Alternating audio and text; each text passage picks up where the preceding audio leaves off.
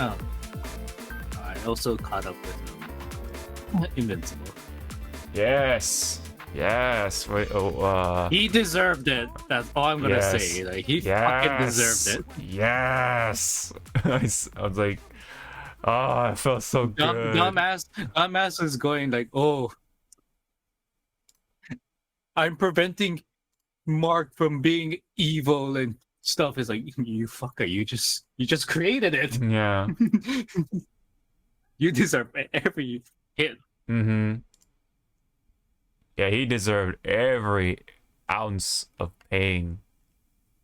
Like I knew the moment that guy was gonna fucking get it when he broke her arm. I was like, yep. Oh my god! I was like, no, no. I was like, she is an innocent bystander. You villainous idiot. Yep.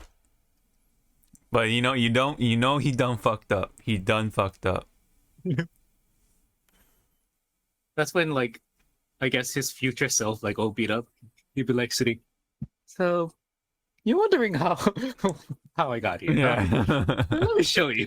Yes. Let me show you the moment where I fucked up. Mm-hmm. Mm-hmm. Oh yeah. Let me check the audio. I almost forgot.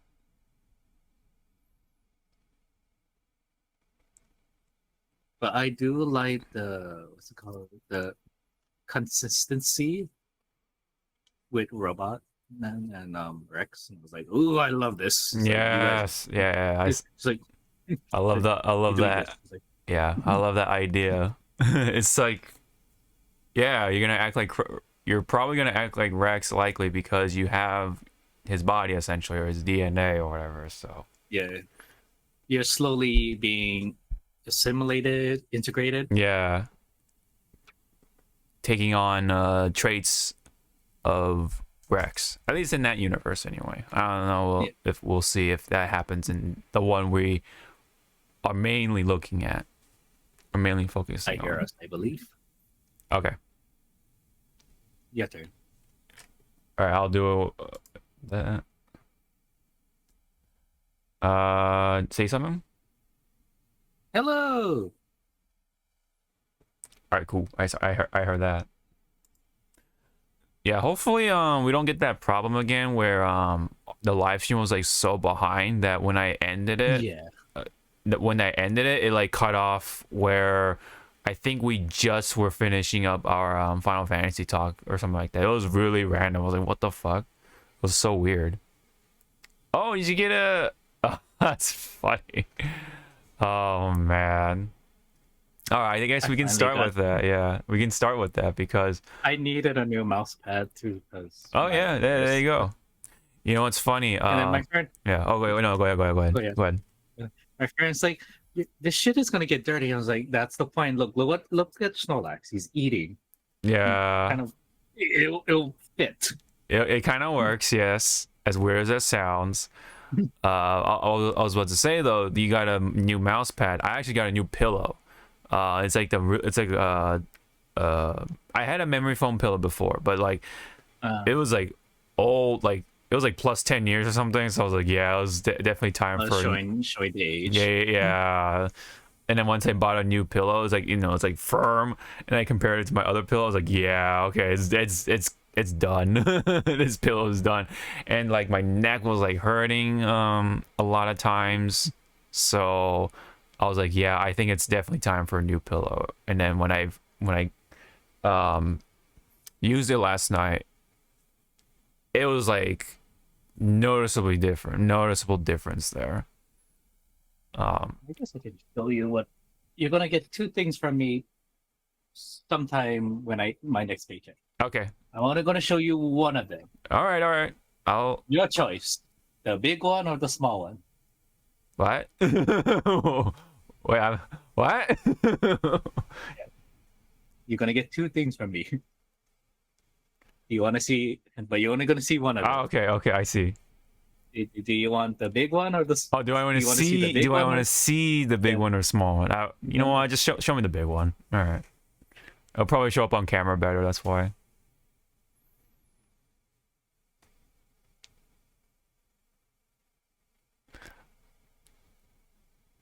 his newest print right now that he's gonna work. It's gonna be a 3-part series. The second series is gonna be all the warlords, and then the last piece is gonna be all the admirals.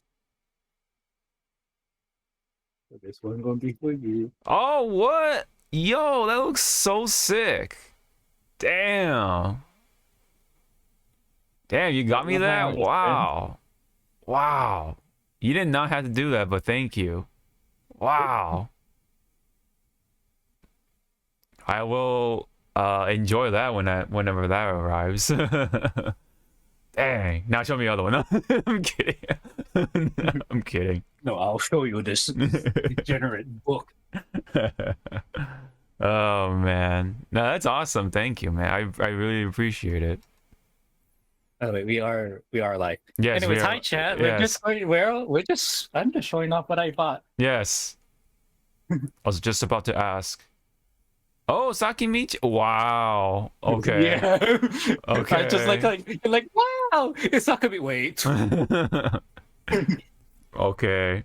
Damn, man. Lovely book. Okay. Let's just say a lot of people went to her booth. Yes. Yes. I can definitely understand that. And it wasn't like, like, oh, scared and hiding. We just see everyone carrying the bag. And we're like, oh, what did you buy? Can I see? She has that? Let me go. Like we were like comparing notes. Yes. Yeah. Man, that is something. That is something. So speaking of which, I mean, how was the convention of itself? The lines were fucking horrible because it wasn't the convention's fault. It was the convention center's fault for implementing like new, I guess a new way to enter the building for cosplayers and stuff. I kind of saw that, like the scan, like the what do you call the metal detectors and people like doing the that was new. Oh, okay. That was new. Like even the con staffers didn't know about it. Oh wow, so they weren't even informed about it. Okay. Yeah. So I chalked this up as like, okay, this must be a trial run. Yeah. And because everyone is flooding in the forums and stuff, and also giving their two cents to the convention center. Yeah. It's like, yeah, please don't try that again. Yeah.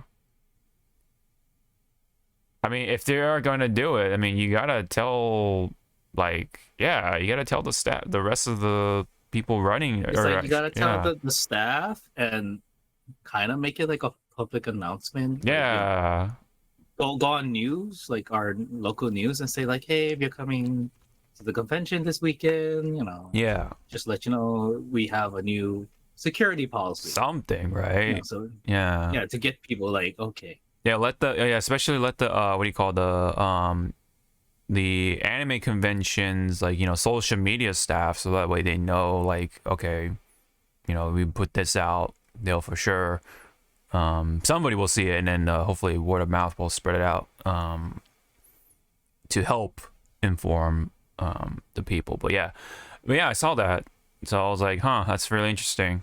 They had to go out their way to like talk about the metal detector stuff and the wands and stuff like that. And I think now correct me if I'm wrong, did they like have more metal detectors and the people holding the wands by the next day? So on Friday, you saw there was 8. There's supposed to be 8 metal detectors up and ready. Yeah. But only 3 of them were working. Oh no. So that's why if you saw my Twitter, that long ass line, it was like, that's because of that. Oh, only 3 were working. But once it hit 12 o'clock, then a total of 5 were working. So I was like, okay. So you're doing something right, but shit. Let's if you don't mind, try to see if I can find the picture. Oh wow, wait, hold on. Oh, that's pretty cool. I just saw some Beast War cosplaying, but anyway, But as I do that, welcome back everyone. Hope everyone had a good yeah. 2 weeks because we took a week off. And what is that? What is that? What card is that? So these are actual Pokemon cards everyone made into coasters, but the Oh artist like wow. drew. Okay. So I was like, well, this devalues the shit, but it's fucking like coasters with actual cards. Mm-hmm. I had to buy this one because it just looks cool. Uh-huh. Yeah. So now I That's have cool. a purpose to leave like soda and like water everywhere in my room. Like I have one spot like Yes. here and there. Mm-hmm. Man, there was a lot to Do I scroll want to through. know? Anyway.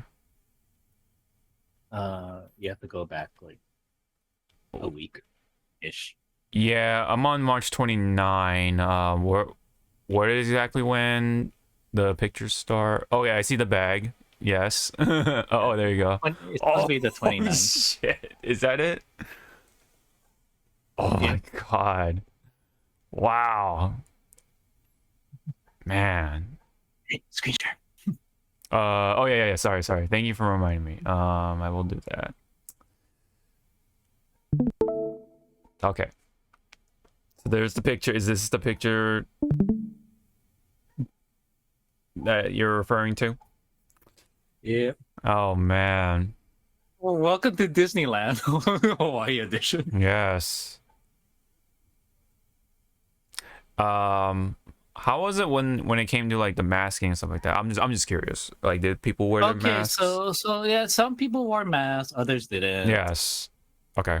Did you feel like it was Obviously, split? you know, Like, was it split or is it more maskless people? it was more maskless, unless you're Mhm. cosplaying. Oh I yeah, don't yeah. count you. Then okay, yeah. But But I mean, I'm doing fine. You know, yeah. I didn't wear my mask. I Mhm.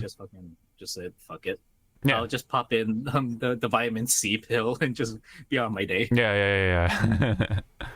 Yeah, that's good. I mean, that it's very minimum at this point. So even you haven't gotten anything else really, like the con flu kind of thing. So that's good.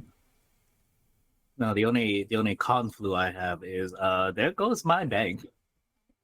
Oh yes, yes. The yes.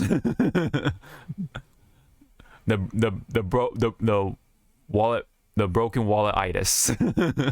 Yeah. I wonder if these cars are legal.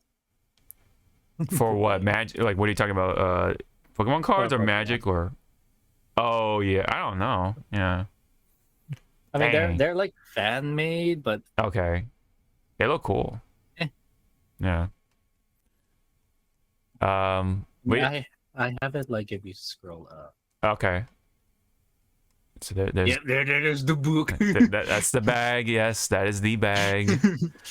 Was there anything else you wanted me to show off specifically? You keep going up.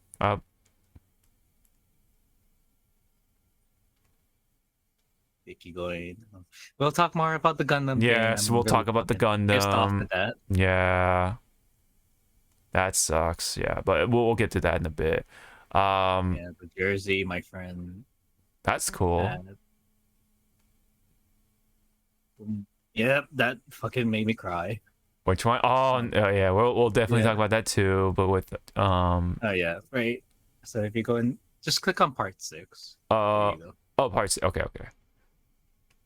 And then we can kind of go up from there, right? Yeah, so there you go. There, the thread. There you go. All right. So. Yeah, not safe for work. Oh yeah, the cards, the coaster cards. That's really cool. That's actually a really cool idea. Like I never thought that that could be a thing. Like yeah, I didn't. Yeah, it's a great idea. Actually, Marvel. That's a great one. Oh my god. And that one, I had to buy it for it. Oh my god, that's a lot. Jeez, that's man. all the characters so far that as we know in the Dragon Ball universe. That's a big ass collage, man. I want to. Yeah, I asked the artist how long he took, and he's like, I don't want to remember. I was like, I'm like, yeah, This is like I would 100 too. I would be like, 100+ hours. It's like 100+ hours of work. Man, that's the dedication you get from Dragon Ball fans, man. That is dedication. Okay, so on to part 2. You got these the muscle cute animal things, including the shark. That's pretty funny. These are fan-made cards that you were, yes? yeah, fan made, but they're like, Well, they're based off I of guess real that's how, things, yeah, because they're based off of the the real cards. yes, yeah. I would say they're like fan and oh my that the ground looks really cool. Yeah. Fan enhanced, yeah, I would definitely say, or modded. These are modded cards. Is a probably better word for it. Are they tournament legal? We don't know. I don't know about that, but yeah, I don't even know. Got some stickers. On my flag. Nice. Oh yeah, that's the mouse pad with Snorlax on there. That's actually really cute though. Oh shit. Let me see. Sorry about that. I'm just gonna go up from here. There we go. Continuing off. These are like pins. Oh yeah, these are enamel pins. Okay, that's really cool. Super Sentai. Sentai stuff. Pins. Yes. That's nice. Oh, this is like okay. Whoa. Find the shiny. Find the shiny? Oh shit. Yeah, there's a shiny Squirtle. Oh, Squirtle. Okay. Shit. Yeah.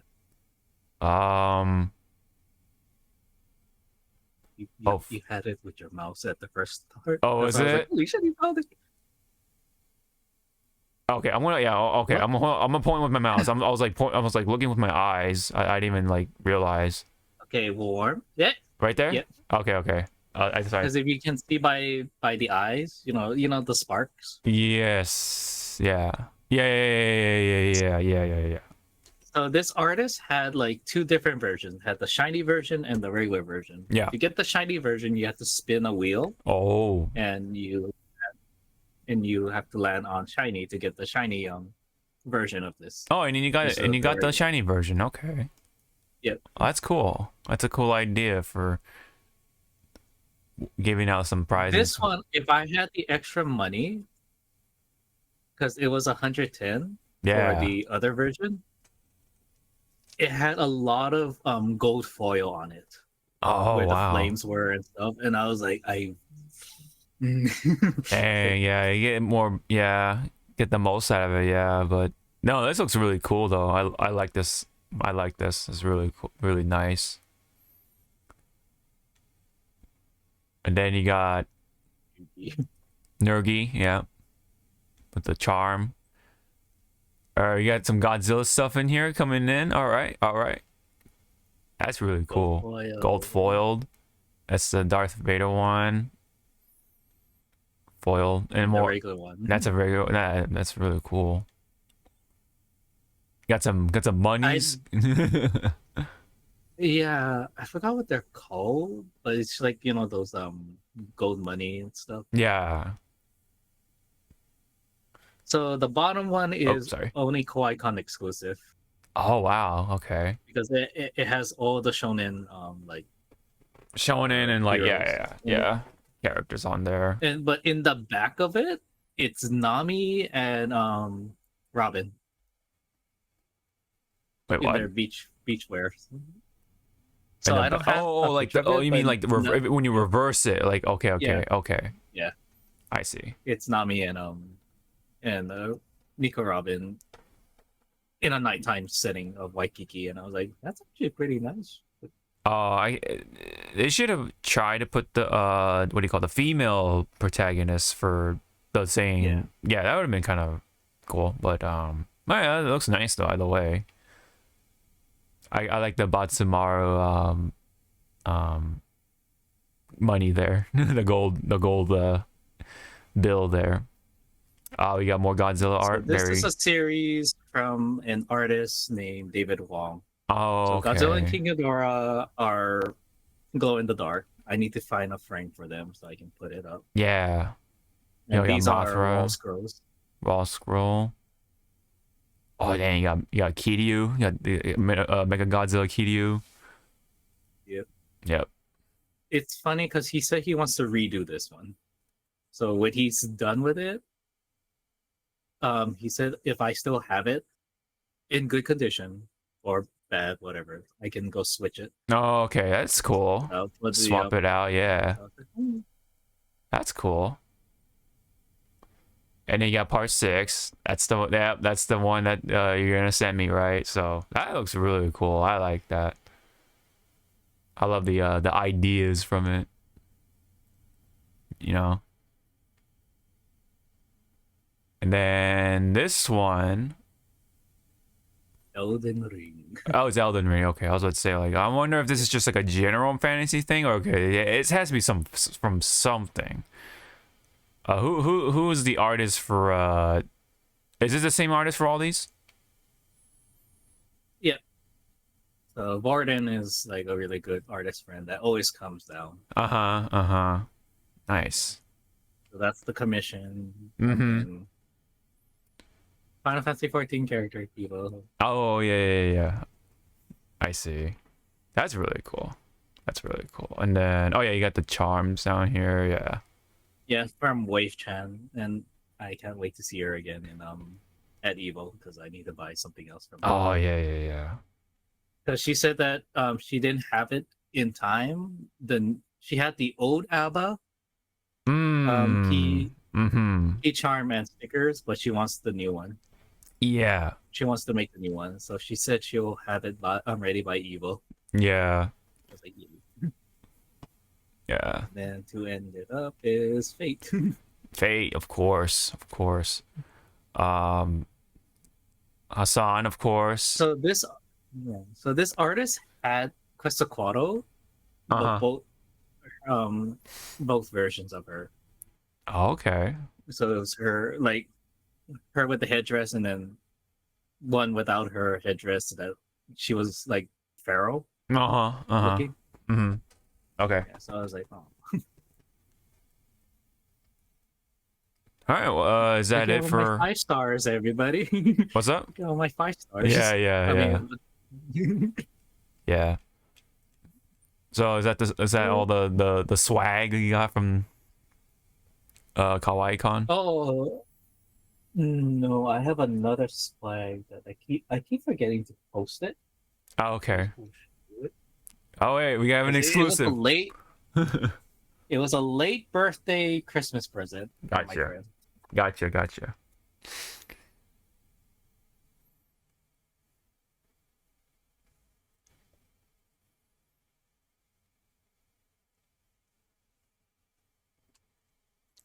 Whoa, dude. Oh man. I don't want to take it out of the box. Is it the figure? Oh, it is the figure. Dang. Oh, I'm jealous. You got the figure. Dang. Is it the posable one? He was like, I think, yeah, it's the posable. Okay. Because the pictures. Gotcha. Yeah. Pictures, yeah. Dang. He was like, so my friend just came up to me. He's like, I know I haven't seen you for a long time, but I miss your birthday always at our friend's someplace. And I did get you for our Christmas gift exchange, but then we had to redo it, so he didn't get me. Right. Like this. And I was Yes. it's like, oh. Hey, that's nice. So now my boyfriend thinks I'm cheating on him. Oh yeah. Because he goes like, no one just gives you $100 figure like that. Hey, I mean, if you're without something, I'm like, if you're a nice enough person to people, man, that's how it pays off, you know? That's how it pays off. But you get the posable one, that's awesome. I think the one I'm looking at, or I want, is not posable, but whatever. Either way, man. If I can get either of them, I'm a happy Godzilla. A -1 Godzilla figure. Oof. Yeah, I know. Not to mention the eventual Blu-ray that's gonna come here. So Blu-ray, yeah, that as which well. I will be finally able to watch the black and white version. Yes. Since I missed it. Yeah, I was trying to get a ticket for that, but I just the window was too short, or my time window was a little too short. I was like, I don't know. Yeah, at this point, yeah, I don't know. Well, anyway, I mean, was there anything else you wanted to show off, or is that the general consensus of what you got? Don't do gotcha mystery boxes for any of your favorite shows. Okay. What happened there? So there's these Pokemon like figures like this. Yeah. Oh. Yeah.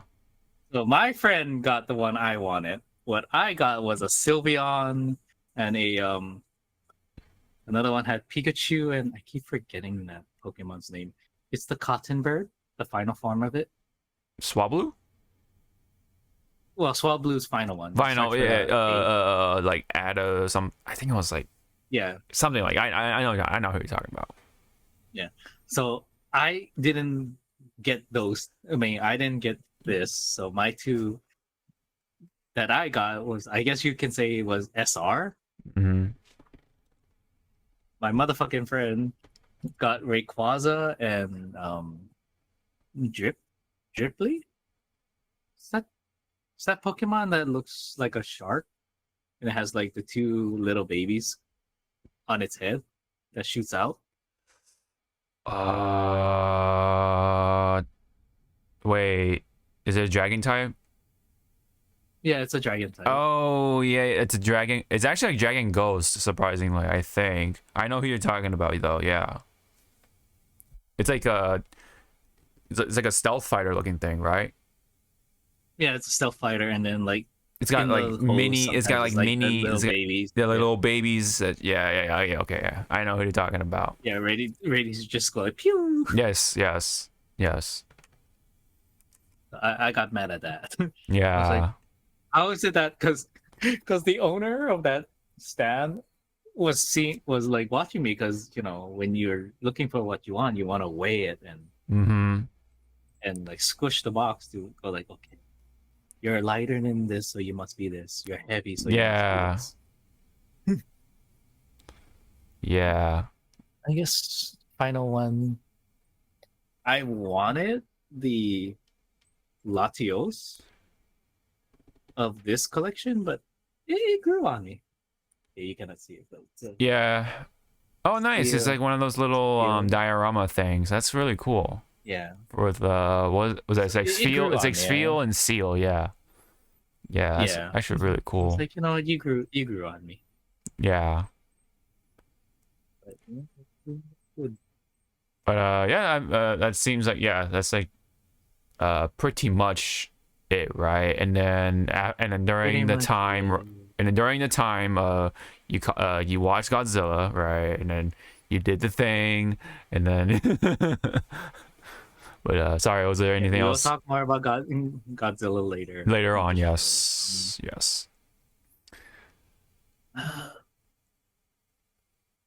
Let's just say the final day, so Sunday, this past Sunday. When I looked at my bank statement on my app to see how much I spent on that day, I was like, I could have bought a fucking PS5 and 2 controllers. PS5. Okay. That's actually a little less. That's actually a little less than what I was going estimating. No, that was the last day. I didn't count the other 2 days. Oh, that was just one day. Yeah, that was one day. I thought that was the whole. So the other 2 days, you don't want to know what that added up to. Okay, never mind then. Never mind. Because then you'll be like, "So you have a problem." It's like, no, I don't. Well, at least it's like it's like tangible things, right? Whereas you know, if you spend that much money on gacha or like something like digital whatever, right? Or crypto or I don't know, fucking whatever. But if it was anything like that, and it's like okay, right, then you have a problem. But you got like physical things, so I'm more in tune with that than gotcha. But yeah, was there anything else you wanted to show off, or that's it? That's all. Okay, so let's look at the first page of Sakimi-chan's book. All right, Yeah. I think we got the gist. I think we got the gist of Zawa's Kawaii Con 2024 experience. So, would there like did you check out like the cosplayers or like what you call There was a lot of yeah, there were cosplayers. There were so many fucking Jujutsu Kaisen. I kind of was like, oh my god. there's always that, you know, that one, the one trending one, right? And it, okay, so and then this time around it was Jujutsu Kaisen. I think, to be fair, yes, I think something happened in the what you call the newest season, something really cool. So that's why. Yeah. Was there a lot of Gojo? A lot of fucking Gojos. Yeah. Okay. I think I know where this is going, so I'm just gonna not like I also knew too, and I was like, oh god. I need a so there was a lot of Gojos. Mm-hmm. Here and there was a lot of DBZ and Dragon Ball Super cosplayers. Understandably so, yes. What gave me whiplash super hard, I wish I could have taken a picture. It was a couple dressed up as Milo Thatch and Kita from Atlantis the Lost Empire, and I fucking had like a whiplash. Like, that is so wow. I was like, how old are you guys? How do you know that movie? that Even Disney don't remember that movie. Definitely the most niche from what it sounds like. And then there was one girl dressed up. I keep forgetting her that damn anime. It's super old because it was made like in the 80s or 70s. It's the ogre girl. She had like leopard. Urusei Yatsura. Yeah. Yeah. It's the same creator as Inuyasha and Rama half. Yeah, so it was a couple again. So it was her, and then I guess the boy that she loves in the anime. Okay, that's cute. And every picture they were doing, she was like giving him a chokehold, and you can just hear her saying "darling." I was like, is that in the anime? And my friend was like, yep.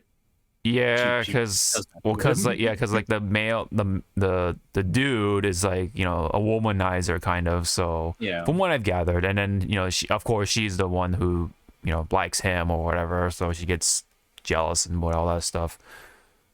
But yeah, that's cute. That's really cool.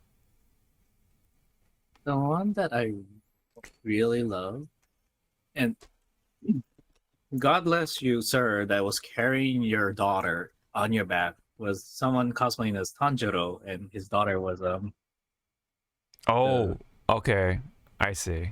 Yeah, with an actual like opening and closing stuff, and I was like, I think it's so cute. Yeah. That's cool.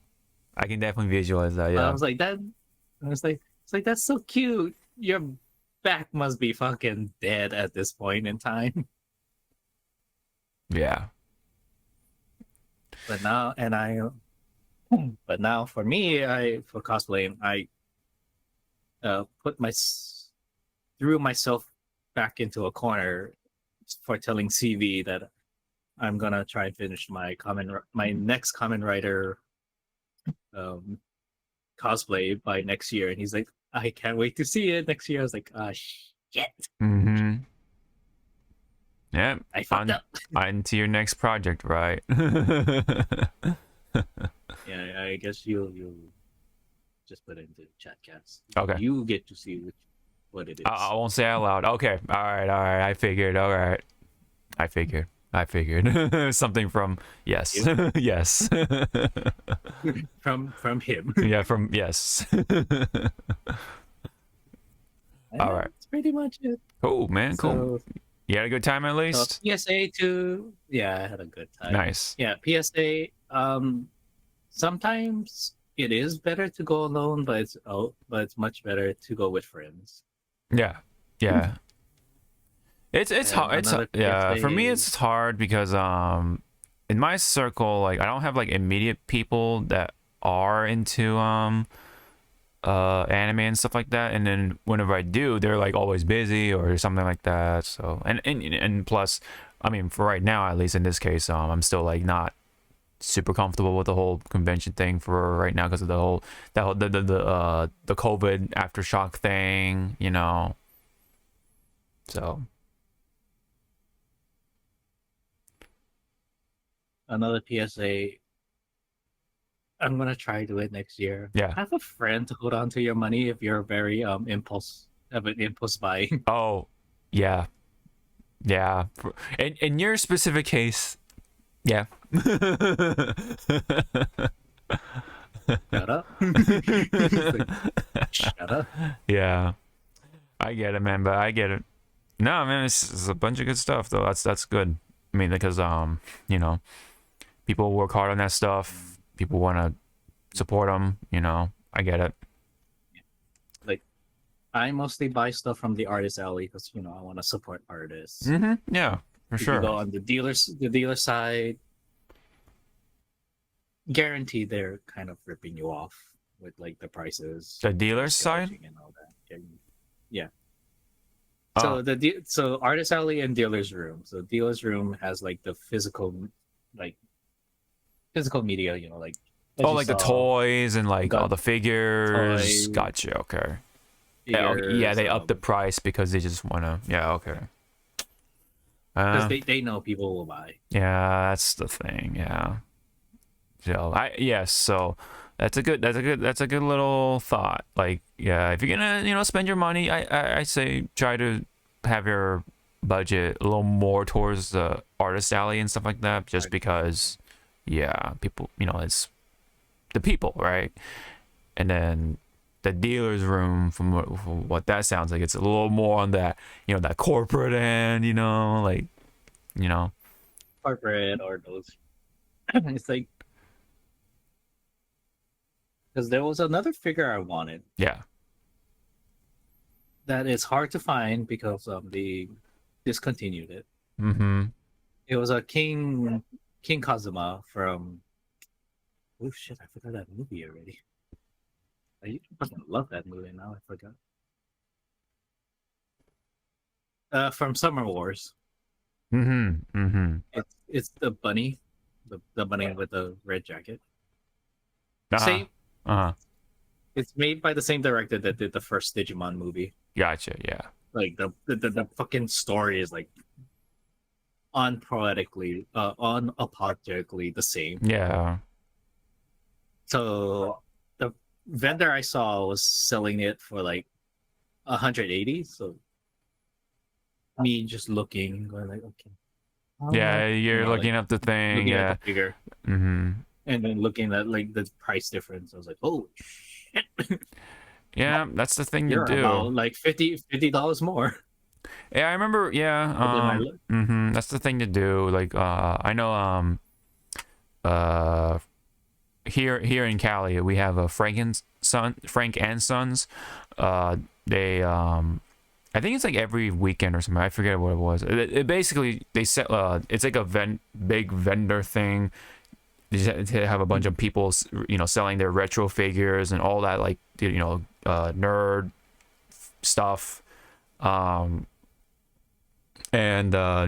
People always like look up on their phone, like, oh yeah, what's the original price versus this, and then that's just to see if it's valuable or if it's a good proposition or not. Yeah. But no, I'm glad you had a good time. Yes, although your wallet took a very big bullet, but hey, at the end of the day, you had that money to have a good time. So would you say it's all worth it in the end? Because you said you had a good time. So and you're support. Worth it. Yeah, and you're supporting the artists And and the makers, right? The people, right? So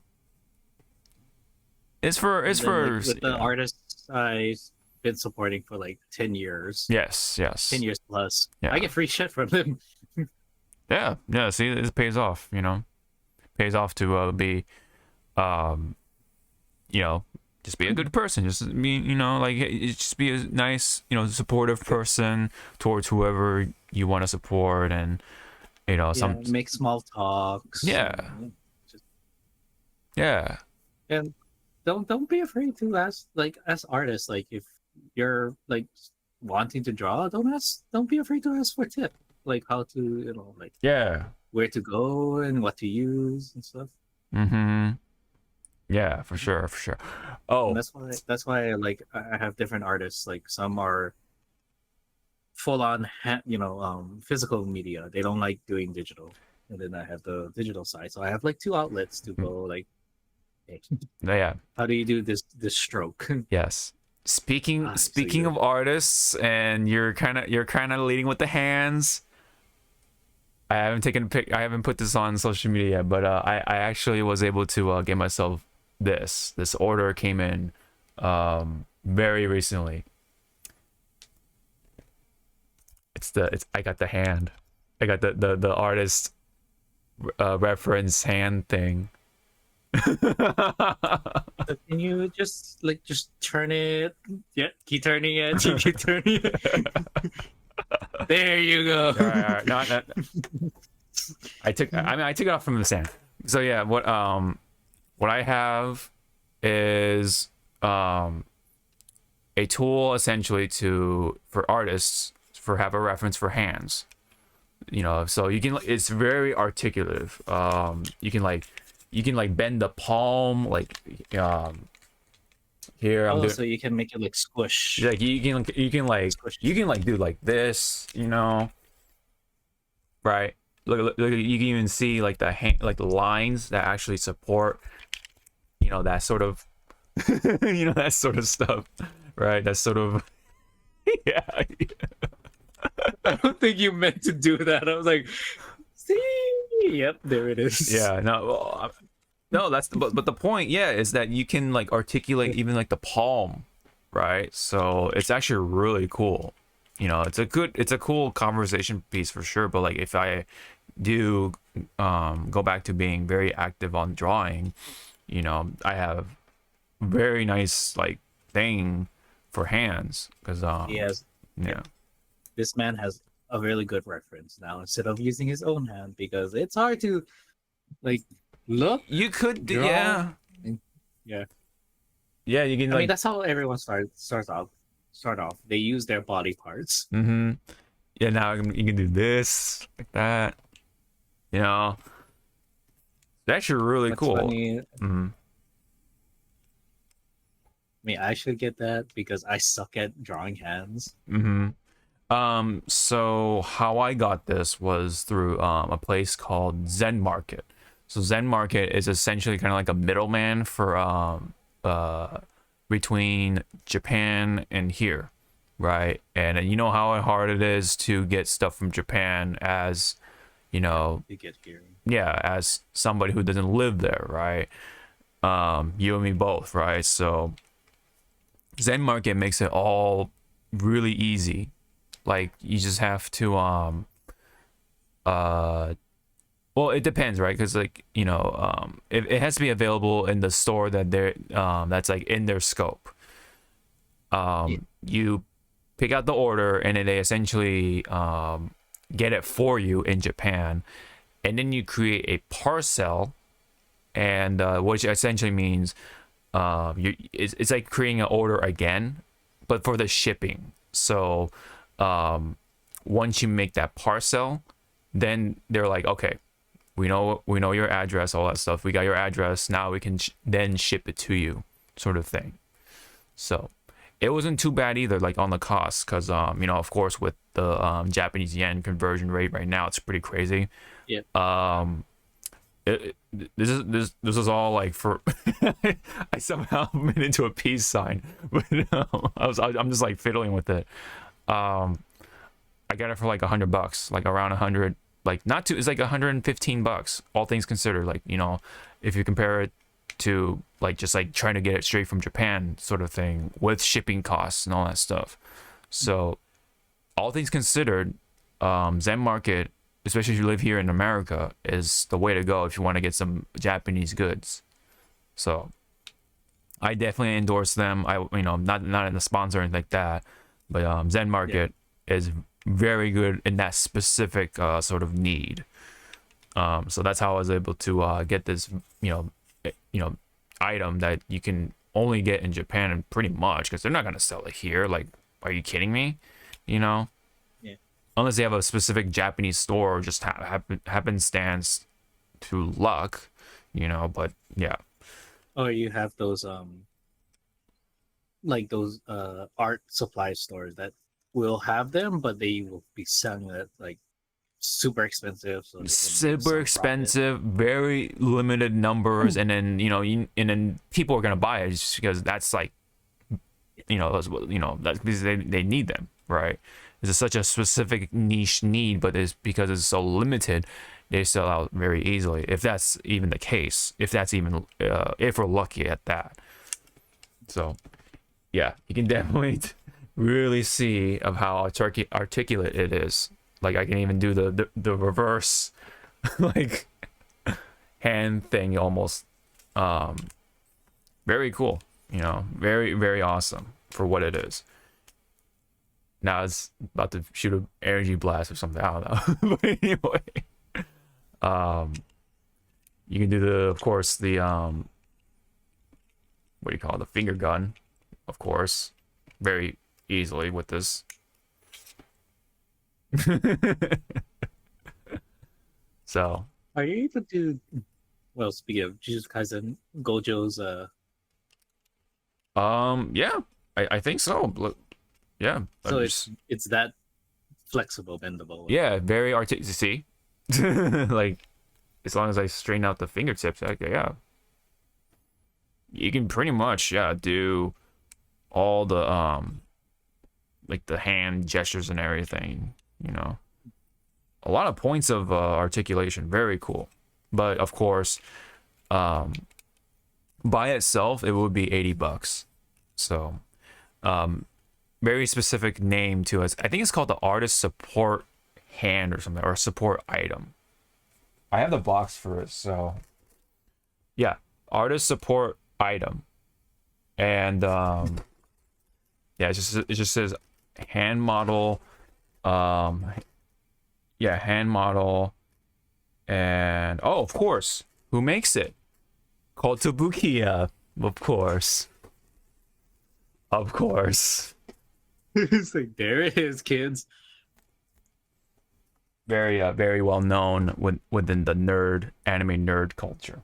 Yeah. So Very well known if you wanna like sacrifice an arm for one of their figures. well, there you go. When you sacrifice an arm, you get a hand back, right? For some reason, you want to give it you want to do fisting. Okay, I get it. Well, it was more like when you brought it, I was like, it was more like you were doing this, but the way it looked like, Oh, I was like, whoa, whoa. Now that happens after. now it's a fist. It's almost like a fist. Yeah. You can probably use it as like a very over glorified pencil holder. So you can just put it like right there. Oh man, or chops. Yeah, you can also make it like again for reference, like how does a hand look on this side when holding a pencil? Yeah, no, absolutely.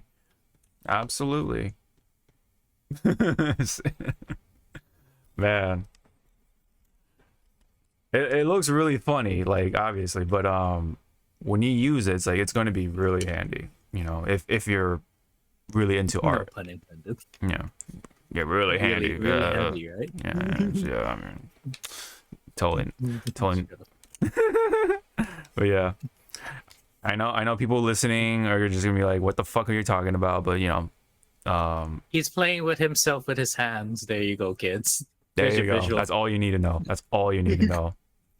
Yeah, look at that. Like you can like do like very specific hand gestures too, like not just like a palm blast, but like like a little more like a cone shape, or like or just like a straight flat one, or like something like this. I mean, you can also use that as reference because you see how the joint balls Yes. are looking. You can turn that into a fucking eldritch horror monster right there. Yeah, there you go. You can use the joint balls as eyeballs. There you go. Now it's showing up on the VOD or broadcast, but yeah. I just want to make sure how behind we are on the live stream or anything. So yeah. Because we had a little problem with that last time. But anyway, so point being, this hand is just really strange but cool. Very, very niche. But if you're really into art, this is the things you do, right? To really get that extra little experience, So I'm going to put this away before I get really distracted. So I'm going to put this back on the stand. There is one more thing. I believe there is going to be an update though with this hand, and I think don't take this with a grain of salt. I think they're gonna have this so that you can actually mount it to like a tripod, or like these like arms, like the arms you use for the microphones. You can like screw it onto there, and then you can just like have a hand right there, readily available, so you can just move it around, angle it, or however you want to do it, instead of just having just little stand right here that it comes with. It's like very basic. It doesn't really, it serves a purpose, but not as flexible. But for what it is, still very, very going to be very useful once I get back into the eventual drawing of things. So yep. All right. Anyways, let's put that away. Now we can get to the news.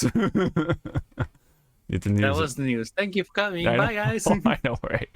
I know. That was like a big but relatable tangent, I guess, depending on who you are. But before we do that, I did want to show off some new things for the soundboard.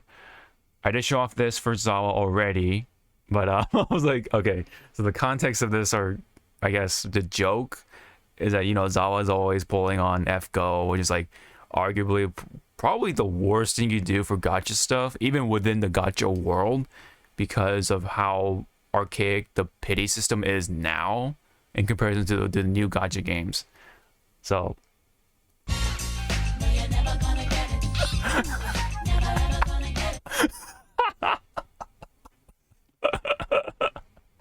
well, speaking of FGO, the new unit, the twins, I got them on a single pool. So good for you. Oh, good. I win for now. Good for you, man. And then I have this one for the new one.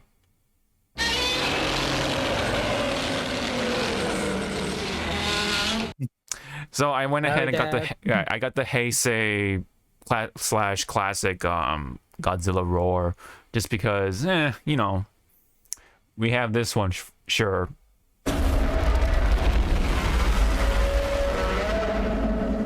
But I figured we change it up a little bit for Godzilla, here and there. So yeah, so that's that for the sound effects. But of course, we gotta play the one that's that matters for right now, which is. This battle is about to explode. fighting game stuff. So we do have some stuff to go through. We'll try to be quick about it as much as possible. So, oh god, Jesus fucking Christ. No, it's okay. I don't need them. What? I already have Morgan and the. I already have them. It works though. You jinxing me, you sick fuck. Well, anyway, and I don't know if you were on Pico, but they were doing the quest where you can get the other costumes. So I got one. Gotcha. So to start off with this, So kind of on the topic, on the topic of disabled fighting game players, as we talked about with Brawly Legs and stuff like that.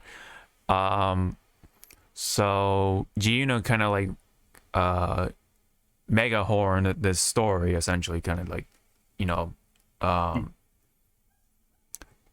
passed on the story from somebody named Jenny.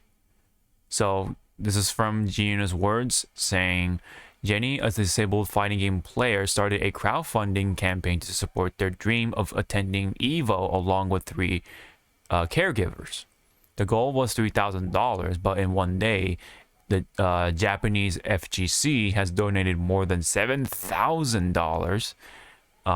So yeah, so that it really goes to show like how supportive the FGC can be, especially during the time with Brawly Legs, when he lost the table that he uses to get across, right, his special motorized table, and then the FGC, lo and behold, came to the rescue, and provided the money to replace it, essentially. So it ain't easy, because it's like a specialized equipment for disabled people, catered towards that specific person, right?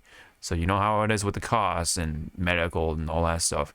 So here we are with the FGC once again. Now, of course, this time with Japan being very supportive, and that's the stuff that I like to see, and this should be more on like the radar rather than all the stupid drama that we've been getting and all that stuff. You know what I mean? So it's like there's that whole thing about like what was it? Ryan Hart and Chris Tatarian talking about like old fighting games, new fighting games, supposedly, and then they got blown up to something like completely different. People were mad about it, out of context type of thing. That's the kind of stuff that unfortunately takes over the internet, versus the wholesome stuff like this, for example. So that's why I would like to, in fact, I'm gonna repost it just to even blow it up even further. This kind of stuff, because I think this is something we should definitely pay attention to, right? Where I think it counts more, because these things or these situations are definitely more in need of attention, right? So that's kind of my 2 cents on that. Yeah, so I'm sorry, did you have any comment about this particular situation, or any input from you around like just seeing like people really helping out others to just fulfill their dreams. Yes, not everyone can attend EVO from wherever you may live, Yeah. but let's just say watching EVO and being there to experience is very different. Oh, for sure, very different. Yes. Like the vibe that you can get physically being at EVO is very stimulating. Yeah. Oh no, for sure. It definitely yeah, like there is a lot to take away from when you're physically at EVO versus just like watching it on the stream, for sure. I wouldn't even compare it to on the level of like like a live sports game, right? Like baseball, football, whatever. Yeah, of course, watching the game from here, like at your home, versus watching it at the stadium, very different, right? But even with Evo, right? Watching at home versus going there, Evo is like completely different, you know. Going to Evo is so much more fulfilling. There's so much more substance, right? Which is why, you know, there are people who dream of going to Evo and stuff like that. Same with, you know, E3 and stuff like that. Those kind of conventions, but like, yeah, very different for sure. And I'm very glad to see, you know, people like Jenny are able to go, you know, at least for because it says 2024 this time around, that's coming up this year, so happy to see that. So that's why, again, I wanted to sort of accentuate the point even more that these stories should be more public, whereas, you know, you got the dumb out of context like drama stuff that people blow up just because they want to be mad at something, right? It's just, you know, kind of how it works, unfortunately. So good on them for sure, you know, especially for FGC anyway. All right. Yep. Yes. So as we took a break, there are, of course, the April Fool jokes, right, from certain game companies, and even Arxis took a little stab at it. So I did not even watch this, but apparently there was a April Fool's joke about a NPC, you know, being playable or whatever for Guilty Gear Strive. So let's go ahead and take a little gander at it.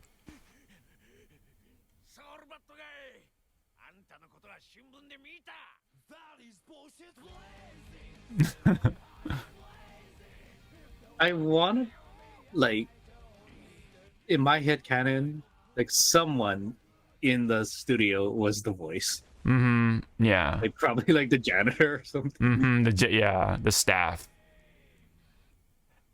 Yeah. Also, can we just appreciate like the main artist, whoever does this, made this.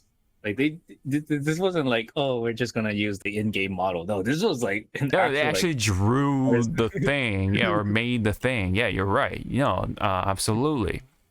This is like exclusive for this. It's like, wow, all for April Fool's joke. Like this is the most like articulate April Fool's joke you can come up with. It's like, yeah, wow, you guys really made this now seem so real for a joke. For a joke, yeah. That you can see, of course, millions of miles away, right? And then, of course, the footage is just the cutscene from the story mode or whatever. So it's pretty funny because, you know, he gets kicked, he get his ass kicked literally by from Jacko or whatever. So, and not to mention Soul, of course. So yeah, you know, bit of a meme with this guy. It'd be so fucking hilarious. Like, wow, this is such a joke character. This was such a good April Fool's joke. And then when the last character for this upcoming season is done, he's the freebie that comes right after, and he's like, wait, you guys were joking about this? Nope. What I can definitely see them do this, but then like, okay, so you know how last time we saw Slayer being teased, right, with the bats and everything, and then season 4 or season 3? No, I forget where we are. Whatever season being announced, right? Upcoming, okay, and then we had the bat wings and everything, right? Of course, you know, when said reveal is going to happen, we get Malcolm, you know, like, oh ho ha ha, it's actually Malcolm, blah blah blah. But then they're like, just like, okay, just kidding, it's actually Slayer. But guess what? Malcolm is also a free character, right? Or, you know, that sort of thing. That's a scenario I would like to see. That would be pretty funny. Yeah, but you know, people initially will be pissed, right? And in that instance, but it would be funny nonetheless. But yeah, obviously, okay, for season 4, okay, had to make sure. You know, definitely would be interesting to see though for reals, like who what would the selection be like after season 3. Are we just gonna see more returning characters, or are we gonna see a split of returning and new characters, or you know what I mean?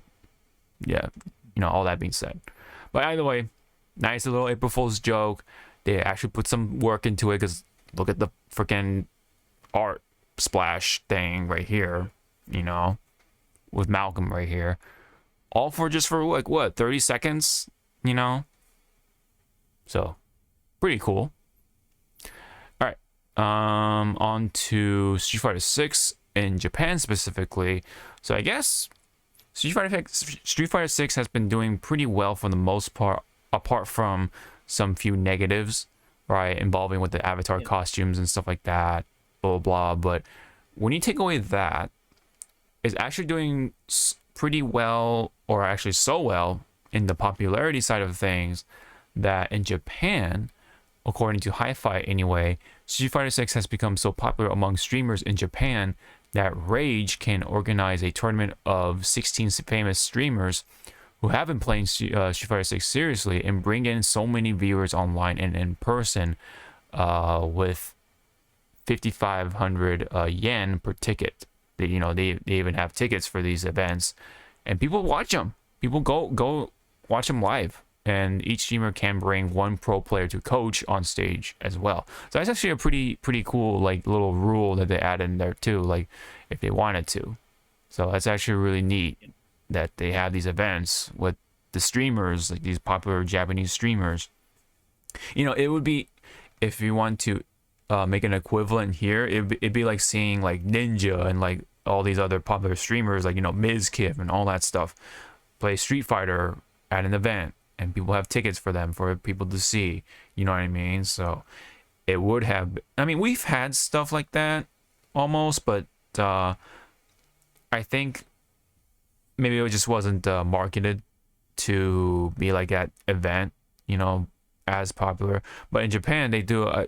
It seems like they do a pretty good job, just like marketing and selling it to a point where they can even have the live side of things. Audiences buy these tickets to go see them. So, any comments on this one? So, when's the next big update? Yeah, for Street Fighter 6. I think, well, on that topic, kind of. Apparently, I don't know if this is a April Fool's joke or not, but apparently he's going to be playable. Akuma is going to be playable at some point earlier or something like that during Golden Week or something like that.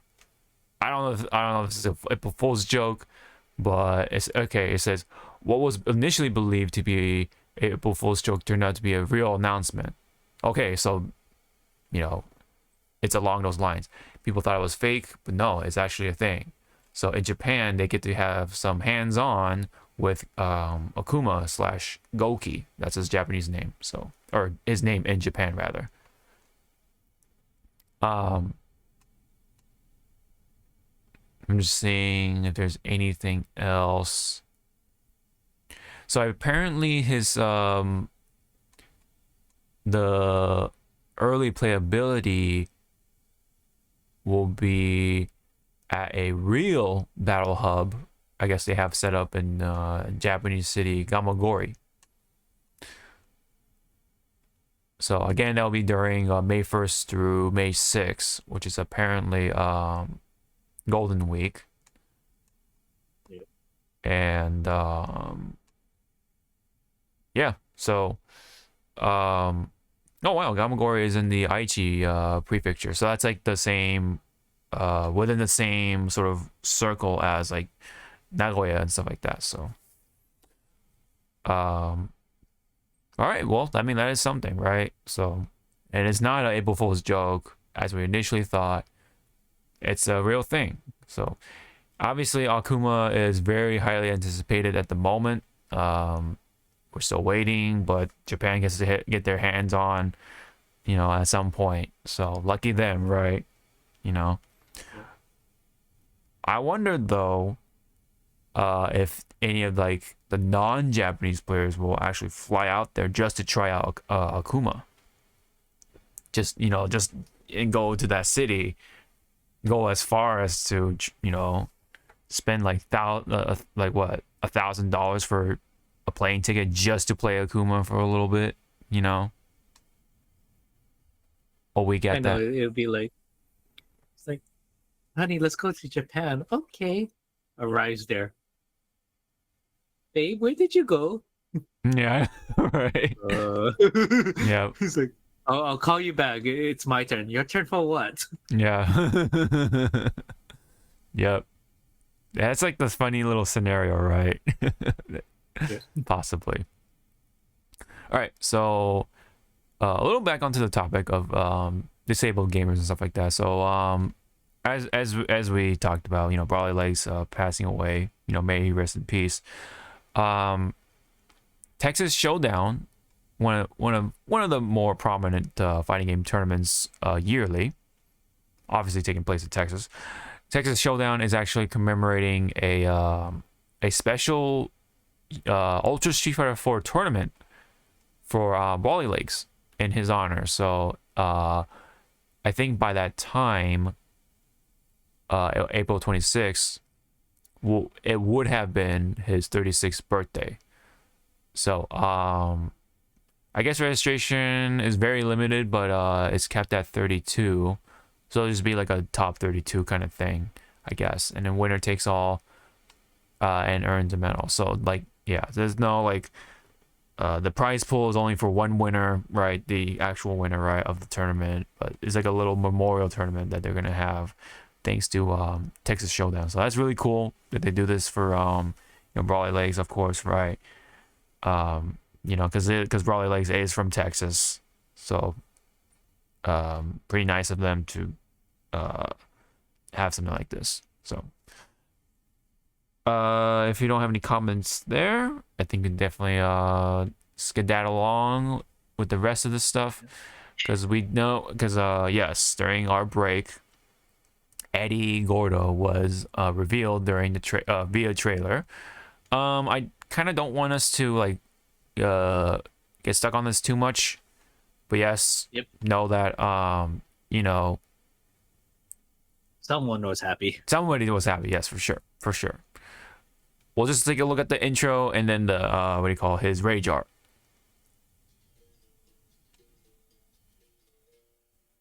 Você vai ver o melhor da capoeira. Get ready for the next battle. It's gonna be another like 3 months or so to hear her again. Yeah. Coração ardente, mas cabeça fria. Gordo. Yep. Okay. So, any comments you wanted to say about Eddie, like just from visually speaking? Visually speaking, like, remember we saw like motion capture with him, so Yes. props to the guy doing capoeira. Yeah, for sure. And there's like a kind of a cool I think story he has- behind it, but it'll be a little too long. But yeah, sorry, go on. I think like his animations actually looks better than it has ever been. Especially with the new look more moves, fluid. definitely looks a lot like way like better smooth. Yeah.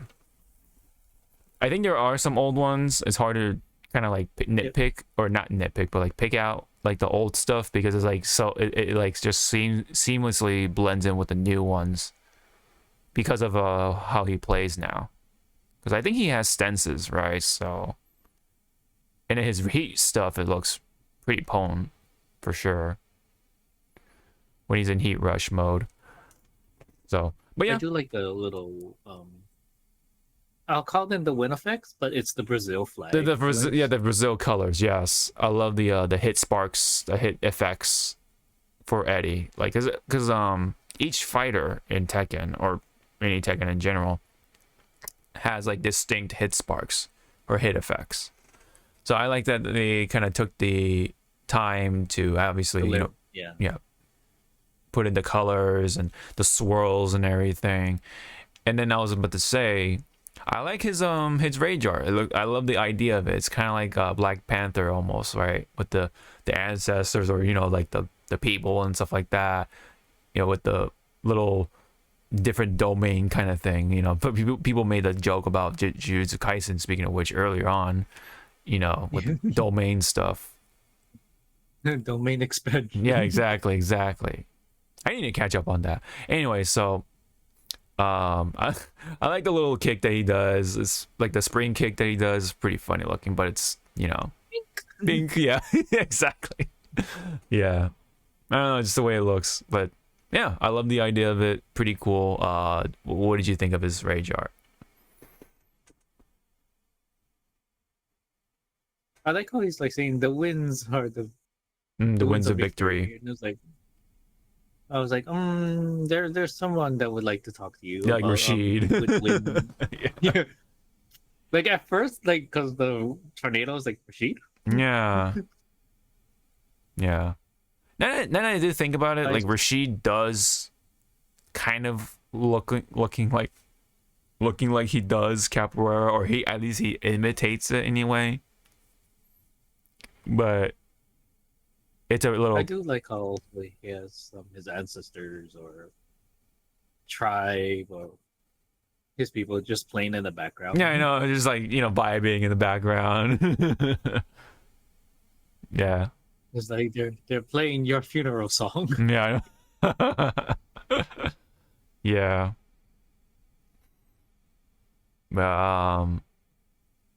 So yeah, I think Eddie Gordo just got released like not too long ago officially, right? Because he had early access on April 1st. Kind of funny enough, on April Fool's Day. So by this time, yes, people are playing Eddie for sure. But there was a little bit of a discrepancy where during early access, basically means if you bought the what do you call it, deluxe edition, you have early access for characters. Well, there was some early discrepancies because apparently the online replay mode doesn't quite work well with DLC characters in early access mode. So because their online replay features, right, they allow you to actually play within that replay mode to find like punishes and know what's safe, what's not safe, that type of thing. But you can't, or you couldn't do that with Eddie because apparently something about early access, that type of thing. So people were kind of like, hey, I mean, why couldn't I find what's unsafe or what's whatever safe? How do I fight this character, right? People, especially people who paid money for it, they kind of like get the early advantage, right? And even so, more so because of how the replay doesn't quite work well with early access characters. You know what I'm saying? Yep. Yeah. So there's a bit of a discrepancy there, but I think that was like the least. Well, there were bigger problems, apparently. So, but before that, let me bring up other things, because yes, they do have a battle pass now called a fight pass. People or players can complete daily or weekly missions and online matches to unlock a range of rewards.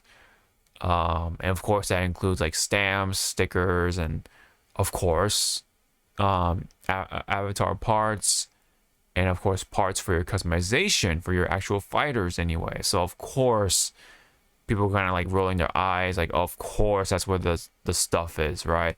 Because a lot of people have been saying that this customization mode out of all the Tekken games is by far the worst. And now it makes sense to them that they've locked these behind the battle pass, right? So that's why there's a bit of that, a bit of that backlash, to put it nicely. And you can kind of see where this is going, right? You see the bottom right, because that's where all the premium stuff is when you buy the pass. You see the pants, all that stuff. poses, you know, whatever, right? It's like the reverse um effect of like battle pass. Like the battle pass only should be like exclusive, you know, like um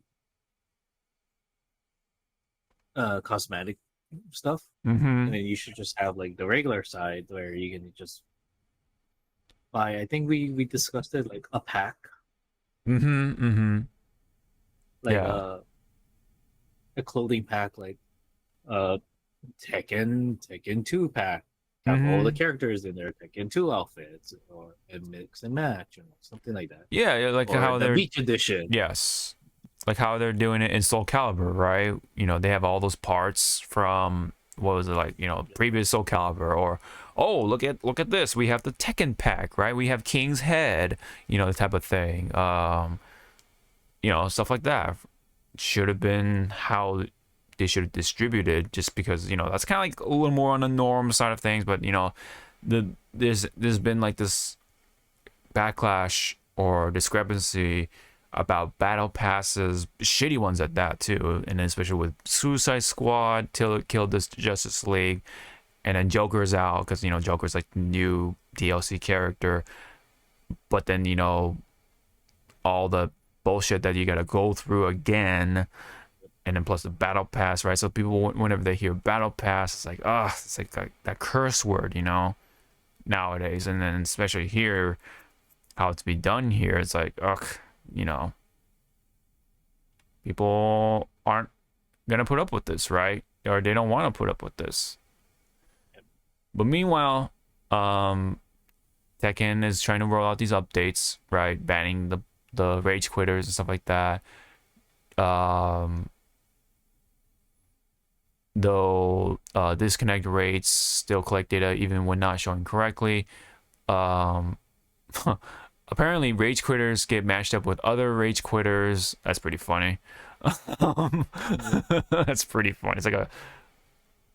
It's like a curse, right? You're in your own little hell, right? They put yourself into. I'm just waiting for that one fighting game that if you rage quit too much, then that's it. The game automatically refunds you and locks you out. Mm-hmm. Like if Mm-hmm. you bought it digitally or Yeah. something like that. Like I'm waiting for that. And everyone be like, well, wait, I cannot rage quit anymore? It's like, what? Yeah. Okay, so throw breaks will be easier, and then apparently there's gonna be a big balance update in May, so about a month from now ish, just to, yeah, little guesstimation there. Yeah, and then this mentions the battle pass, Tekken coins. There is, of course, the Yoshimitsu legacy costume coming. Although I think it's not what we think it is, or it's not the favorite one. You know, people's favorite, which is Tekken 3. I forget where this one is from. I think this is from Tekken Tag, so to say. But anyway,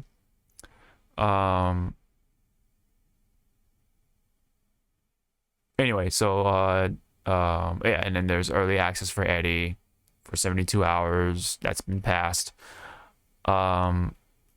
So now the thing is, though, that's been happening as of late, unfortunately, is that I think there was some sort of update for the battle pass. Oh, sorry. Actually, let me talk about this. I forgot. Okay, so let me preface this that I think this is an April Fool's joke. I don't know, but this is straight from Harada's account, right? And I think so I guess this is just from like a, yeah, just him retweeting or quote tweeting his stuff, right? You know, with Harada's bar talking to Lenny Har. I actually watched that, by the way. I you know, some. I should give it a watch for because he's talking to Lenny Hart, and obviously Lenny Hart is of course, yes, the voice behind the Tekken trailer announcements and the voiceover stuff and all that jazz. Of course, Nina Williams, right, and Anna Williams, which is pretty funny. Anywho, somebody commented him back like a request. I'm pretty sure this was ironic or whatever, but whatever. So, Mr. Harada, can you please add this stage to Tekken 8, please? And then it's just like a Photoshop of the Waffle House, right? Waffle House, for those who don't know, is quite infamous for having these fights, right? Caught on camera quite often. Granted, yeah, this is during like what, 2 in the morning, 3 in the morning, people come in drunk, that sort of thing. So they just have these fights. And God knows why they go to Waffle House of all things, but Waffle House is that place, I guess. Anywho, someone requested that, and then Harada's like, okay, I will ask only ask once about this request. Why do some communities send me requests for Waffle House? This is from Harada, by the way. Please be sure to explain the basis of this for the request, including the original story, history, and background. I look forward to an explanation from somebody who knows more.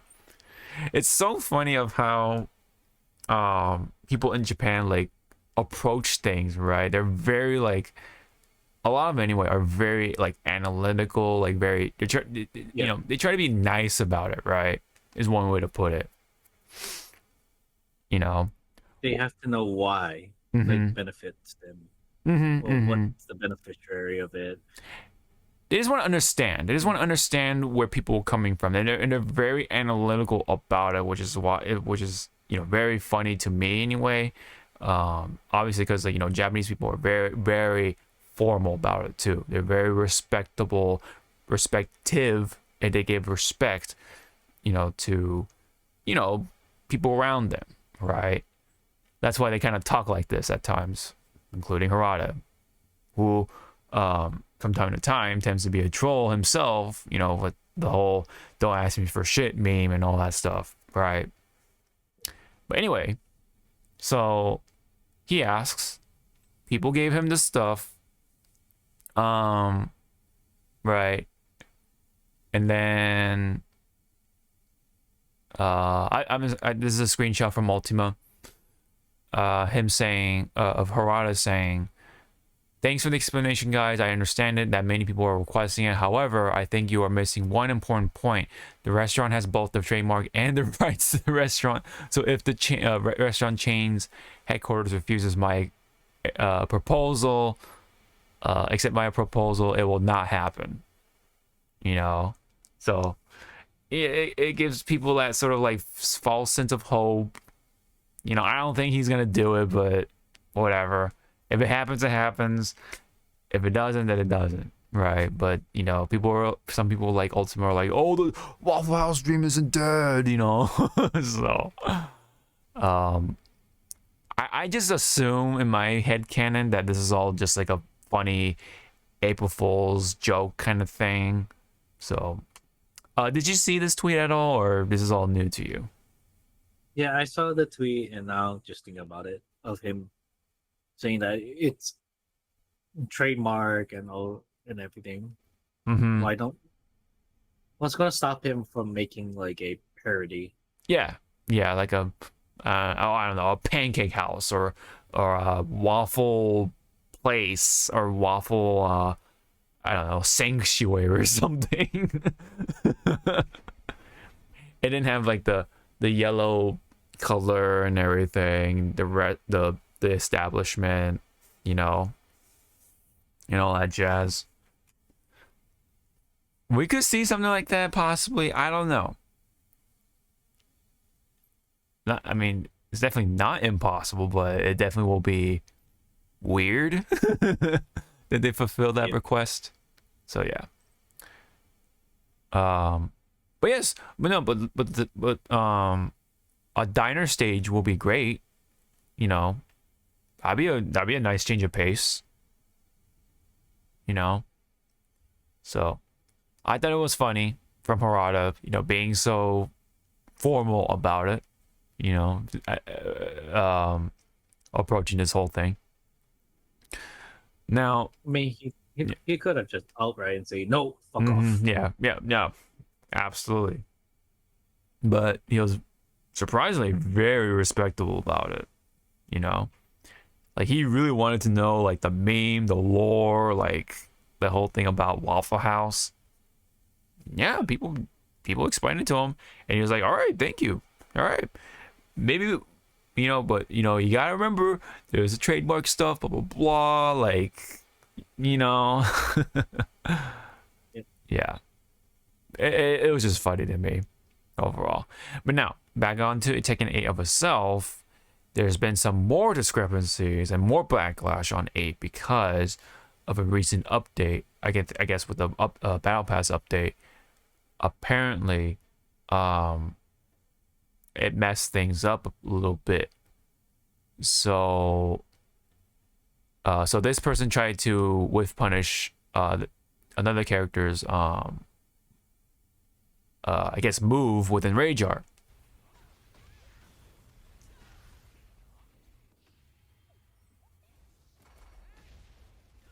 And nope, didn't happen because there's no armor or just, you know, because normally this would have worked, right? You can, you know, because Hwang here was whiffing his some of his strings, right?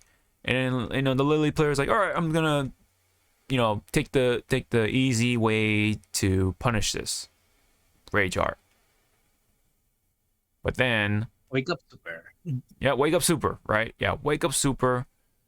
But apparently no, Nope. didn't work. It did not work. Because normally, yeah, like it should have soaked up all the hits and stuff like that. But it didn't. So apparently it's been happening for all the other characters. So the Rage Art stuff is broken at the moment. And not only that, take a look at here. So somebody was trying to do some Fang combos in training mode apparently, right? But look at this. This stage is infamous for, you know, the breaking walls, right? But what's going on with the wall? Why is it not breaking? You know? Oh, he's doing the shoulder, but Why can't they break? why can't they break? Yeah. Yeah, see? That wall is made out of adamantium. Yeah, pretty much, right? They buffed the yeah, if they buffed anything, they buffed the wall, you know. So yeah, apparently I don't know what's going on. This maybe someone did a typo or something in the update. But the walls are not breaking. Now, granted, this is this is The wall's not breaking. I wonder if the floors not breaking as well. yeah, I'm not sure. Yeah, removing hazard interactions on grounded opponents. Yeah. So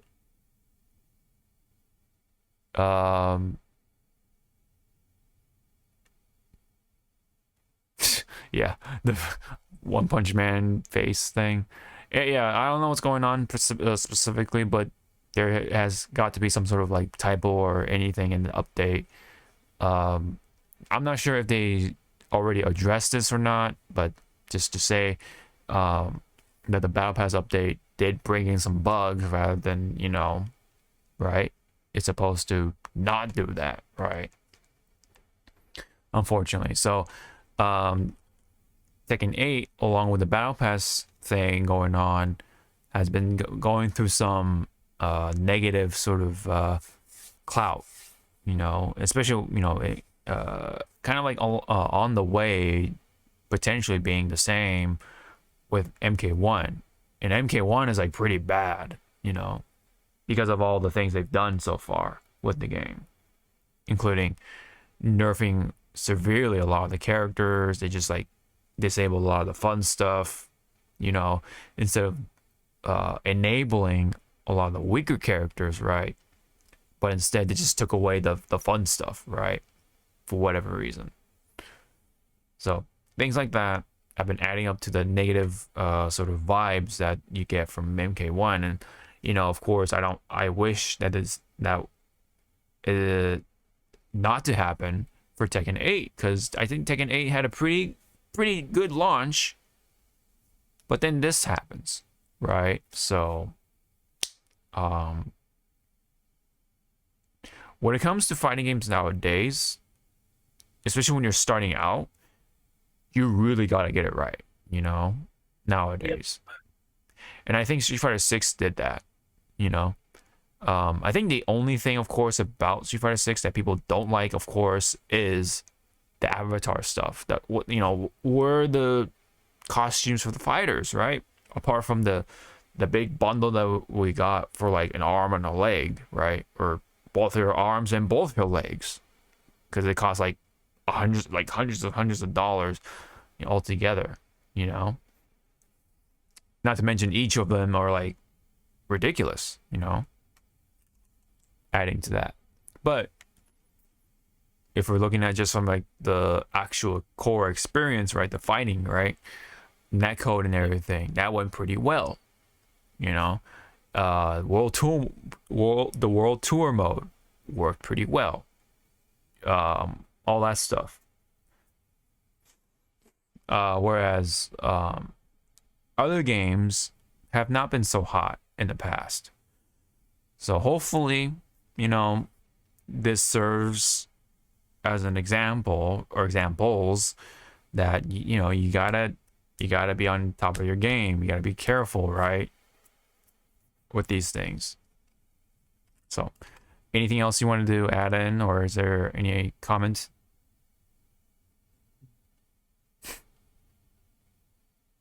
What else characters is currently like they're not sensely saying that they're broken, but you know, they're just like what moves, because it sounds like also maybe like there are some moves that are not safe are safe now in this little patch until, you know, they roll it out. Yeah, fix it. Yeah, apparently, yeah. Well, definitely the rage art stuff is definitely not a great way to whiff punish, apparently, even though in the past it worked very well.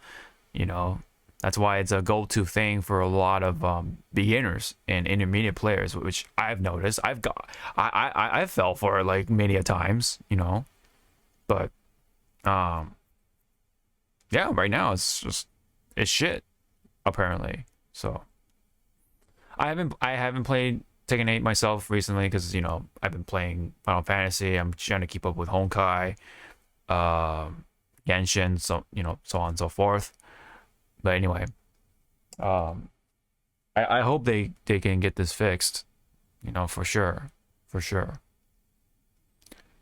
I think that's all I got for this little section for Tekken 8. A couple more things. So real world news, kind of, because there was an earthquake in Taiwan, a pretty big one, around the same scale as the one that happened in Japan on New Year's Day. I believe it was in Ishikawa, is the name of that place. Now, when it comes to Taiwan, I don't know the specific place or anything like that, or point, that magnitude point, but I wanted to definitely bring up this tweet from GamerBee, right, one of the fighting game veterans. He's from Taiwan. Yep. So he said, "My family and house are safe. Nothing broken so far. However, this is the second big earthquake I've ever been in my life. There are many houses down in Taiwan. I pray for them." You know. Yeah. I mean, it is definitely a scary thing to be a part of. And you know, you definitely just never know, like, what hits you, right? And so that's why you shouldn't take life for granted, right? Like you just never know what happens, right? So especially in Cali, right? I mean, we we've had our earthquakes, big ones anyway. Yep. That's why we were stereotyped to being the earthquake state, you know, even though we don't get Which them I often. Yeah, swear, yeah, I swear, if we ever hang out in Cali and an earthquake hits, you're gonna be like, eh. But yeah. I'll be like on the ground screaming. We're like, you're like, the hell's wrong with you? Mm-hmm. It's only a 4.5. Mm-hmm. Jesus, calm down. Yeah, we've had some Man, like little speaking tremors of- here and there, but like little shakes. But yeah, apparently, when I was a little wee lad, we had that Northridge earthquake, which was, I guess, the biggest one that I was a part of. I don't know if I'm correct on that. Because Northridge was, I think it was 91 ish, right? So I guess that technically that was the biggest one I was a part of, but I hardly remember anything from it apart from the broken mirror. But but that's about it. So And speaking of like earthquake and stuff, yeah, did you hear that New York was hit with an earthquake and also lightning struck the Statue of Liberty no, on the same no, day? that's Yeah, no, and wow, I was jeez. like, Jesus Christ, what did New York City like? Which gods did you anger? I know, jeez. Wow, that's new to me. Jesus, man, there's been stuff happening, man. Um, especially with the bridge that got hit in Baltimore. Uh, there was a big cargo ship that unfortunately like shut down, and so it drifted to one of the pillars of the bridge, and it's a very active bridge because it's like around a one of those ports that import stuff, export stuff, right? It's like one of the most active ones here in the States, and a boat or a ship crashed into the bridge, and the like 2/3 of the bridge just collapsed just like that, because it was a full cargo ship too. It was full of stuff. So of course something like that will, if it hits something, it's gonna fuck up whatever it hits. And unfortunately it was a bridge, and I think like 6 people died or something like that. It's it's terrifying. It is. Yeah, you just never know what happens, man. you know so yeah, we've had earthquakes, crashes, lightning hitting statues and everything. Like, Jesus, man. Stuff is still happening in this first half of 2024. But I'm glad to see that people like GamerB are safe. I'm wondering though if other Taiwanese players are okay too, because I believe Oil King is from Taiwan as well. So let me check. Oops. Not the Oilers, excuse me. Oil King. Here we go. I believe he's from Taiwan or lives in Taiwan. Yeah, he lives in Taiwan. Yeah, I think he's okay. It seems like he's okay because he's like retweeting stuff, but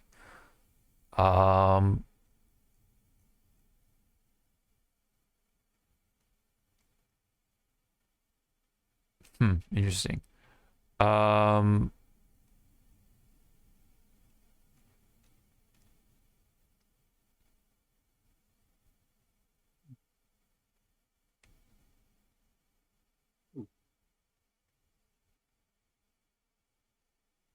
This is from... Oh, that's from last year, so yeah. Huh.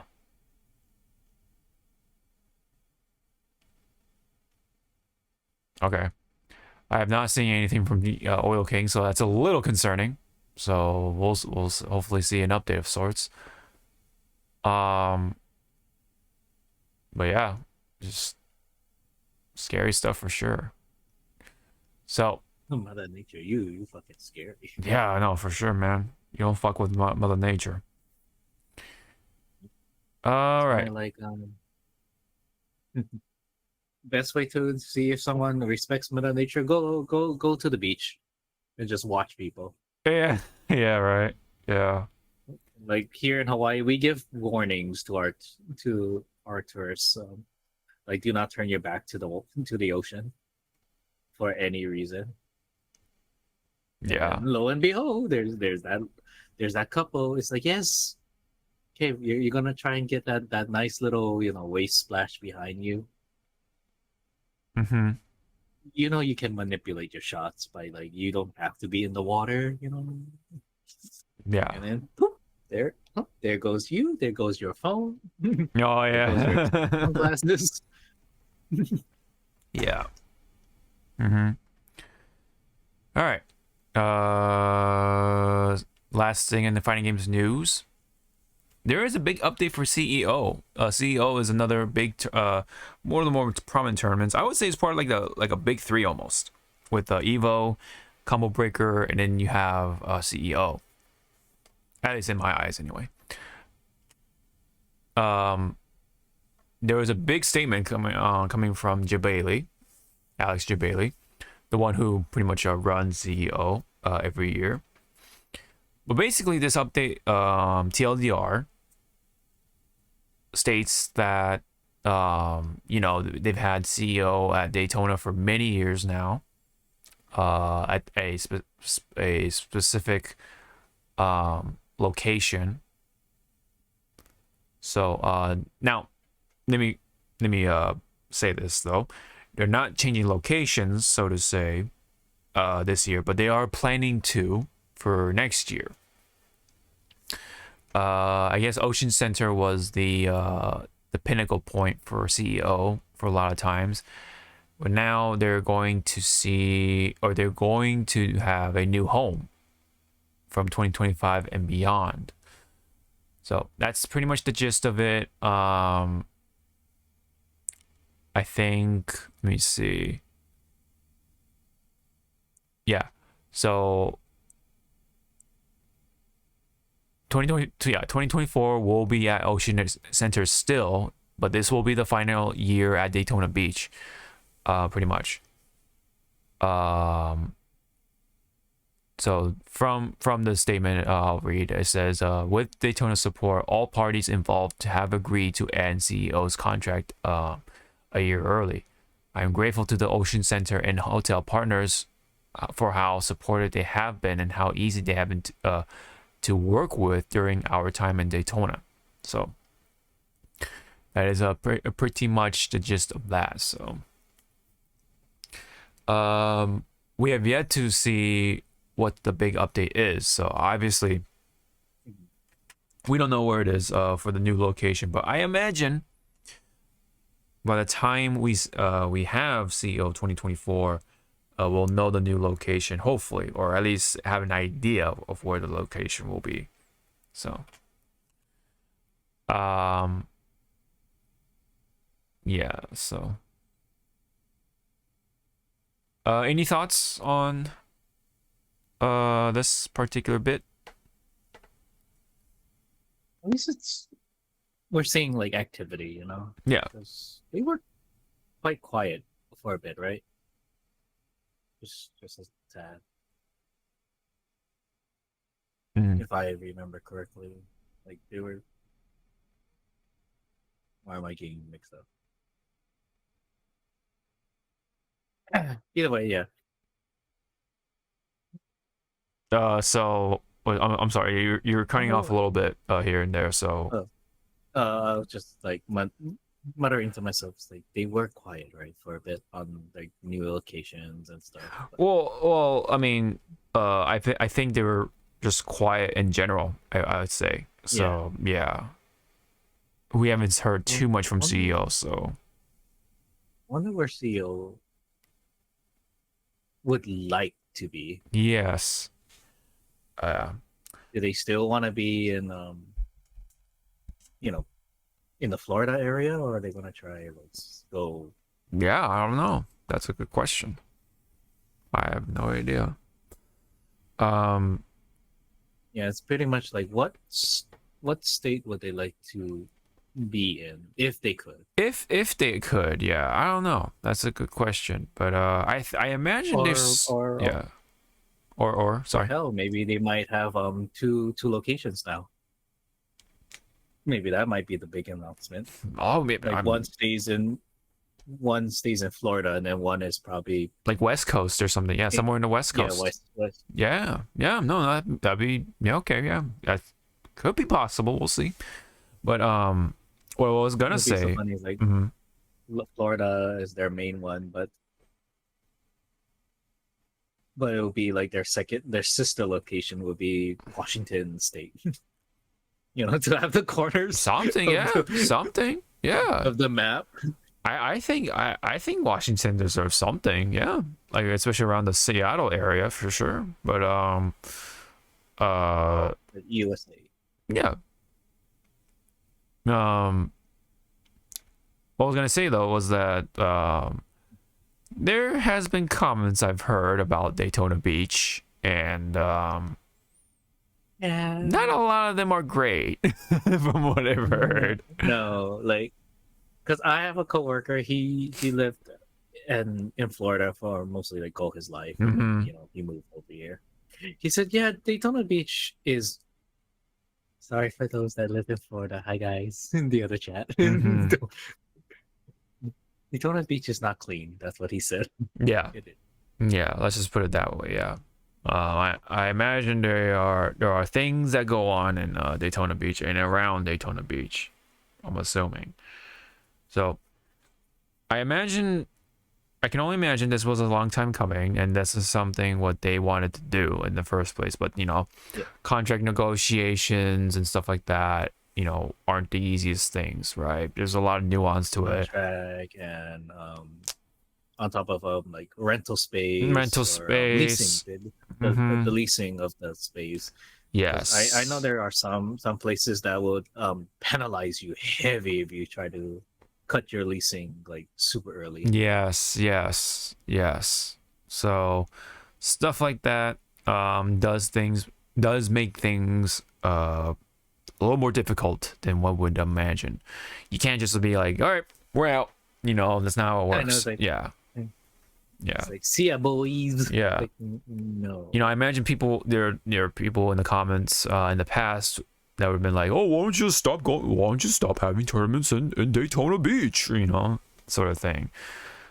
It's like, well, it's also like, yeah, those people don't realize the venue is probably the cheapest out of anywhere in Florida State. right, given at the Do it in time. Miami. Yeah. Mm-hmm. Yeah, do it at Miami. Yes. Can already tell that. Orlando might be like the second expensive. Mm-hmm. Yeah. And then, well, not to be kind of like mean to Disney, probably if you try to do it in Orlando, one of those venues is probably like owned by Disney, and they're like, "Oh, Mhm. you want to have it over here?" Yeah. Yeah. You hear the hands rubbing from Mickey Mouse, just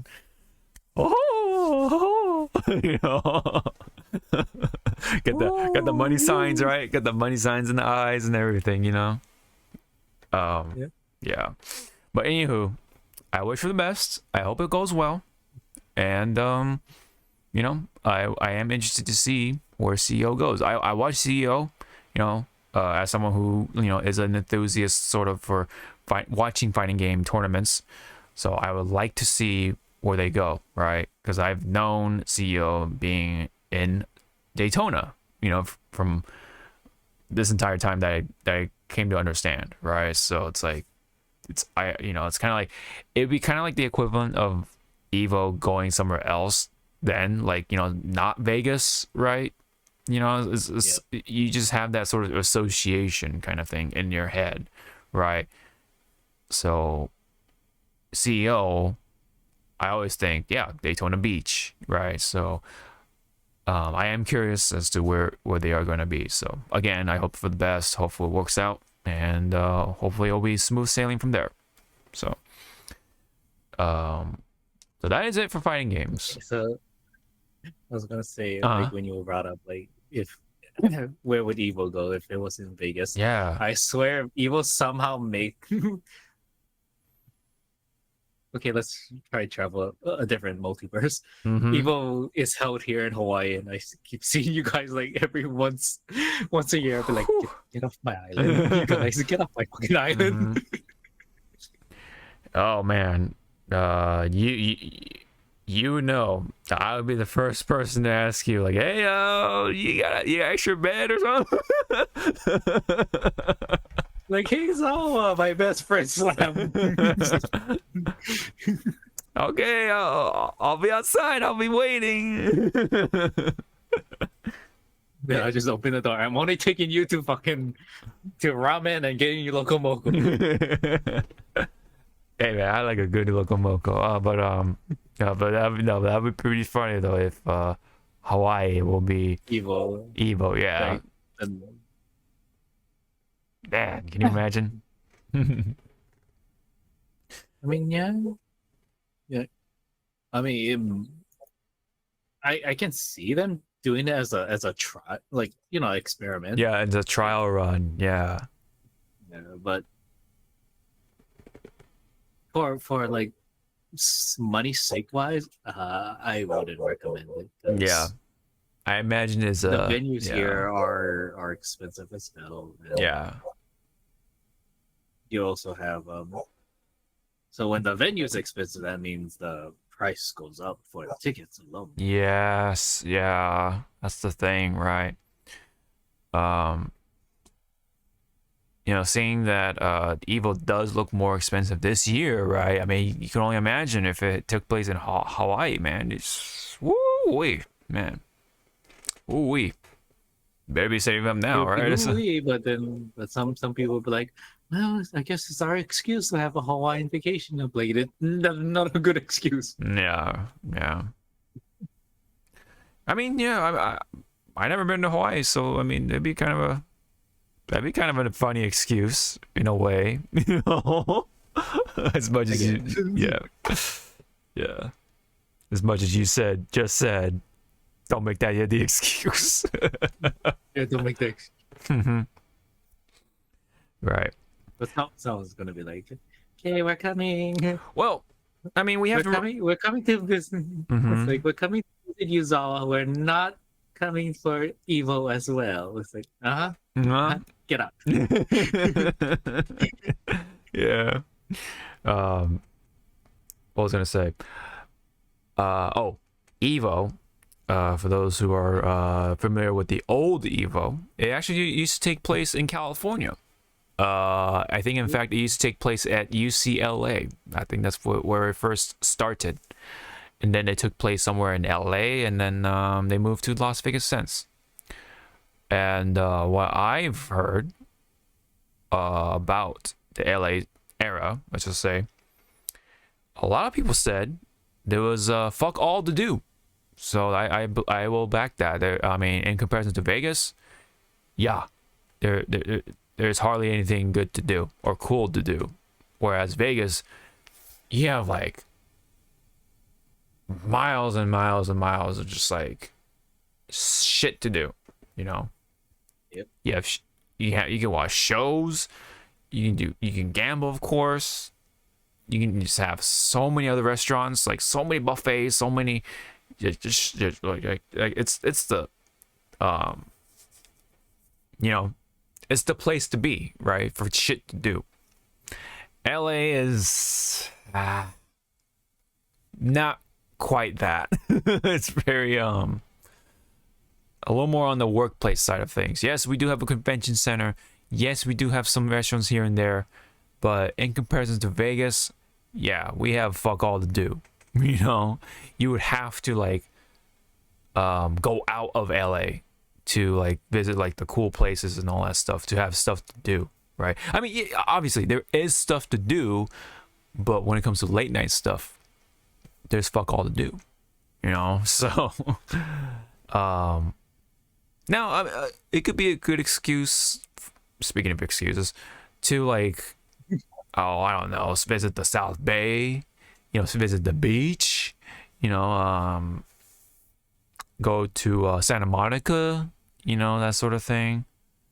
You know, yeah. But it is funny though, yeah. At one point, Evo was in LA. That's kind of funny to think about. But but it's in Vegas, and I imagine it's not gonna go anywhere for Evo, because that's like what they're so used to, what they're comfortable with, and then not to mention, they literally got Evo Day on the first Sunday of August, I think. The government of Vegas acknowledged them as like an event for people to go to, like, because it's like I think like, what was it? It was like last year or 2 years ago. No, it was during last year, because you know, Street Fighter 6. Mhm. At one point it was like what, 10K people attending. Like it was a lot of people, right? It was a lot of people, you know. So it's just that big at that point. So I think they're there to stay in Vegas for sure. You know, they're not gonna go anywhere. So, but when it comes to CEO, they're gonna go somewhere else. But yeah, I'm just excited to see where in Florida. If it's still in Florida, right? It could be New York. It could be fuck all, like in Maryland for all I know. I'm not sure. Hell, they might move to the West Coast. I don't know. Yep. Right. The possibilities are definitely up there for sure. So, all right. Let's get on to the next topic of things, or next section of things, really. So that's it for the fighting game section. We're just about to go to the frontline side of things, but before we do that, I gotta go use the bathroom. So we're gonna take this bathroom break. So we'll be right back. Yep. We'll try to be not too long. All right. See you then. Let me hit the. Oh, hold on. Let's put us back. All right. Sorry. What were you gonna show me? I never really liked this as a child. Holy but shit! better. You got a whole thing of nutter butter? Oh my god! Yeah, I stole it. God damn, man! I was like, I want a snack. Sure. Somebody's hungry. Jesus, man. Shit.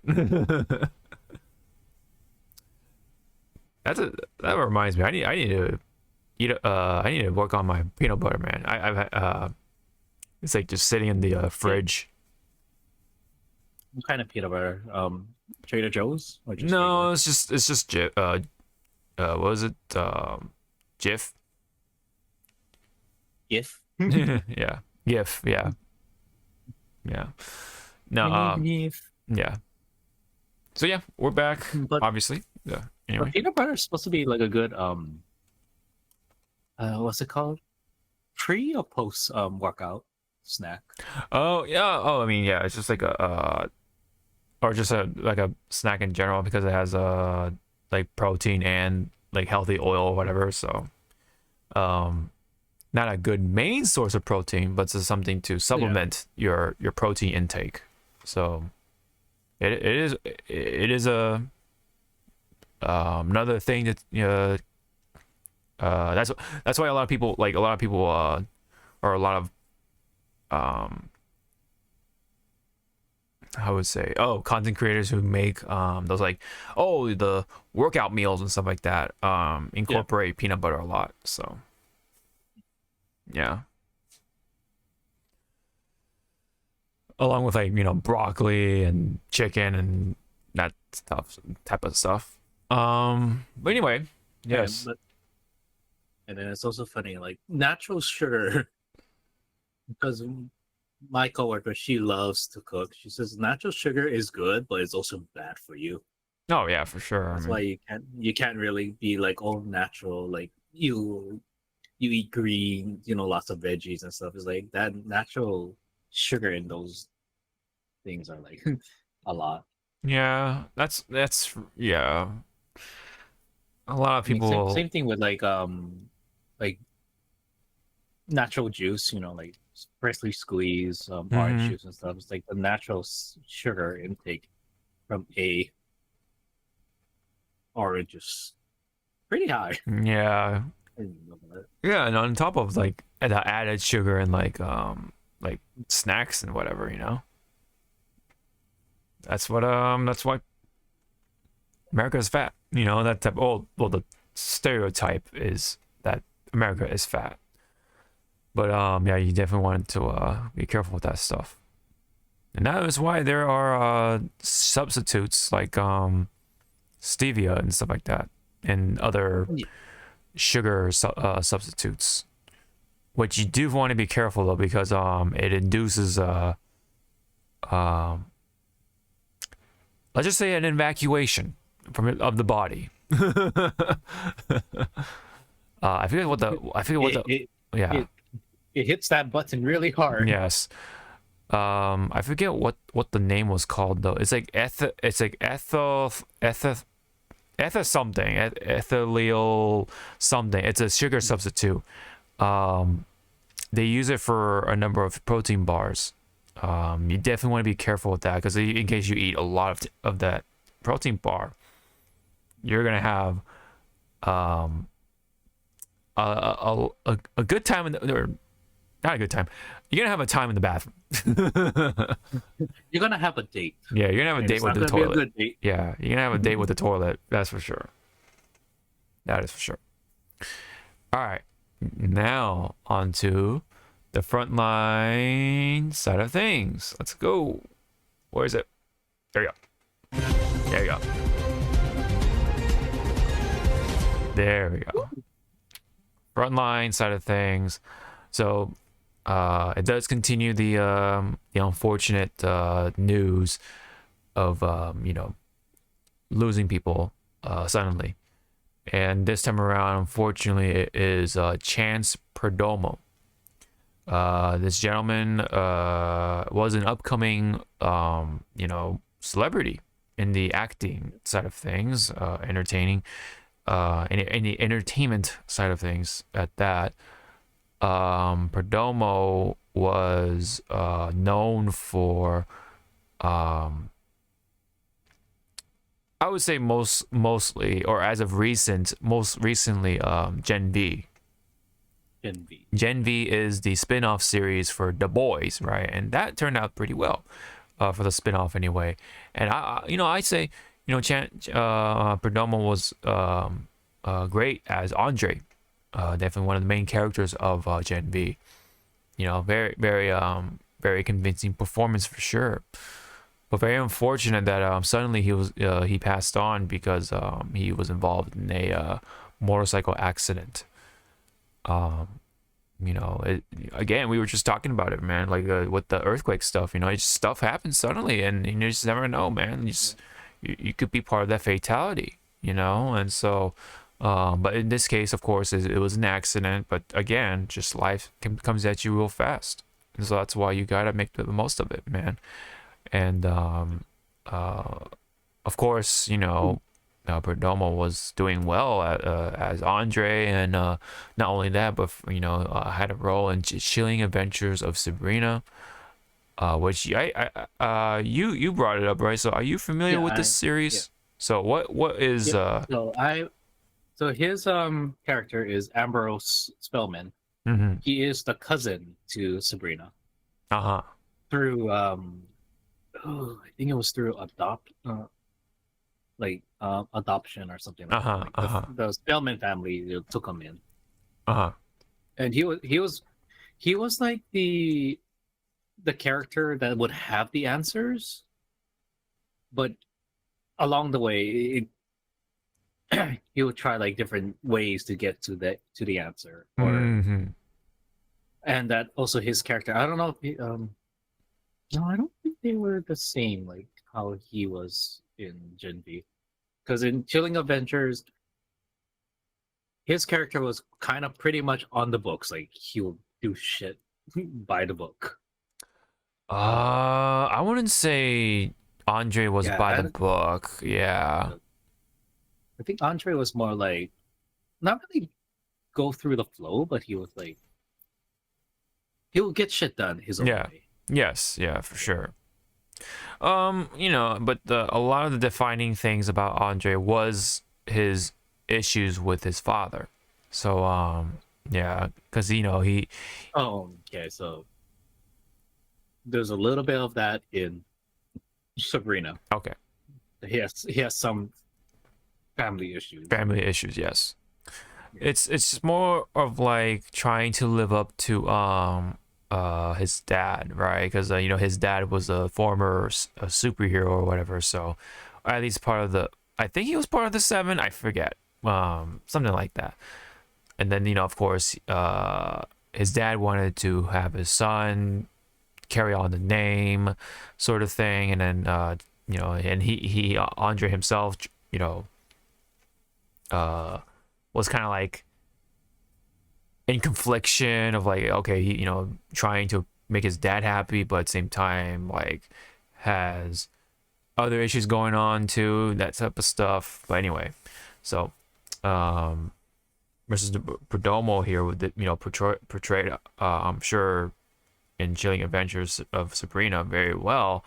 My but I was able to see his sort of acting chops for sure as Andre. Seeing how the whole thing played out in the first place, in Gen V alone. I mean, it's unfortunate though. We don't. We are now. That's the last. That would be the last time we see him.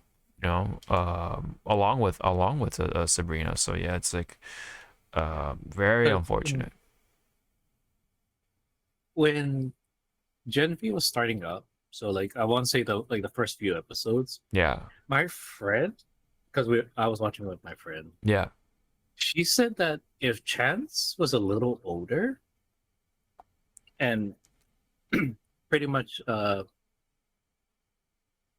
mature, but like he had more range to his acting. Yeah. She was saying that he could have been a great Black Panther after Yeah. Chadwick. Oh man, yeah, you're right. Yeah. He had a lot of potential, that is to say, and unfortunately that was cut short because of this accident, So this is a tragic accident. He was just 27 years old. So could not quite get past 30, man. So very, very tragic indeed. It's very, very much too soon. But it happens, man. That's life. We've talked about it quite a bit, ranging from older folks to younger folks as well. I mean, it's all, I dare say it again, man. You hate to see it. You definitely hate to see it. I hate to see it, and I said it before, these last 4 years, it's just been trash. I know, man. This fucking decade, man. Shit. This first 4 years. We're not in the first half, past the first half of this. We're not even halfway Yeah. into this decade. So now I'm fearing ish for my niece, my nearly born niece. Hi guys. Yeah. I'm also a fucking uncle officially. Yeah. Yeah, I'm fearing for my niece. Like she's gonna be growing up in this weird ass time, which I don't know how long it's gonna take to mellow out. And well, hopefully by the time your niece is a teenager, because that's when they'll start to take in things, right? To like, you know what I mean? Like,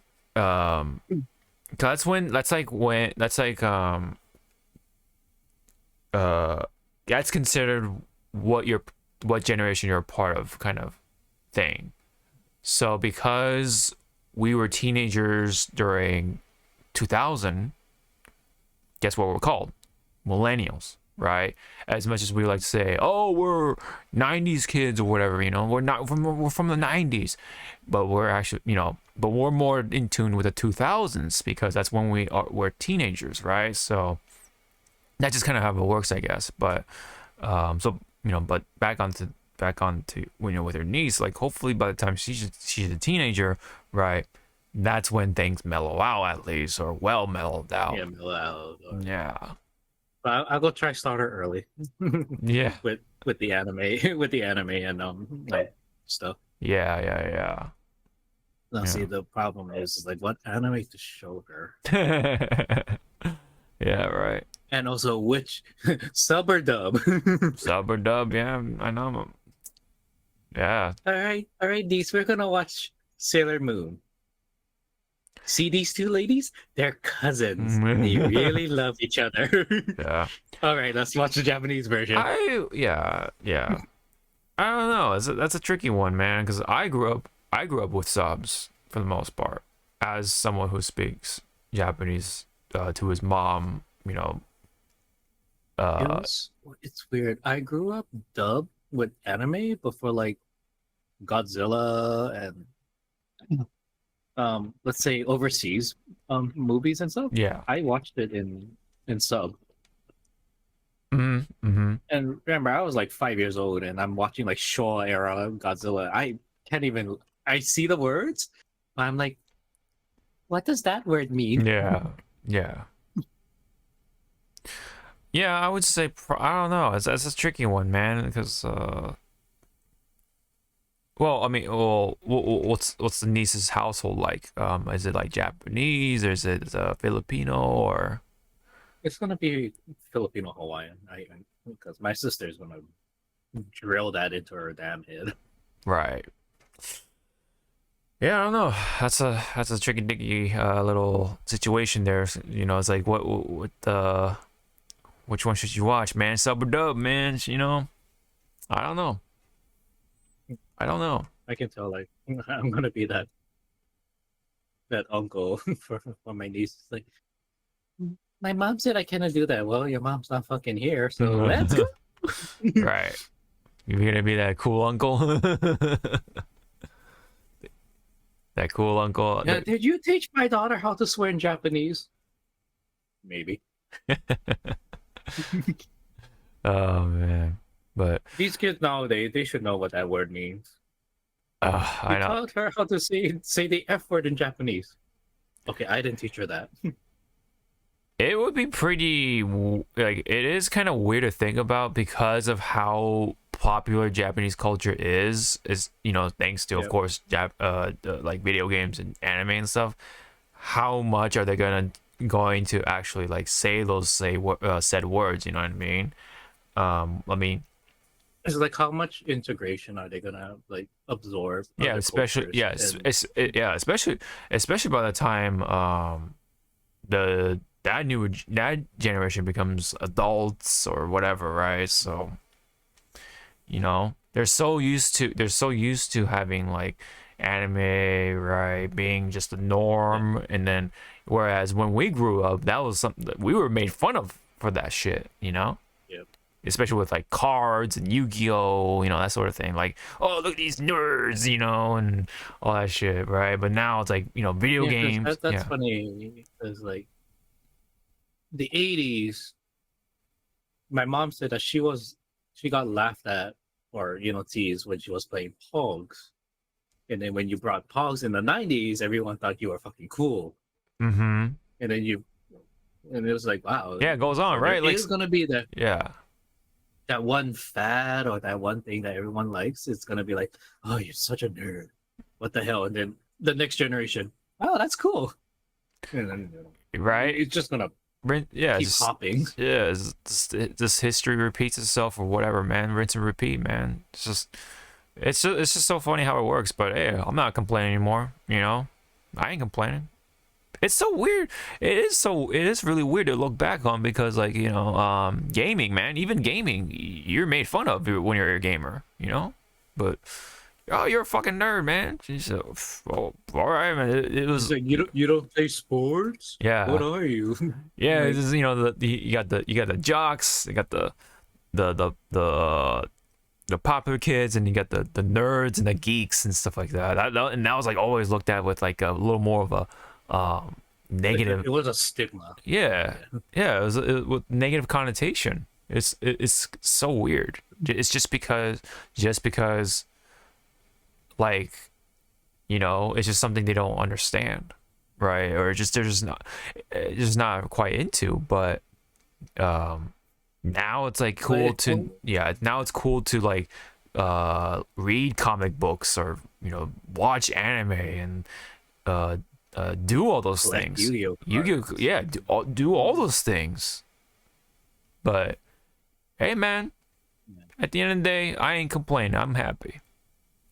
Although the what do you call it? The caveat with that, though, is that it's become so mainstream that it's definitely not the same as before, though, because Yeah. of Hollywood and all that shit with like the political correctness, and like the shit that like they tried to do with monetization just to really make it into a cash cow.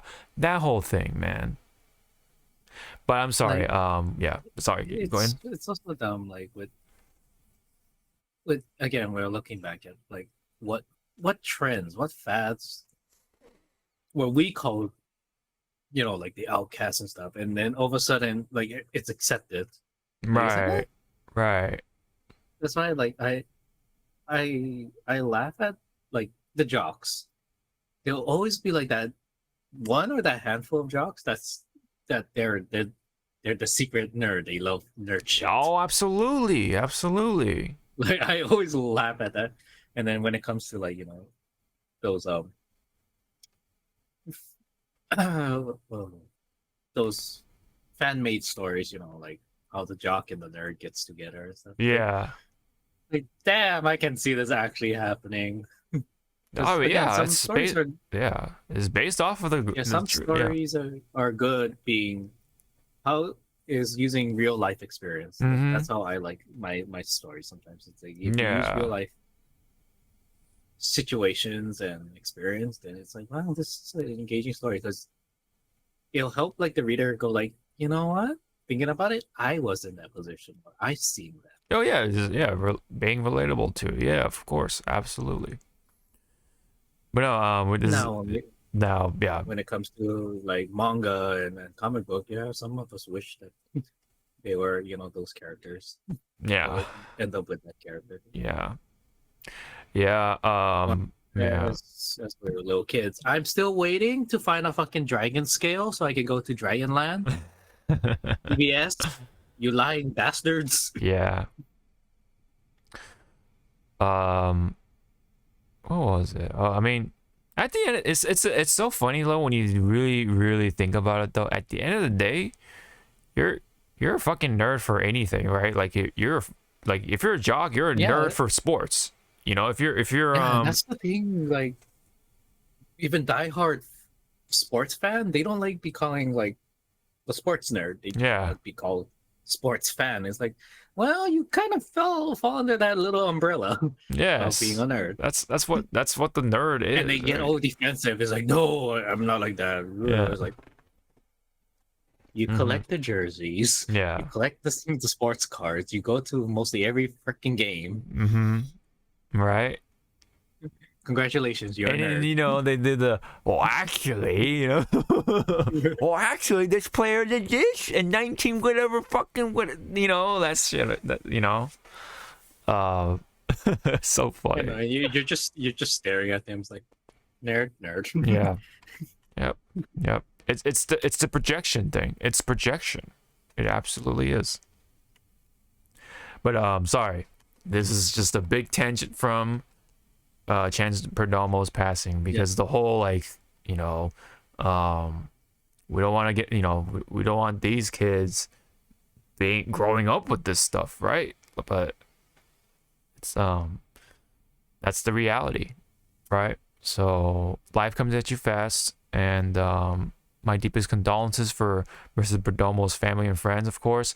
Of course, with him being so With his prominent, passing. yeah, with his passing, right? Him being so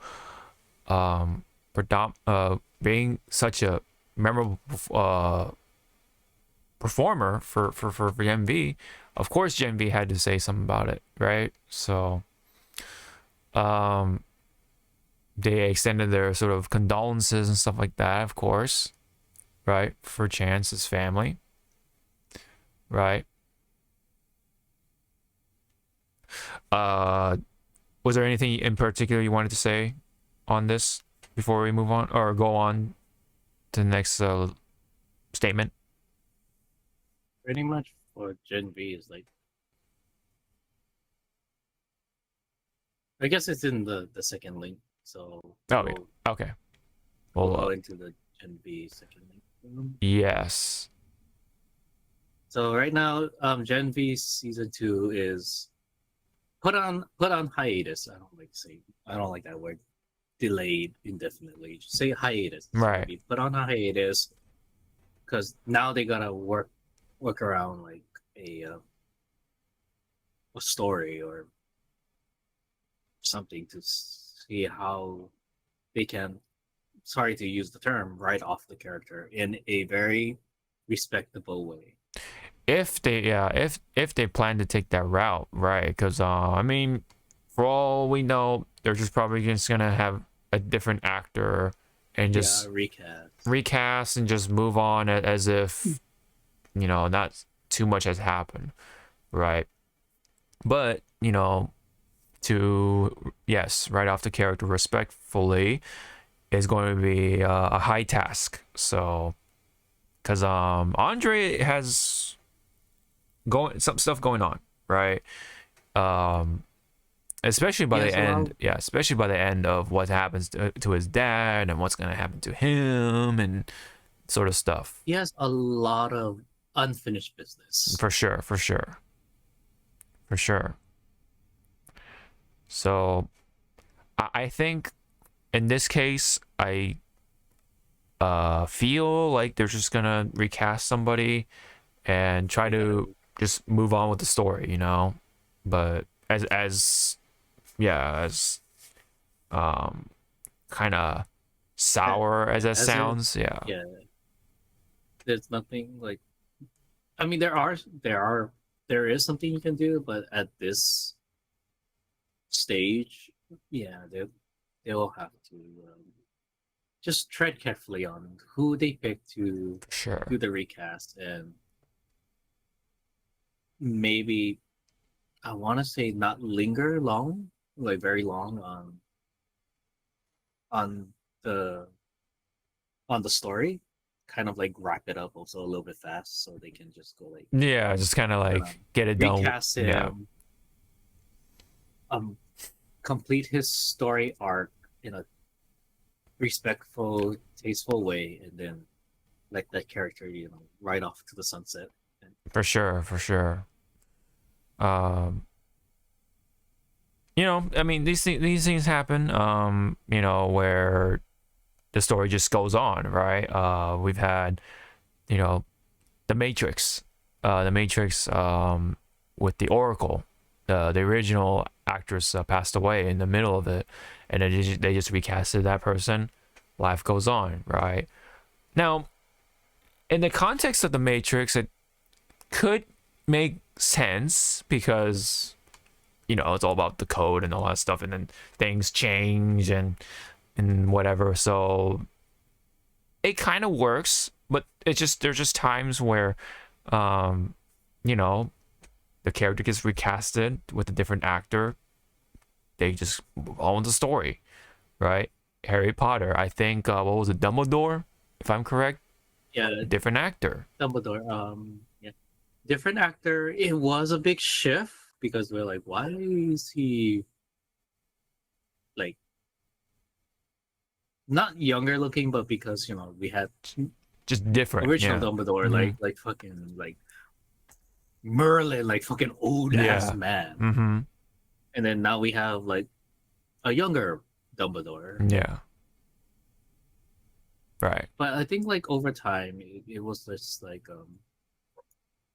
well, for the Dumbledore actors case, we just had to kind of like just slowly get used to it. Like, Right.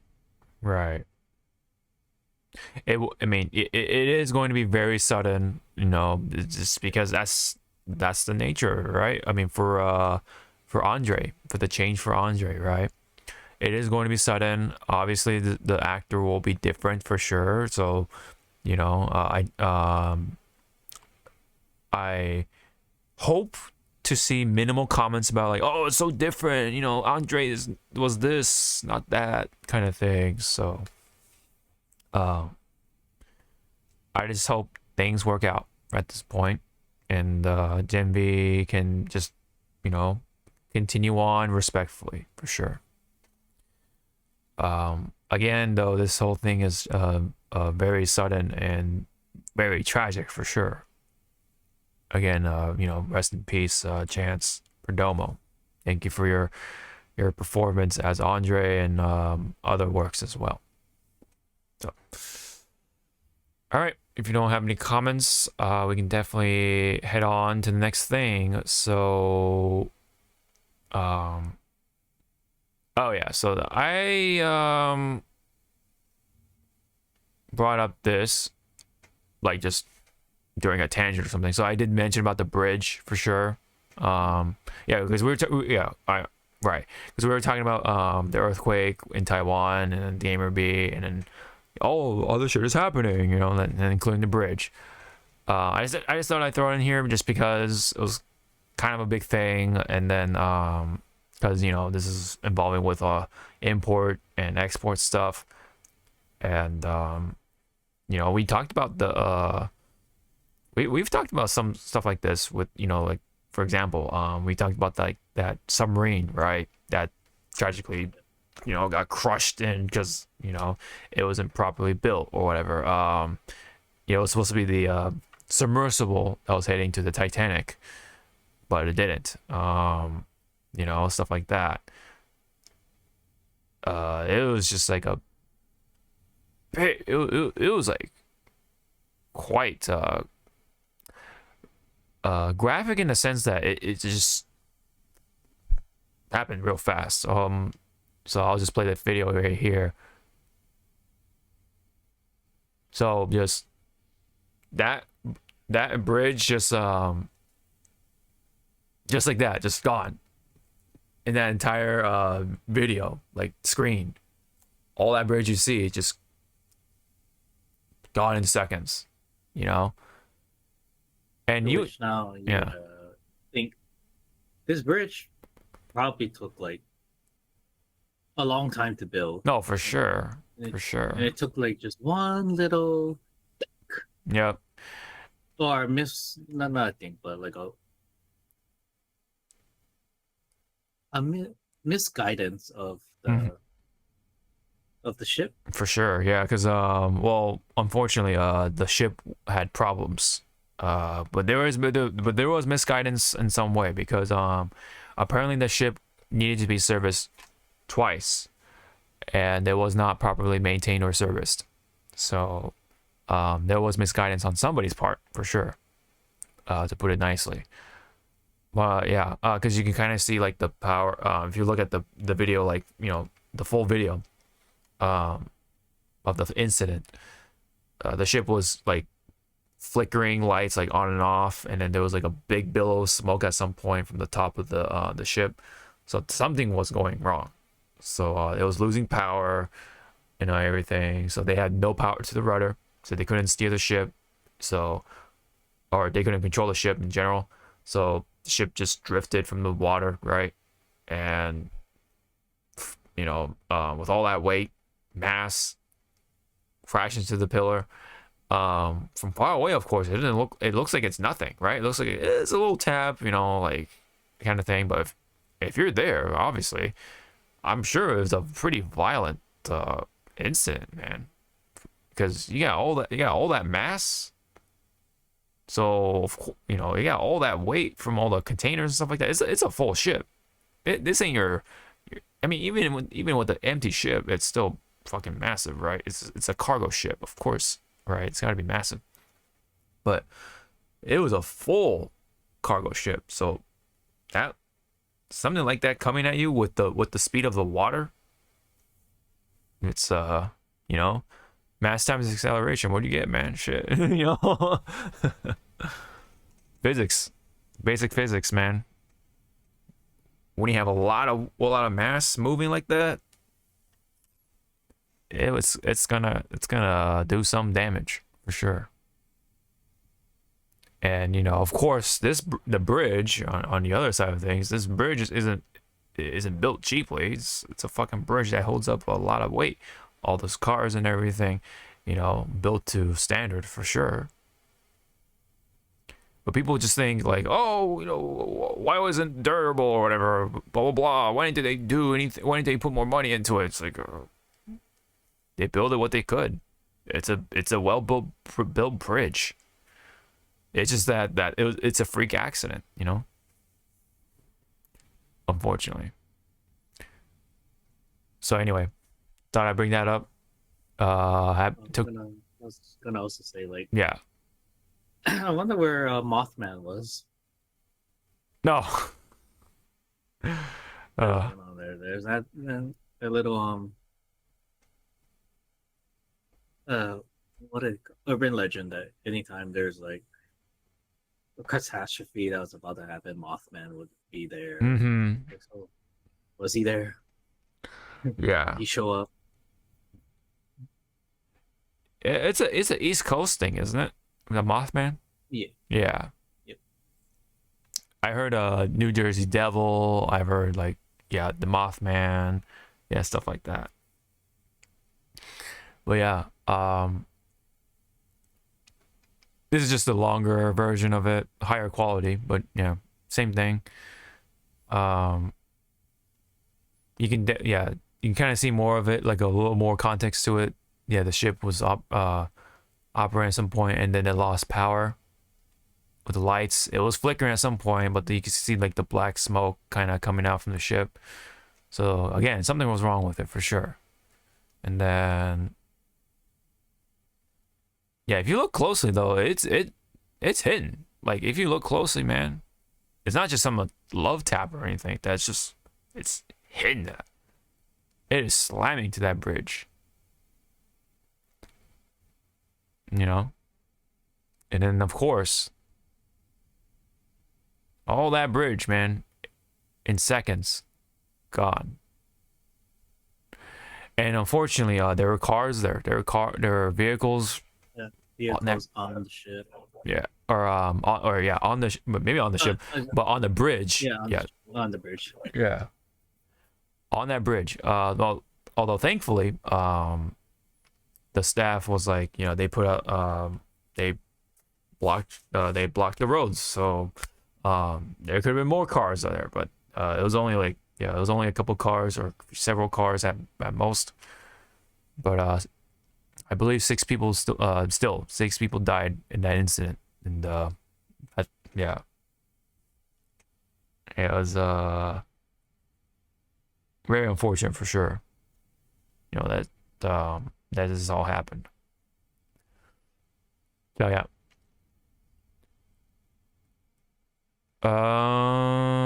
Next on the frontline news, or the last one. This is from Twitch. Once again, they're changing something, and I don't know if this has been what do you call it? Updated further or anything like that. But basically, starting this is from Twitch, starting on March 29th, right? Already has implemented this was during our break. March 29th, content that focuses on intimate body parts for a prolonged period of time will not be allowed.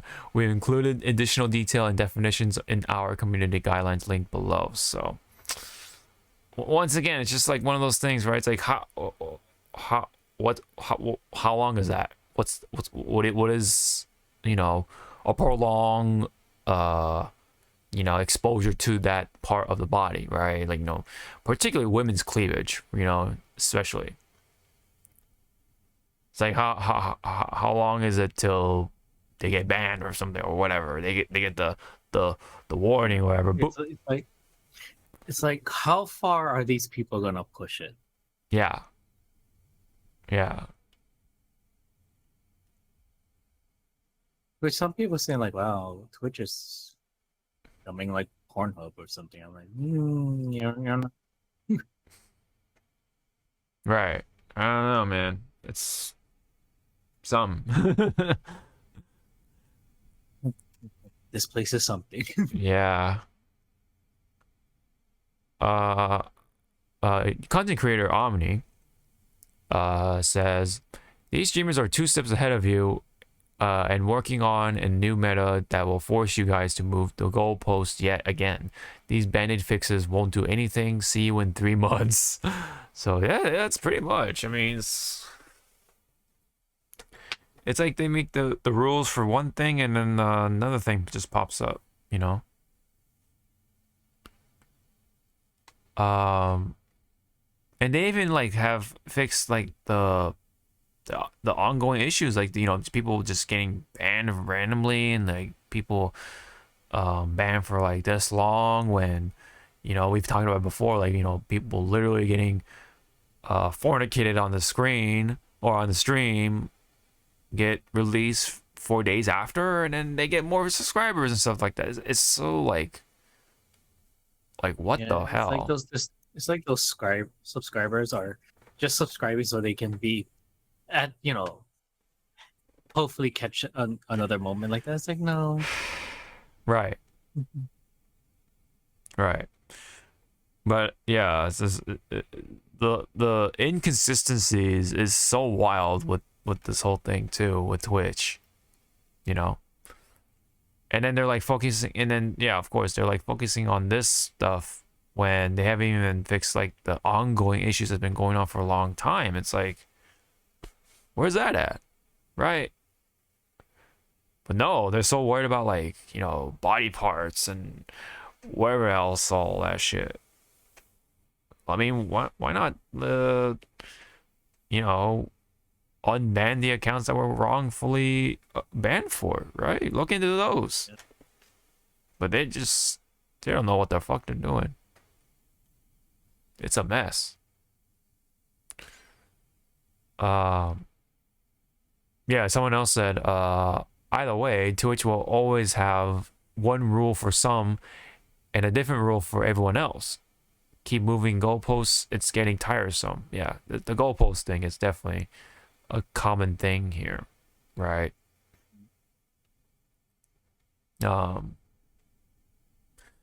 With all due respect, somebody else says, your changes and updates are all reactive. You can either do one or of 2 things. Slam the freaking hammer down and permanently remove repeat offenders to the TOS slash policy. Number 2, make a dress code so strict it'll make a Catholic school nun cringe. Pick one. It's like, yeah, man, like stick to your guns. Like, you know, it's like it's just like they're just all over the place. They're not consistent. That's the issue. They never have It's like been. they're trying to appeal only for that 1%. Yeah, just like this niche group, right? Or rather, they're addressing a very niche problem when they should address an obvious issue, right? You know.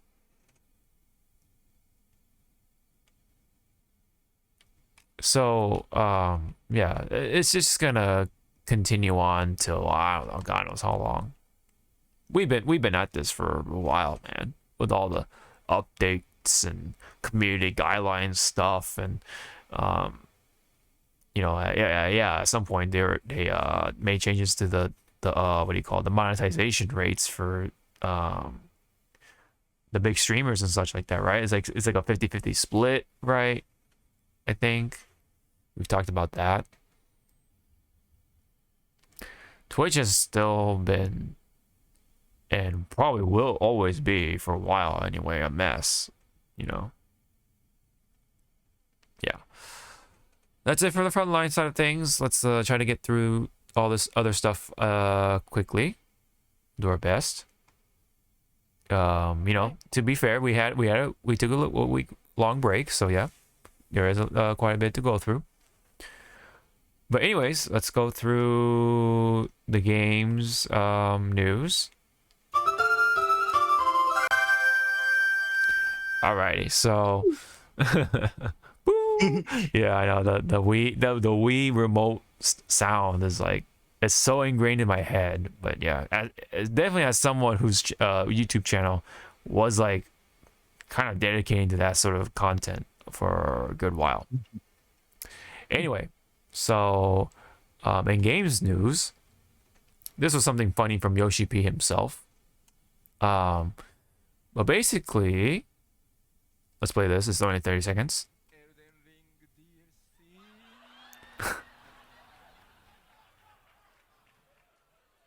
まあ皆さんもエルデンリングのね DLC やりたいでしょうから We figured everybody would be interested in playing the Elden Ring DLC.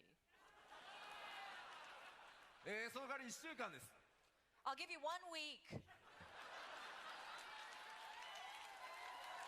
So yeah, literally, I think change the week by change the date by a week or something. Whether it's like before Yeah, or the after. release date for Dawn Trail.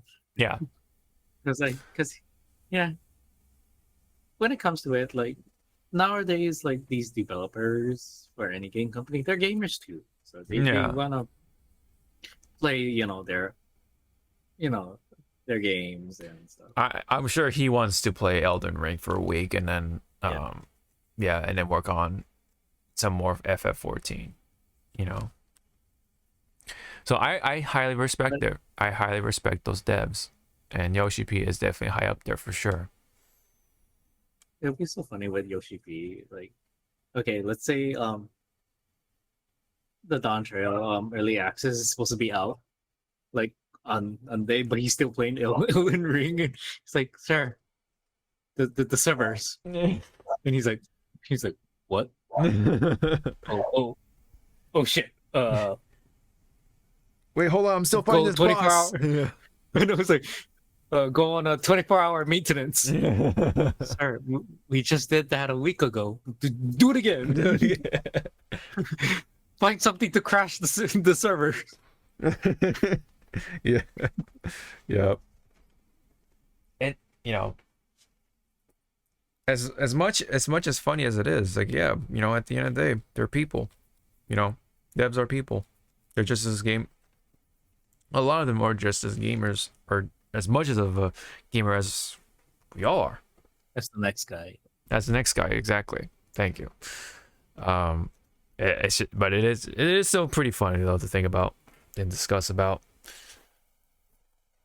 Next thing you know, you see people like Yoshi P or Murata or Ed Boon, right? Just like enjoy some certain games, But it is wholesome to see in a way, So I respect it. I just love the fact that he just straight out acknowledges Elden Ring, right? In that matter, in that light. It is a significant game, and and he knows there is a crossover between the two games. That's why, right? He probably calculated that in mind, had that in mind, right? Of course, if you're gonna have such games come out around the same time, there is gonna be a problem, right? There is gonna be an issue. So. And he knows that because, of course, he's a gamer himself. Yeah, so again, even though I don't play FF14 nor any MMO for that matter, I understand. I highly respect what goes on behind the scenes with these games, especially for FF14. The whole, there's a lot of cool stories behind the development. Around it and stuff like that, and as well as 16, but yeah, that's for another time. The one of the music composers, right, had cancer, but was still, making music in the background, right? When he was battling said cancer. I want to say he made it through, and stuff like that, and it's still working. So, stuff like that. Really, really makes me look up to group, such groups and such people, right? So, but yeah, at the end of the day, this is funny. glad to see that there are people who care about what they make, unlike others. Yep. Then this one is funny to me because Marvel's Rivals, right? Marvel Rivals. Did you see this? Yeah. Yeah. So what do you make of it? What's on your mind? Half a decade too late to jump onto this bandwagon. I say the I guess timing for- is funny or impeccable because of what's been going on with Overwatch, right? Overwatch. Yeah, I was gonna bring that up too. Is like, because Blizzard, Yes. 2 is fucking already going down the drain Mhm. super hard. Yeah, for sure. But I want to say this game kind of should have been out when, I want to say when Endgame was out. Yeah, for sure. Yeah, it is surprising to see a severe lack of video games, like trying to capitalize on the hype and everything. But games take a long time nowadays, so Mhm. But you have to understand that there's a lot of video games on movies and stuff like that back in the day. There's a lot of them, and a lot of them were pretty shitty. But one of the exceptions was the Lord of the Rings stuff. Two Towers, of course, Return of the King, and everything. I play those games on the GameCube. Funny enough. Anywho, this though, back on this. Yeah, maybe it should have been out by that time, but whatever, it's here. So what do you think of like the look of the game and all that stuff? Like, The look of the game is interesting. right? They're trying to bring, I don't know what art style, but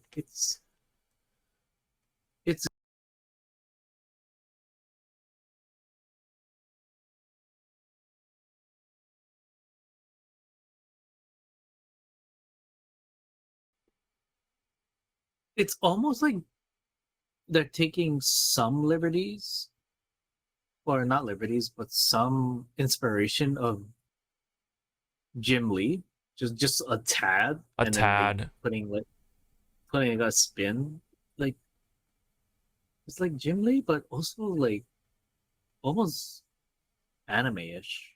Anime, yeah, of course. It show, Like yeah, oh, it almost like reminds me, but it's not that, not polished, but not almost not that uh what's the word I'm looking for? It's the Japanese anime for X-Men. I think it was like Wolverine and the X-Men or something like that. It had like that look to it. But overall, I'm kind of glad to see like other Marvel characters, taking a shine. Like Magic, people don't fucking know Magic unless you read the comics, yeah. or you watch, you follow like X-Men to a T. Because for those who don't know who Magic is, she is the sister to Colossus. Mm-hmm. I believe she's also an Omega level because of her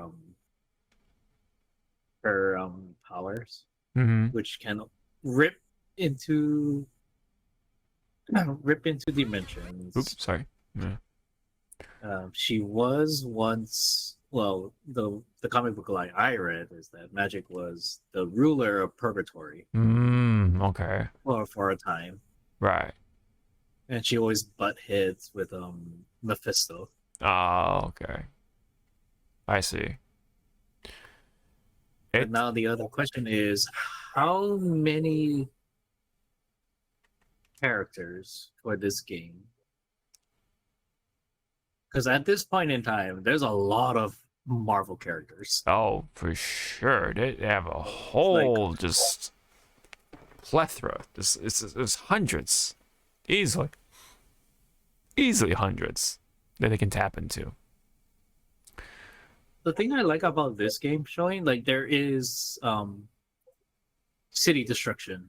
Oh yeah. Everything is not. When you think about it, no place is safe, so you cannot like Yeah. duck and cover. Yeah, and camp camp and out. yeah. No, it's like once they spot you, it's like, oh, you want to play you want to play like that? Okay, let me destroy, your little Right. Oh, you hideouts. want to just snipe from there? I don't think so, bro. And not to mention, you got heroes like Spider-Man that can like just traverse real fast. So it's like they'll just get to that point real quick, right? You know? Iron Man's suit looks so fucking bulky. Yeah, I know. Yeah, the proportions are definitely interesting. I kind of, it's like a blend between like Smite, League of Legends, and then, not to mention you got female Galactus. Well, that's his daughter. Oh, is it his? Okay, I didn't even know. I didn't even know. See. So I'm glad. So she looks like that because of a comic series, which was like heavily like inspired through like anime and manga. That's pretty much how she looks throughout the entire like the years after. I see. What? So there is Okay. going to be roles like tank, DPS, support. Yes. A lot Yes. of people are questioning why Rocket is a support character Mm-hmm. when he should be DPS. Yeah, interesting. And then not to mention like you can, as Rocket Raccoon, ride on Groot, so I wonder how much of that is going to also Play out. play out. Yeah. I think I read like on Twitter or I think it was on Twitter, like when they were like saying like what each rose. I think support characters, some can latch on Mm-hmm. and give damage boosts or heal over time. So I'm like, oh, so they're like Mercy, but really like, I'm not gonna leave you. It's Yeah, like, yeah. like, please get off me. Yeah, like certain characters can mount onto others. That sounds like yeah. And then I can imagine Spider-Man doing some stuff like that. I think Spider-Man was like classified as a DPS or something like that. I mean, there's always patches and stuff like that that'll update certain DPS and nimble small characters to do that or something. I don't know. Also, the way the characters some of them look also reminds me of that, which I still don't know how that game is still going. Marvel Snap, that Yes. card game. Yes. Like these look like it was like their alt skin on the cards, and they just pumped it. Mm-hmm. Freaking Star-Lord looks way too buff. Punisher looks like a fucking brick house. I know, shit, brick house. Yeah. So it works out, right? Because if Star-Lord's gonna be buff, they're gonna make someone like Punisher be super buff, Yeah, but that's so like what 80s, 90s anime. Yeah. I was like big ass body. Punisher looks like somebody from like Warhammer or something, I think the one behind Storm looks like Warhammer. I don't know if that's. Is that No, that's not Magneto. That's like, I don't know who that is. I do not know who that is. Like go slow mo and then just play it. Oh, okay. Hold on. Sorry. Well, actually, that's pretty much that's a good shot. Oh, I think that is Maggie. Is it Magneto? Wow, that's a very I think that's. Damn, what happened to Maggie? You got those gains. yeah, dude.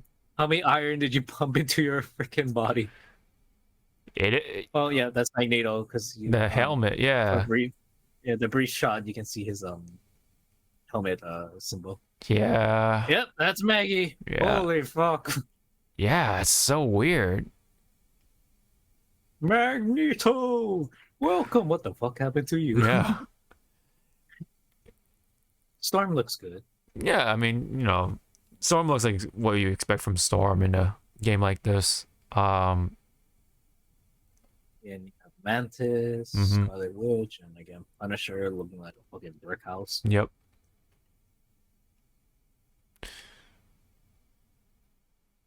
Yeah, it looks like I mean, yeah, obviously we already have a plethora of like the update characters, right? So let's say we have the launch roster, and then we have these characters to come in first as updates, and then we have more characters after that. What if this was an April Fool's joke? Right? Like an early April Fool's joke? And then when the official like first trailer of this game comes out, you know, it'll be like we'll just hear, you know, the famous jingle. Capcom presents Yeah. Oh my God. Marvel Comics. I'll be like, don't fucking do that. Don't I'm like, oh, don't retread are they those finally waters. getting? Don't retread those waters. No, you know what? Waters I fucking had to retread. Max reminding me of on Easter Sunday. Those lovely fucking eggs that I had to throw away after getting the collector's edition. Them of Marvel. eggs. The eggs. Oh my God. Oh man. That's like Fire Festival levels of just like disappointment. I took the bullet for you guys, so you didn't have to. To which I completed my goal. I just wanted the fucking statues. You got the eggs. statues, so you're fine. It's just the eggs, man. The eggs was just like, wow. I mean, wait, I take that back. I wanted the statue, and then when I found out there was batteries in the eggs, I took the batteries. Ah, yes. So you got some free batteries. Yeah, that's right. Yeah. It's so like I look back on it, I'm just like, how did the eggs even like pass? Like they didn't even take the time to like, what do you call make it look like stones. You know what I mean? Like, you know, they got the edges and the angles, right? You know what I mean? Whereas Like someone in the marketing team pretty much said, fuck it. right. Like they're just like completely round, which is why they look like eggs, right? Eggs, right? Like just completely fucking round. They don't even they didn't even like at least, right? Make it somewhat look like rocks. You know what I'm saying? Jagged or whatever, right? Make them look like jewels, right? You know, like what I'm talking about, like the flat. I mean, at that point in time, I would have settled for, you know, those fake gems that you can get at the dollar store. I Yeah. would have fucking settled for that. Yeah. You know, do they have to be removable from the thing? No, like make them at least look like rocks.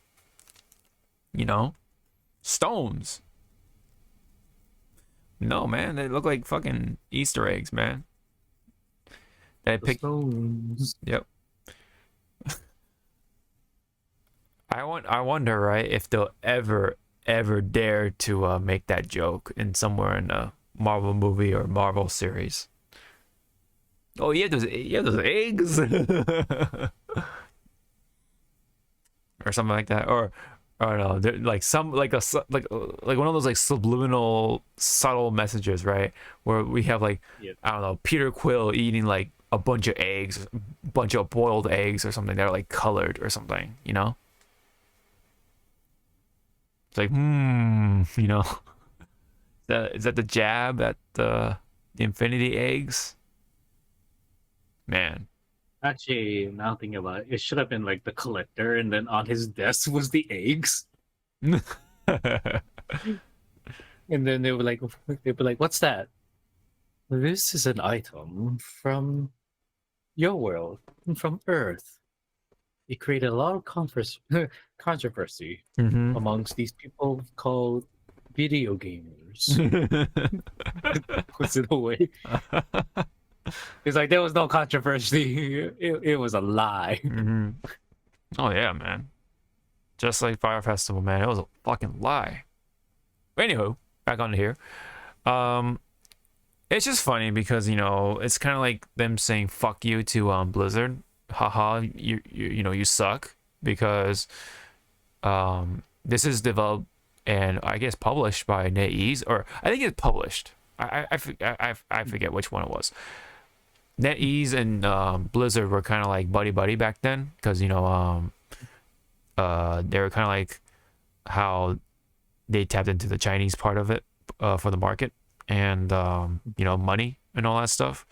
But ever since the whole thing with, like, you know, Blitzchung and that whole spiel, and of course Blizzard being just bad altogether, NetEase was just like, yeah, fuck you, man.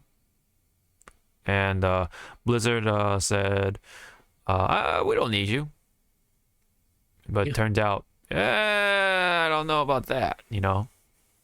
And then now NetEase is just like, yeah, your game sucks. Your Overwatch 2 fucking sucks shit. So we'll have our own hero shooter. And there you go, Marvel, man. They tapped into Marvel. Marvel, yeah. So it'll be a 6v6 PvP game. And the closed alpha test will be coming this May. Are you already like, you know, I want to give this a shot, or you're just gonna wait till you see more? I'm gonna wait to see more, Yeah. because Rocket Raccoon, yeah, I kind of want to try it. But Yeah. I need to. I need to find that one. You know, that one character. Yeah. I mean, hell, if they do put in Venom, I'll be like, okay, Mm-hmm. They're let's see how gonna, he plays. you know they're gonna put Venom in there. Come on, man. You know they're gonna put Venom. I don't know, because Wait, they I- might do a Marvel 3 and not put any Spider-Man villain. That was such a fucking bad call. Man. Now, hold on. I'm just checking to see if we missed Venom or not. I just want to make sure. But we already have like Doctor Strange. We got the Hulk, Loki. You know, it's funny. We see Loki, but where's No Thor? Thor. No Thor. And if there's skins in this game, Mm-hmm. probably will. I want Fat Thor. Oh yeah. I wonder if they'll do the thing where you have variant skins and it'll change the voices too. You know. So let's say we have like So- Chris Hemsworth Thor, and then I don't know, you have like the more like comic book Thor. You know, my oldest, you know, fear, whatever. You know. if they can get the voice actor that did Thor. in Yeah. Exactly. Marvel 3. Yeah. That would be so fucking hilarious. My oldest beer. Spear. Yeah, my oldest beer. Like it hurting. Yeah. And then, of course, they're gonna put Doctor Doom. They're gonna have to do that at some point. Okay. Is this character from the comics, Luna Snow? Snow. I've been digging into my fucking head to go like, are you new? Like, how new are you? Yeah. Let's see. Her first publication. Her first. Okay, so she's about 5 years old. Like for like comic book wise. Mhm. She debuted back in 2019. Oh wow, wow. He is. Wait, who's this guy? The Aquaman looking dude. Oh, that's Namor. Oh, is that from or did he Black appear in Black Panther. Panther? Okay. Yeah. Okay. Black Panther, but he's more of a Fantastic Four Oh, I see. recurring character. I 'Cause see. He goes on and off being a hero, a villain, and I want I want to do stuff um to the Invisible Girl because I think she hot, but I know Mhm. she's married, but I want babies with her. Yeah. The fuck? Yeah. And also for X-Men, we only see Storm. There's no Wolverine. There's no Cyclops. Would you consider Scarlet Witch X-Men? But I mean, she's part of X-Men, but like for the team X-Men, to the team X-Men, yeah. Well, you see Storm and then Magneto. So I mean, I don't know. Yeah, I mean, Magneto and Scarlet Witch could be for like the Brotherhood of Evil Mutants or just Yeah. showing family. Remember, Yeah. I And mean, we're just missing Pietro, who is Quicksilver. Then they will complete Yeah. with the family. Mm-hmm. Quicksilver. If I'm not mistaken, wait, what's his face? Drax. Did he show up here? I'm probably like getting mixed up, man. There's fucking too many, man. Too many heroes to keep up. But anyway, All beating up a Namor, yeah. There's Iron Man, of course. Man of I Iron. love how the hit marker is like this unapologetically the same as Overwatch. The reticle, the hit, yeah, the fucking hit markers and everything, the icons, the UI or the fonts anyway are unapologetically the same.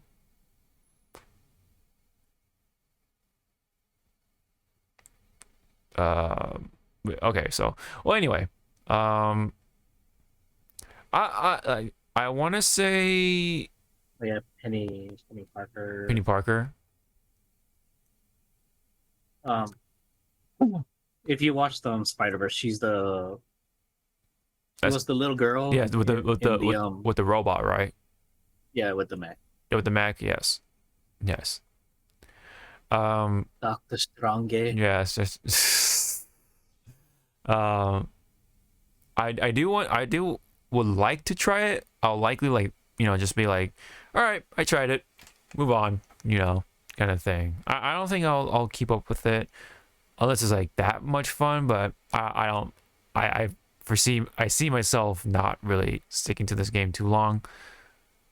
I'm sure it'll be like fine as a hero shooter, but we'll see how they do with the updates and not to mention like the live service stuff. Yeah, live service and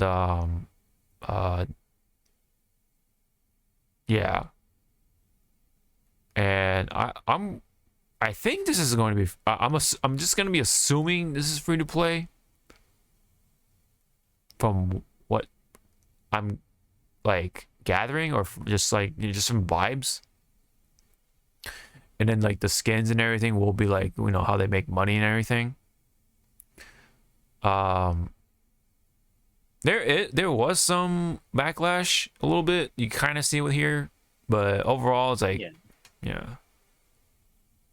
Cause they want Marvel to be like, like AAA games and stuff like that. But when the hero shooter is actually a hero shooter. Yeah, yeah.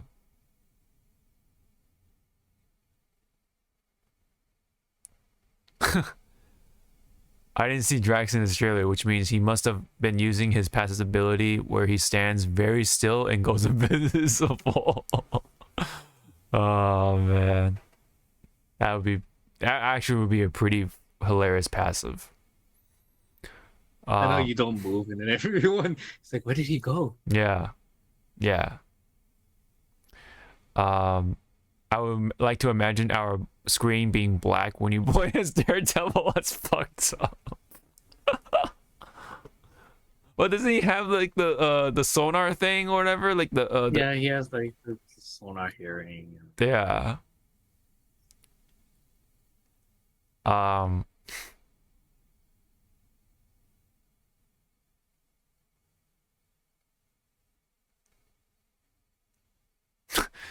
Blizzard employees are gonna cry themselves to sleep tonight, probably. Right. Well, 10 days ago, yeah. I believe it. I can't wait for the announcement that Spider-Man is only playable on PlayStation 5.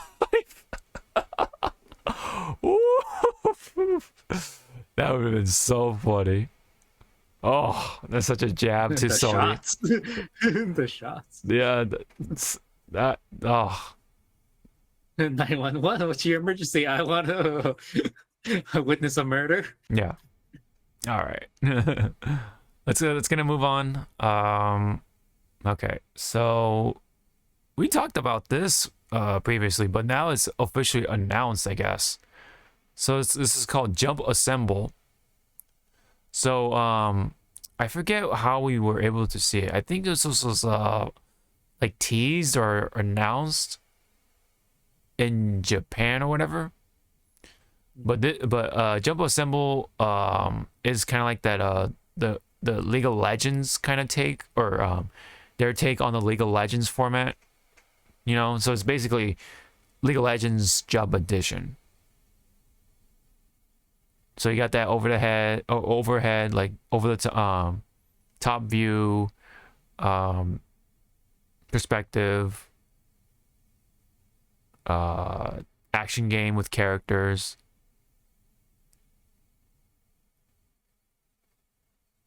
And you have a random assortment of characters from each franchise.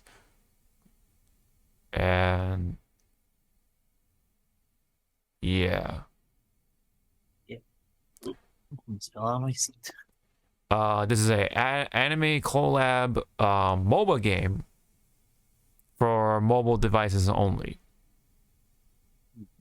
So similar gameplay to Pokemon Unite and League of Legends, and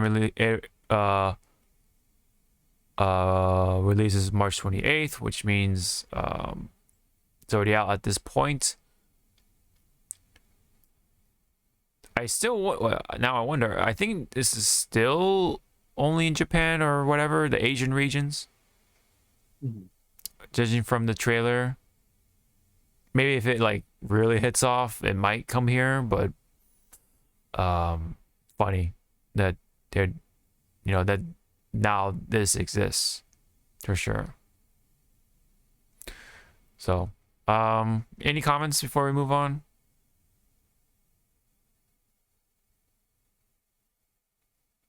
How far are they gonna go with like the characters, like all the way up to their final form, or?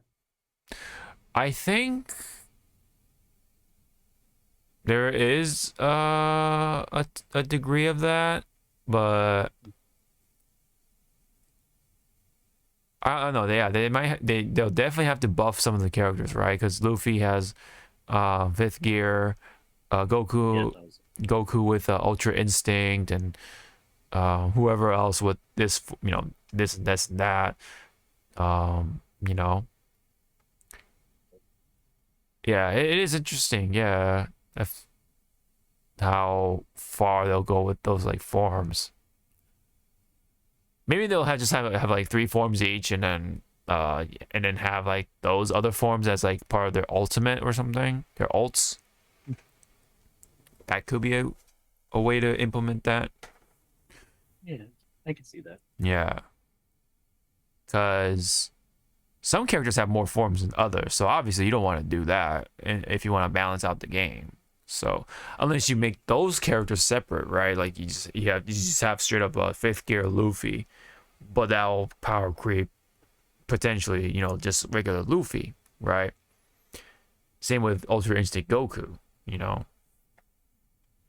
and so on and so forth.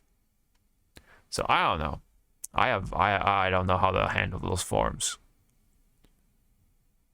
Same with Naruto, because I think there's been some new stuff with Boruto. Excuse me, but you know, that's how it goes. So who knows? Who knows indeed. Who knows indeed. Alrighty. So briefly, there was another April Fool's video I wanted to kind of discuss a little bit. So let me go ahead and bring up the YouTube version briefly. We're not gonna watch the whole thing. It's like what, 4 minutes or something. It is involving with Star Rail. But basically, they actually had their own short involving with Sentai stuff. More specifically, like Megazords and Power Ranger elements and stuff like that.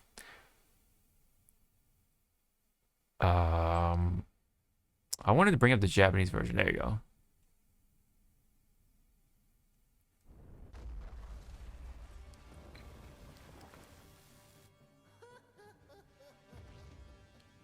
My only thing was that I don't know what this is from. I think it might be like a Hoyoverse mascot thing. I have no idea.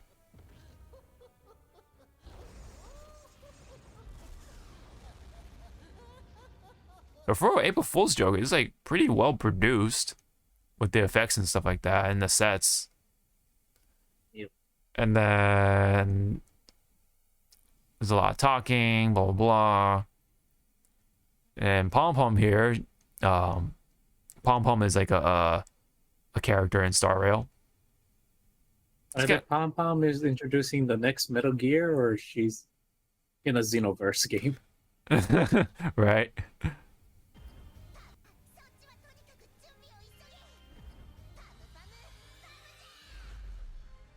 And then, you know, it gets all big, and then I like the footstep sounds. It's kind of like One Piece.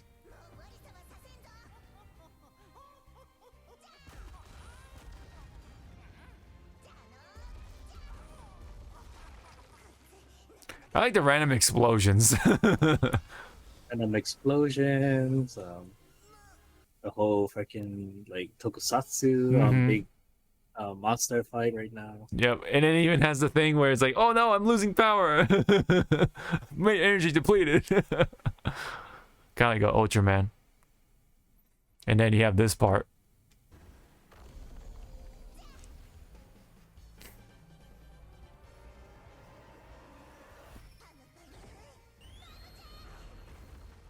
Yep, Ultraman. Yep.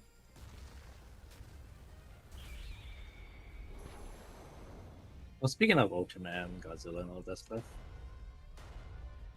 we have Shin Ultraman, Shin Godzilla, Shin Kamen Rider. Mm-hmm. We're just missing Shin Super Sentai, and then the collection will be complete. Oh, you're right. That'd be actually kind of cool. Yeah. More graphic take on Super Sentai. A more violent Yeah. Super Sentai. Yeah, Jesus. dude. Jesus Then Christ. that's pretty much Garo right there, Mhm. ish.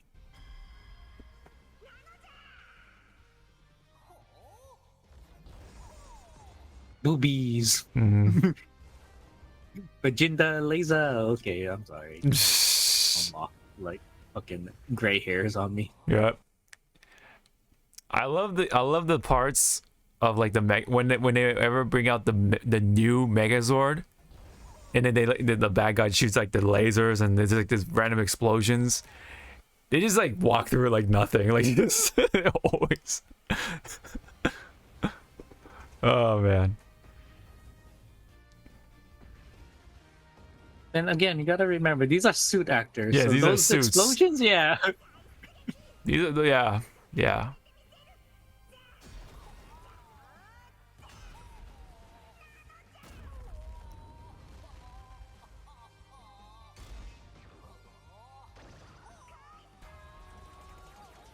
I'm doing a Kitana attack. Yep.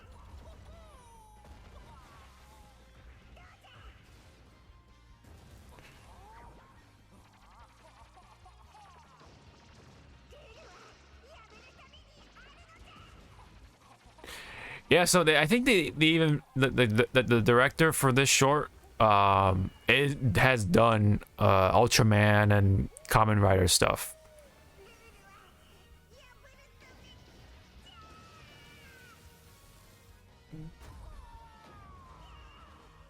And of course they ended on a cliffhanger. You know. Never seen again. The global not road show. Yeah.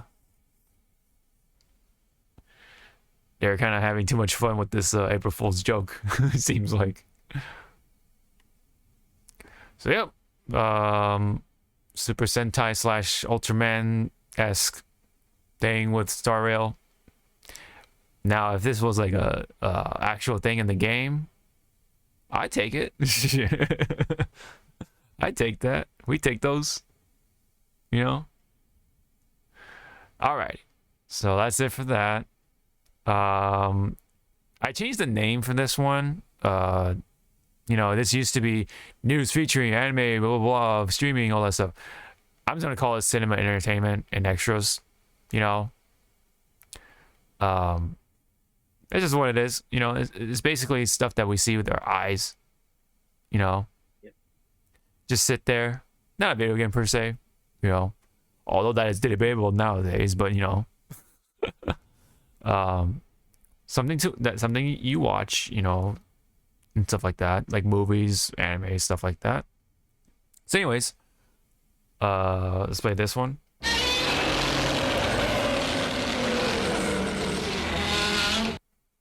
Yep. Yeah. Oh, I'm hungry. Godzilla. Okay, so I put this as Kojima watched Madam Web. This is kind of an old, like, kind of a meme / joke, or kind of like a jokey thing based off of an old post. This was back in March 2nd when Madam Web was out. And Kojima likes his movies, right? But in this tweet, all he said was, saw Madam Web at the theater. There's no like comment, no critique, no nothing. Just like, yep, I watched the movie. It's a movie. All That's right. all you. It's like that's all you need to know. Yep. And people were like, I'm so sorry. I'm so sorry. Oh man. And look at how many likes it got, dude. So much. 131K. Kojima, man of a few words. Mm-hmm. Yeah. Which is funny. It's like this man has a few, you know, it's a few words. What about his games? Oh, you're gonna fucking be reading a freaking novel. Yeah, like six novels in one sitting. But yeah, no, I mean, he just, that's all he said. He watched Madam Web in the theater. That's it. It's so funny. And everyone's like making like conspiracy theories, like what it means. Oh, it means he likes the movie. It's like, the hell? Yeah. Oh, he hated that shit. Yeah, when he doesn't comment too much about it, it's like, yeah. You can kind of get an idea. Yeah, I think that's what he wanted to do. It's just stir the pot. Yeah. But okay, so I guess apparently it's been a recurring thing though for certain other movies. So there's a comparison of a picture or tweet of, you know, Captain Marvel, right? And then he watched Avengers Endgame. Like, yeah, it's awesome, it's astonishing, blah, blah, blah. He's so much love for all the characters, all the MCU titles, all the fans. It's a suitable title for end of one era, blah, blah, blah. And then from Captain Marvel, all he said was, saw Captain Marvel. I saw this. I saw this movie. It's so funny. If that is true. This could have been edited or something for all we know, but yeah. Anyway, let's get on to the next thing. So, the quick one. Isekai apparently has become an official term for something in the Oxford English Dictionary. And as we know, you and I, Isekai is that genre. Probably oversaturated at this point, right?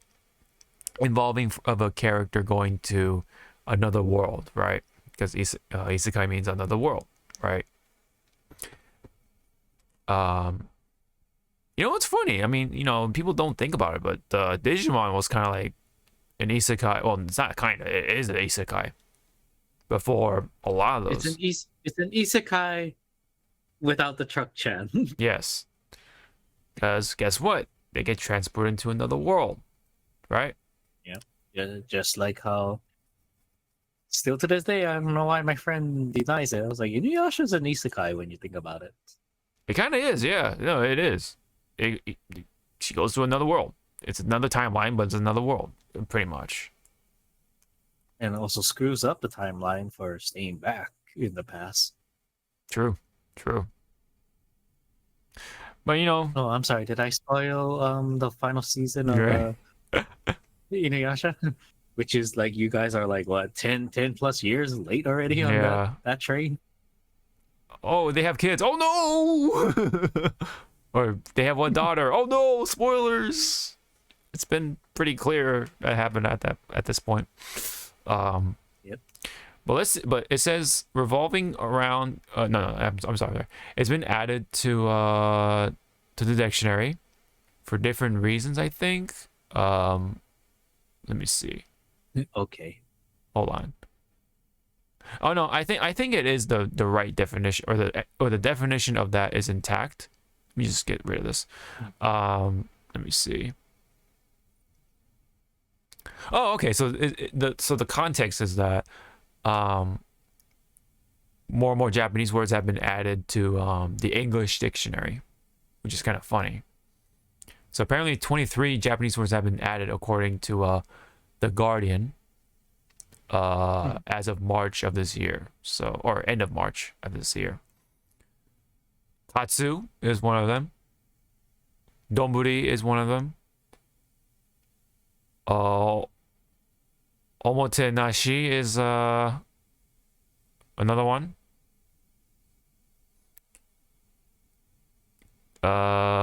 Kintsugi is another. Yeah, isekai, right?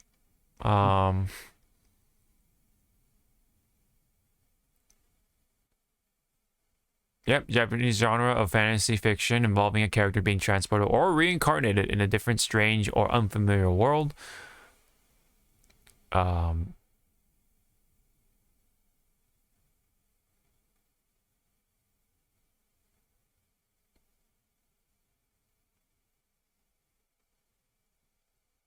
So I guess that's the gist of that. I wonder what the other 20 words are, you know, because I think we've only seen 3 in here.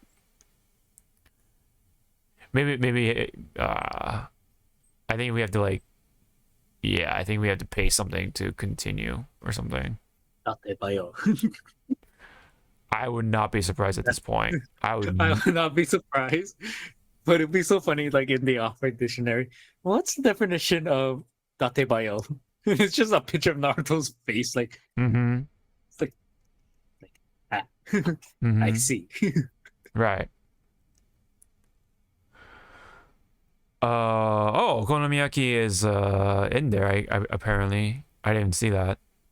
Santoku, I mean, I'm not surprised. Santoku is a type of like knife, so Yeah. that should not be a surprise. But yeah, Katsu, it's funny, but it's kind of ironic in a way because Katsu doesn't come from Japan. It's from what was it? It was like Portugal or something. I think it was. I think tempura. It's either tempura or katsu. Or both. I mean, I forget. One of those two come from Portugal. I want to say it's Portugal that originated katsu or cutlet. I like maybe some katsu though. brother. Tell you what. All right. Any comments before we move on?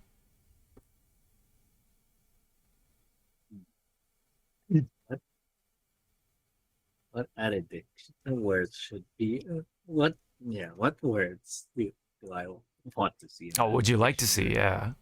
Yeah. I would laugh my ass off. Somehow it slipped in. Yeah. I'm gonna type it out because Okay.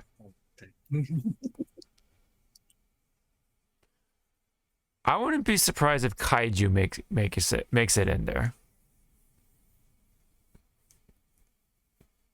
Like kaiju film, you know? Uh-huh. Yeah. I wouldn't be surprised if Kaizoku is in the Oh dictionary. yeah, Kaizoku, and then But I'll laugh my ass off if that word is in that dictionary. I'm like, holy God, crap! I had a feeling. Okay, I had a feeling it was along those lines. Yep. All right, y'all else don't need to know what he typed. Yeah, you don't need to know what I wrote. Yeah. But what we oh god, what we do know, unfortunately, is the life-size Gundam retired. So after how long has it been? It's been quite a while, right? For this, It's been quite a while, and it wasn't supposed to last this long. yeah. supposed So to it's be a been temporary thing. 3 years and 4 months since December 19 of 2020. So this was open. This was during like COVID. Like this is like COVID, you know. And you were saying it was operating a lot longer than expected. Yeah, because it was only supposed to be temporary. Yeah.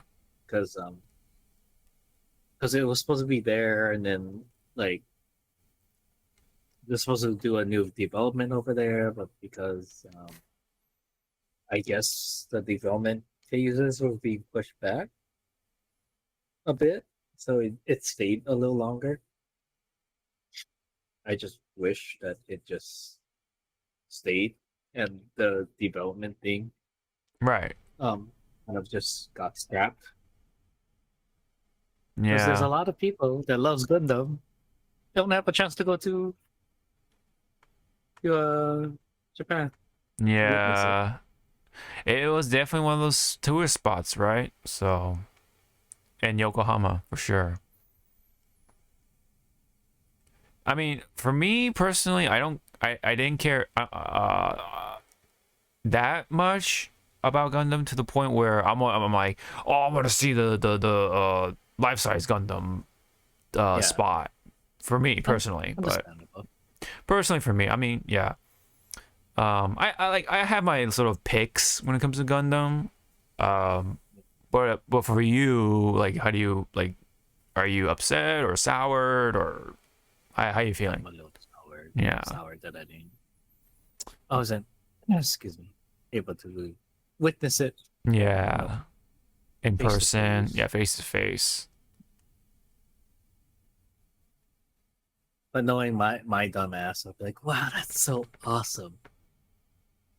How much can I buy from Gundam kits that will never fucking build? Mm-hmm.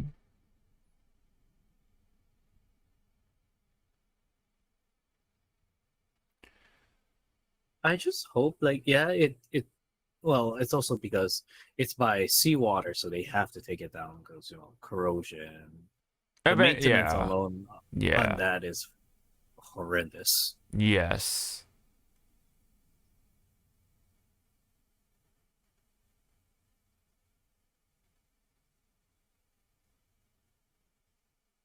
But again, in my Oh wow.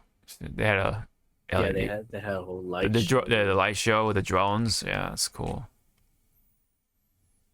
in my headcanon, the reason why the Gundam lasted this long is because it was the prototype, and now Japan actually knows how to build a working mobile suit to defend. That's what it is. That's definitely what it is. Now they can make their army hidden in Mount Fuji. So when the world fucks up, they'll be like, release the Gundams. Release. Just see a horde of Gundams over the horizon going like, what the hell is that? Yeah. Yeah, for sure. Well, I mean, yeah, it sucks. I mean, definitely at this point they already closed. Yeah. This point it's closed. But hey, at least like I think it's next year or 2 years from now, the Nintendo Museum's gonna open up True. in Japan. Yeah. They're gonna fill up those appointments, man, real fast. I'm sure they'll have to only do appointments for a long time, and then yeah. I mean, I think that's gonna be a staple to do the appointments for that museum because look at Studio Ghibli's museum. Freaking gets sold out once they hit that. Okay, we're open on this day. Zoom. Right. I guess. Yeah. So, oh man, that's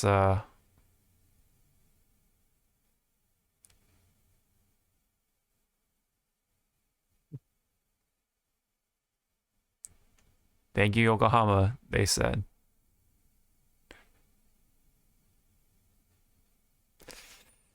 Well, there it And is. somehow the Gundam goes missing. Right. I'm sure there will be another life-size thing at some point somewhere in Japan.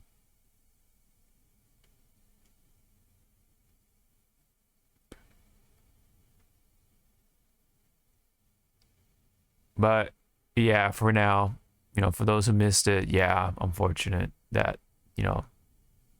right.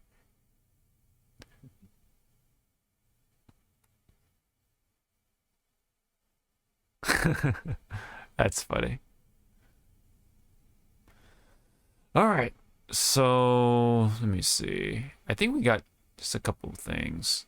Okay. Nice. All right. So, Godzilla versus Kong, or Godzilla Kong, excuse me, not versus. Godzilla Kong, the new empire, opened with almost 200 million. The biggest opening weekend of 2024.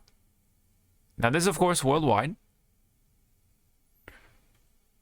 I don't know about. I mean, it's bigger now. Yeah, it's big. Well, yeah, obviously, but opening weekend. Opening weekend, like bam.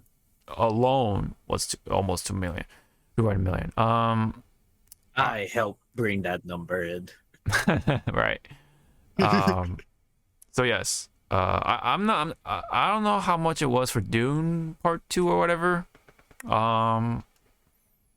But I think it's right around there though, if not more. I don't know. Cause I don't know if it's like the biggest, but I forget. Anywho, so there was one other thing I believe relating to Godzilla Kong. Okay, so there we go. I think this is for the US, I think.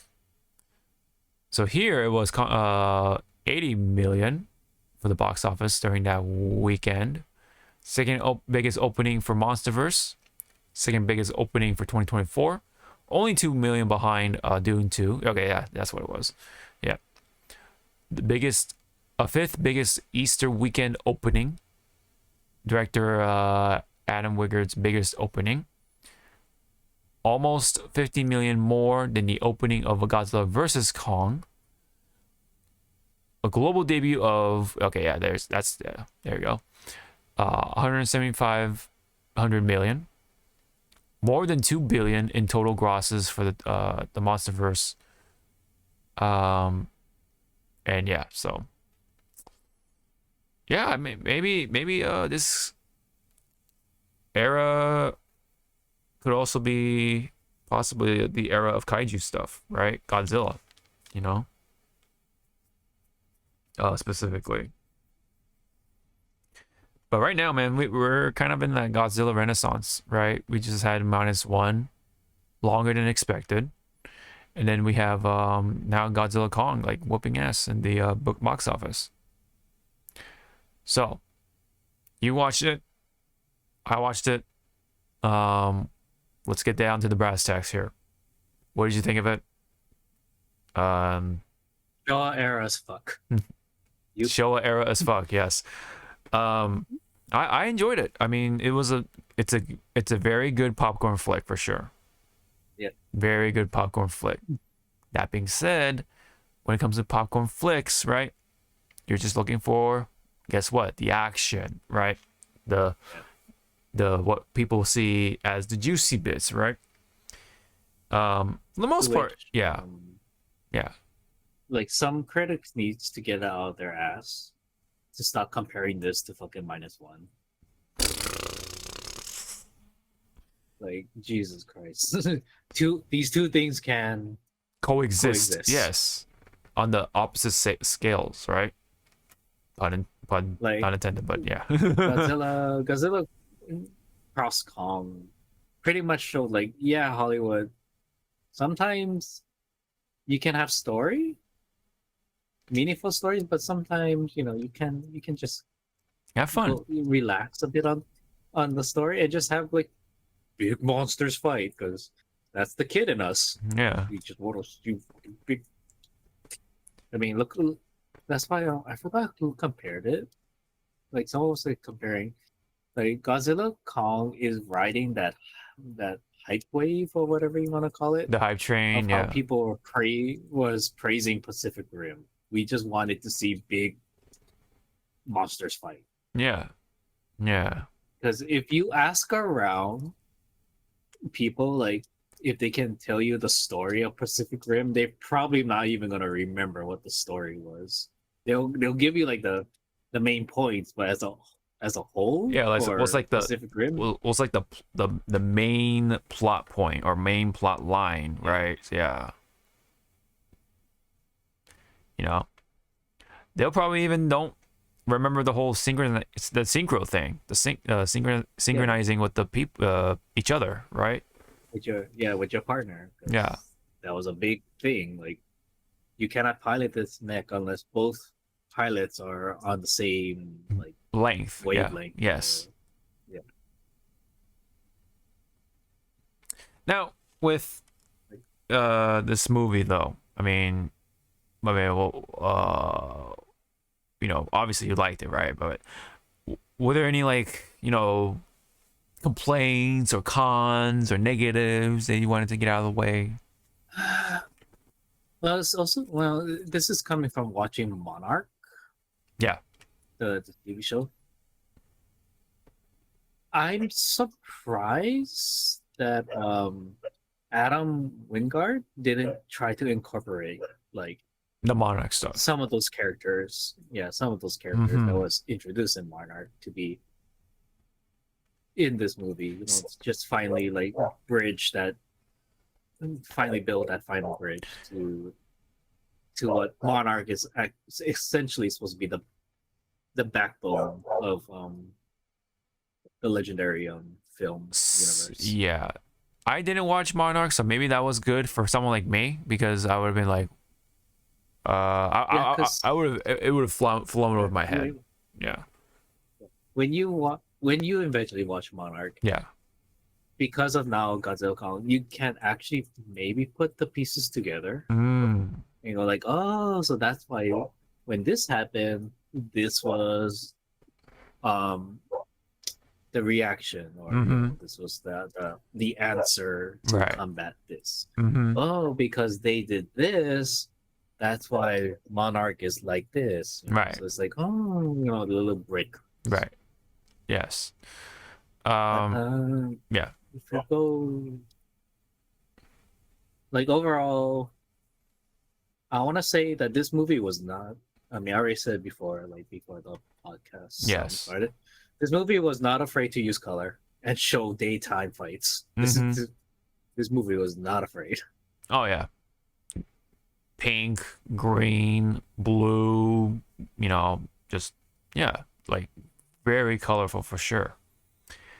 Okay, so And well, speaking of color, I read of someone saying that, wow, this movie has a lot more color than all of the Superman and Batman DC live action movies. And I was like, hey, ouch. hey, Ouch. Oof. that bar is not high, but shit. There Oof. was color in the DC universe of live action. Look at the Suicide Squad. Look at Wonder Woman. Look at Shazam. Right. Then we look at like Superman and the Dark Knight series is like yeah. Yeah. Right. What did you think of well, I mean, like I guess I can go and then you kind of like add in after. So my complaints first and foremost is that like for a movie called Godzilla Kong, what did they do here once again, right? They showed a lot of Kong, and Kong was the one that had a lot of story, right? Like a lot of like, you know, and it kind of makes sense, right? To be fair, because you know the villain is another ape, right? Another giant ape. So obviously we gotta have like that connection, right? You know, oh, Kong finally found, you know, a bunch of other surviving giant apes. Bound home, pretty much, yes. And then you have the Scar King, and then what was the little ape's name? Stuko, Suko. Suko. Yes. So yes, we had Suko, we had Scar King, all the other, you know, quote unquote Kongs, right? You know, right. It at the end of the day, it kind of makes sense as to why Kong was, you know, given that sort of light or limelight. Whereas Godzilla, what we saw him was doing was just like destroying shit and you know, powering up and then destroying, pretty much doing what his role is in the legendary universe. He's supposed to be the negator, you know, like make sure like the other Titans stay aligned, and if they cross the line, okay, fine, you know, yes, you're done. right. And I want to say again, this is kind of very Showa era of showing like Godzilla, because was it really Heisei? Because remember, like when there's always that team up with Godzilla, and I think it was the Heisei period, or is it Showa? No, it's probably Showa, because Jet Jaguar is like a really good example of less screen time of Godzilla, but more screen time for the other characters. Yes. Yeah. Yes. Yeah.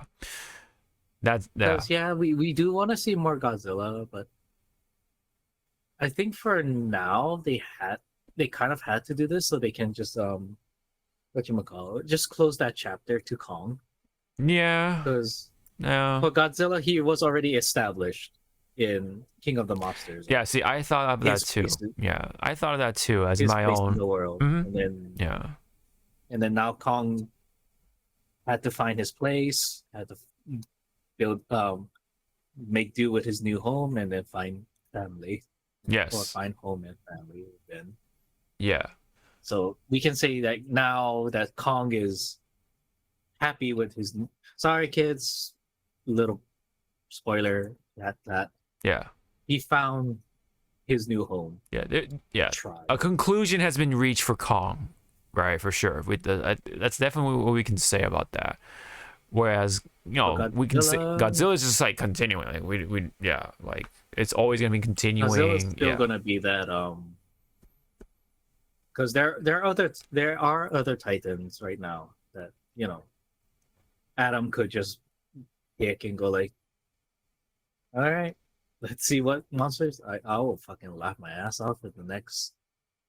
Because that's what I liked about this movie. They showed like not even 10 minutes. There was like Kong's little like victory against the wolves. Yeah. And then they showed like a big ass monster battle, like not even like 5 minutes after. And I'm like, damn. Godzilla working. Yeah. No, I think the monster battles and stuff, like the monster stuff, was great. Like, I think there was a great balance of that. My only other complaint too, regarding not showing Godzilla too much, or at least like in the same light as Kong, is a good way to put it, was that I like Scar King, but I felt like they should have done a little more punch. They gave more punch for Scar King to really make him like that threat, right? And one thing, okay. Yeah, I agree with you. There was so much screen time for Kong. There was not enough room for exploration of why should we fear fucking Scar King? Why should we Exactly. fear for Shimo? Yeah. And I was gonna bring up Matt and Russell when he did his review. He said the same thing. When you think about it, there was no actual like life threatening or world threatening of Scar King. He was pretty much just like, hi. I mean, the only like fucked up thing that he did was just like he pushes one of the Kongs into the lava. Not gonna say who, but he pushes one of them into the lava. He pushed somebody. Yeah, he pushed somebody into the lava, right? And that's and we can only we just have to assume that he's a threat, right? That's what the movie is trying to do. We have to assume that he's evil for the sake of being evil. But he did. It was kind of like a blink and you missed it moment in Scar King's lair. The bones that you see around him are actually I don't know if it's kind of spoilery, but it's really a blink and you miss it. Those are his offspring's bones. He eats the unworthy offspring. Oh. So that's why you saw him with, like his harem off to the side. Right. And they had like other baby Sukos. So he was pretty much Immortal Joe, pretty much. Oh. Just eats bibis. Eats the bibi. Yeah. Okay. And the other thing I did not like about their, I guess, story for Scar King is like, how did he get the jewel? Right. Yeah. That's what I'm gonna say. How did he get that? How did he get it? Yeah. How do you, like? Okay, he got it, but how we get it, man? Like, But yeah, speaking of Scar King, and I want to say the entire apes. I love that they had freaking emotion and they were animated. Like they were like, yeah. Oh yeah, for sure. Yeah.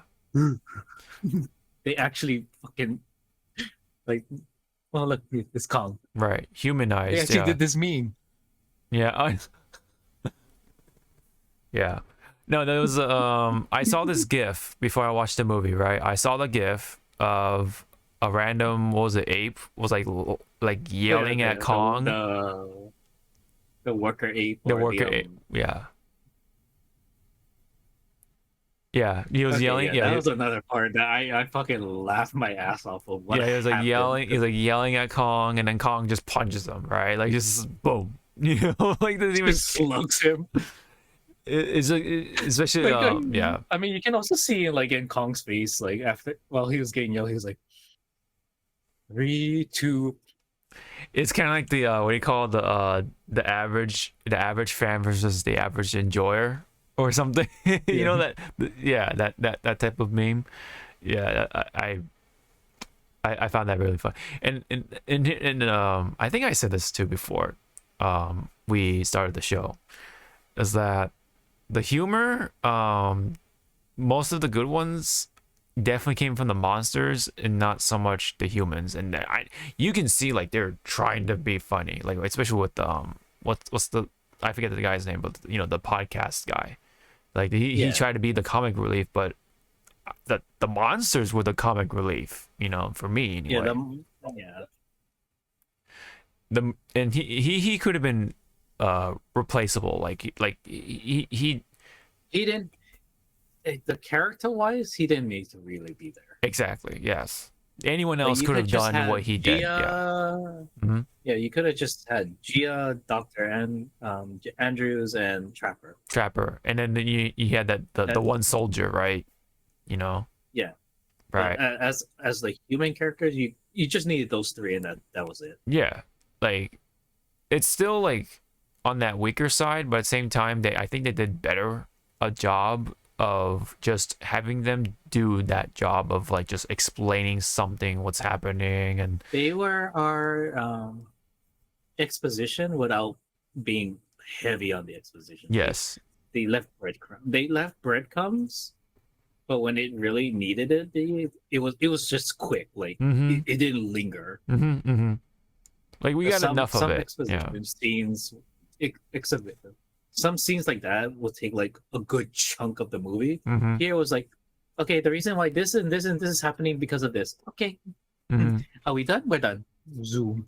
Yeah, I think the balance was definitely the best in terms of that out of all the MonsterVerse movies thus far. And then even did a good job kind of like showing and explaining with the Iwi tribe, you know, that stuff. So they definitely did, you know, show the human side only when they needed to, right? And then we got all the nice monster battle things. One thing I also wanted to see Scar King also was like, yeah, I mean, you know, obviously more being more of a threat or why he's a threat, but like just at least something up with Scar King to have like a, you know, like that city destruction scene, have him like destroy some city, you know what I mean? Just to see how much of a threat he actually is, you know what I mean? Like that from that physical They could aspect. have done it really, really well to show like, yeah, this guy kind of means business when that one ape returned back to the lair and told, you know, like, oh, this happened, this and this happened, Mhm. some of the troops are, you know, gone. Scar King should have just like, you know, been like that villain going like, it's okay, and just Snap the neck kill or his old man something, and right? Like, yeah. and just get like really pissed off, like Mhm. you know, like saying like, this will be you if you fail me, you know, Right. in his own monkey way. Mm-hmm. And it, yeah, and then I was just gonna say, like, Yeah. Scar King showing that these apes are fucking smart and they use weapons. yeah. It's like, yeah, so that's another good thing with Scar King. Like, he wasn't like the dumb fucking monkey. Ooh, ooh, ooh, yeah, ooh. It was like, I made a bone fucking whip. Mm-hmm. Yeah, they have like knives and like, yeah, like tools. Yeah, knives, Mhm. tools. Yeah. Mm-hmm. But man, that scene with Kong fighting the other several Yeah, the Kongs first ape fight. Yeah. scene. That was like I said it was you weren't prepared. Yeah. You were not prepared for that. Yeah. It was very unhinged for sure. I think it's one word to describe it. I mean, it was it's meme worthy, and it got inspiration from that other gorilla meme Mm-hmm. where, you know, he actually, it was like Ugh, man. Yeah. like when I first saw that, I was like, okay, Yeah, I was actually shocked. I was we're like, in for a oh, treat. I was like, oh, I was like, oh shit! Like he actually, like, wow, you know. And then apparently, what was the thing you said? Like, Suko is the size of. Oh yeah, so for some people that don't know about the little monkey or ape Suko, he's the same size as Kong was in Skull Island movie. The reason why they're kind of like built different is because Kong had the island to himself, and he had to protect himself from the skull crawlers and other monsters that was on that island. Whereas Suko, he pretty much is malnourished. Mm-hmm. Freaking didn't have stuff to eat and stuff. That's why he's skinny as fuck. Yeah. Yeah. And also that because Skull Island is relatively small, Yeah. that's why Kong looked huge. But Mhm. in reality, he's the size of Bibi. Yeah, the baby, yeah. But yeah, I mean, and they even said like he's gonna get bigger and blah blah blah. Like they hinted that like clearly somewhere in the movie, that he's gonna get bigger. And clearly he got a big ass growth spurt. Mm-hmm. Yeah. And officially, like for like height wise, Godzilla towers Kong, I think, like 10 feet higher. Oh, okay. He's still a bit taller, so yeah. But he's at least competitive size for sure. And then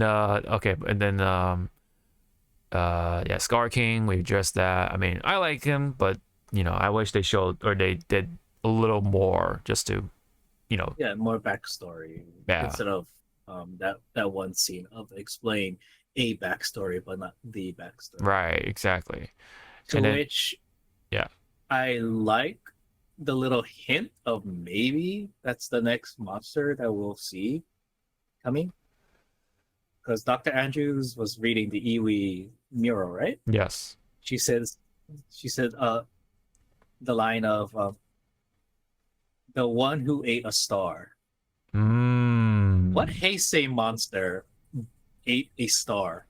Right. Space. Space got some. So we might see someone from space Yeah, someone from space. with crystals. Yeah. Yeah. Which there was a lot of crystals in this damn movie, so There was. it's your hint. There definitely was.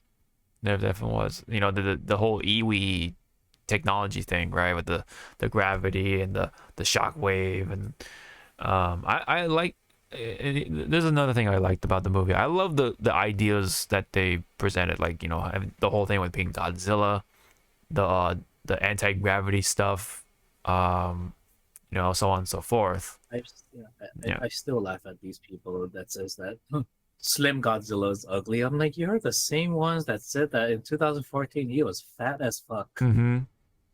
Yeah. Make up your mind. Right. You're sounding like a Filipino relative right now. Oh, you're too skinny. Go eat more. You gain a little fucking weight. Holy shit, you're fat. Then you lose the weight. Then you lose the weight again, and they're like, "Oh my god, are you not eating? What happened?" Like, make up your fucking mind. You want me skinny or you want me fat? Mm-hmm.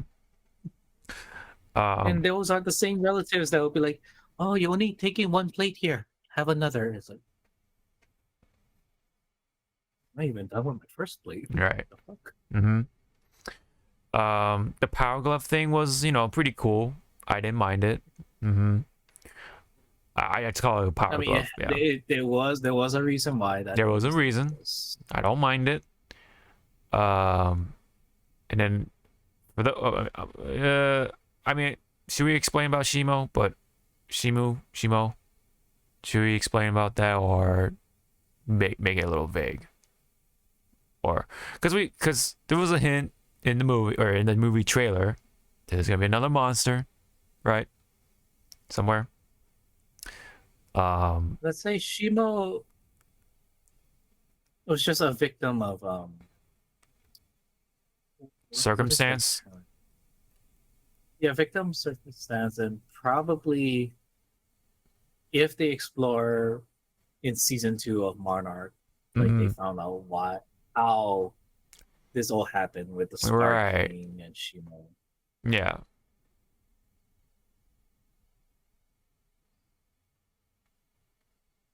let's just say when in the third act, in the final fight, I mean, I went on when she gave that look, like, Mm-hmm. huh? Mm-hmm. I was like, oh, I was like, you go, Yeah. Shin, you go. Yeah. That's let's just say everyone who didn't watch the movie, you're going to love the Egypt scene. Yes, It is so Showa era. That threw me off. I was like, yeah. it's like, the fuck are we watching now? There was some wrestling. I was like, Like, in a oh good man, way. there was some good wrestling. I was like, I liked it. My only disappointment though is that I guess maybe it wasn't appropriate here, but I'm gonna say this here, you know, as Showa as fuck as it was, Godzilla did not do the drop kick. No drop kick here. See, my friend said they had the perfect opportunity for him to do it during the anti-gravity scene. Oh, I know, right? I know. I thought about that too. I was like, yeah. Or I told my friend, it's like, because I love the way that he's reptilian, so he was just like slithering, Mm-hmm. so to speak, in the anti-grav. I told my friend, imagine Godzilla just turned around, curled up in a ball, and just fires and just propels his ass. And he's like, and my friend's like, I would have punched you and threw my popcorn in your face if that happened. I'll be like, good. 'Cause Yeah. that's how I felt when you bet it at me in Godzilla versus Kong that Kong was going to shove a tree in his mouth. It Yeah. wasn't a tree, but something went in Godzilla's mouth. Yeah. The implication was there for sure. Yeah. Like, I was like that in the theater. I was like, mother, nope, I'll be good. I'll wait till after the movie to kick your ass. The drop kick should have definitely happened at least during that final fight scene in the city. At least somewhere, somehow, you know. If he drop kicked the shit out of Scar King, that would have been like, all right, I'm stand up The obey. The Tekken team combo that Godzilla and Kong did was pretty funny. Yeah. They were pretty much playing tennis. Yeah. No, it's like it's kind of reminiscent in Showa because Godzilla kind of did that with rocks, but so I made a joke to my other friend, like when they did that attack, that team up. mm-hmm. I was like, "Oh look, they're doing their synchronized attack."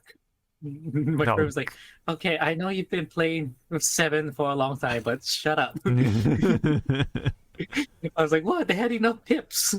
Oh god, that's funny. Is there anything else I wanted to? That's not spoilery. Okay.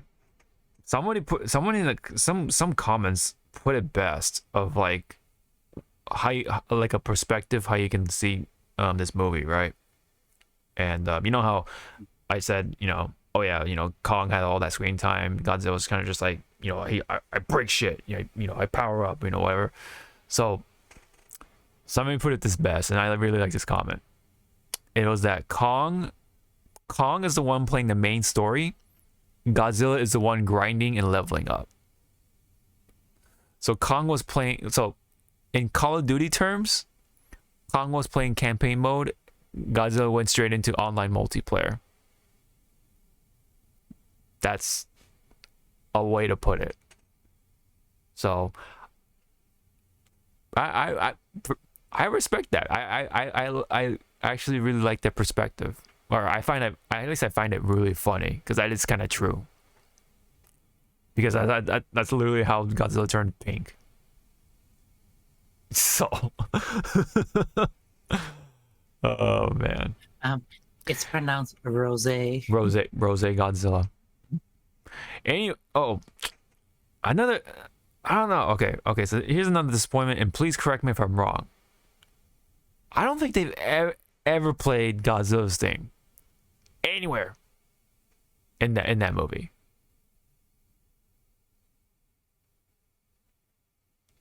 See, you have to think about it, right?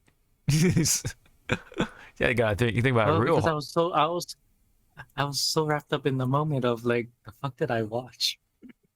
Because Kong doing all that shit, and Yeah, but but they yeah, definitely didn't so- make use of the Godzilla thing for sure. Like a clear use of it. Like so to the point where you remember it, right? Like it they didn't at all. It's like, don't you have Bear McCreary's like fucking theme? His take. Why didn't you use that for Godzilla? What happened to the Godzilla theme? Like, what the fuck? Another disappointment, right? That the fan service is like kind of hit or miss, right? So that was yeah, I was a little it's disappointed. like with that. it's like a little hit and miss. But again, they just want to wrap up the The Kong stuff, yeah. Kong story in a good way. In a Like, good way. this was a good Yeah. tasteful way of Oh, it was, yeah, Kong. for sure. Like at the end of the movie, you're just pretty much like that viewer going like Yeah, for Kong, yeah. go be a family man. Yeah. And then after that, oh yeah, there's no end credit scene, right? It was just like, Yeah. boom, it's over, which I was glad I looked that up. Yeah, I'm kind of glad that right now,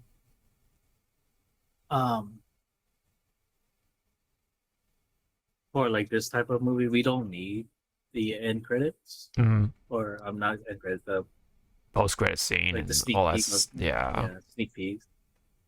We can pretty much have just speculations, like Yeah. What's gonna what's the happen next next? episode. Yeah. But then my friend brought up a good like to think about. He said, "What if the reason why I didn't show a post credit scene is because the licensing agreement between Toho and Legendary is expiring right now?"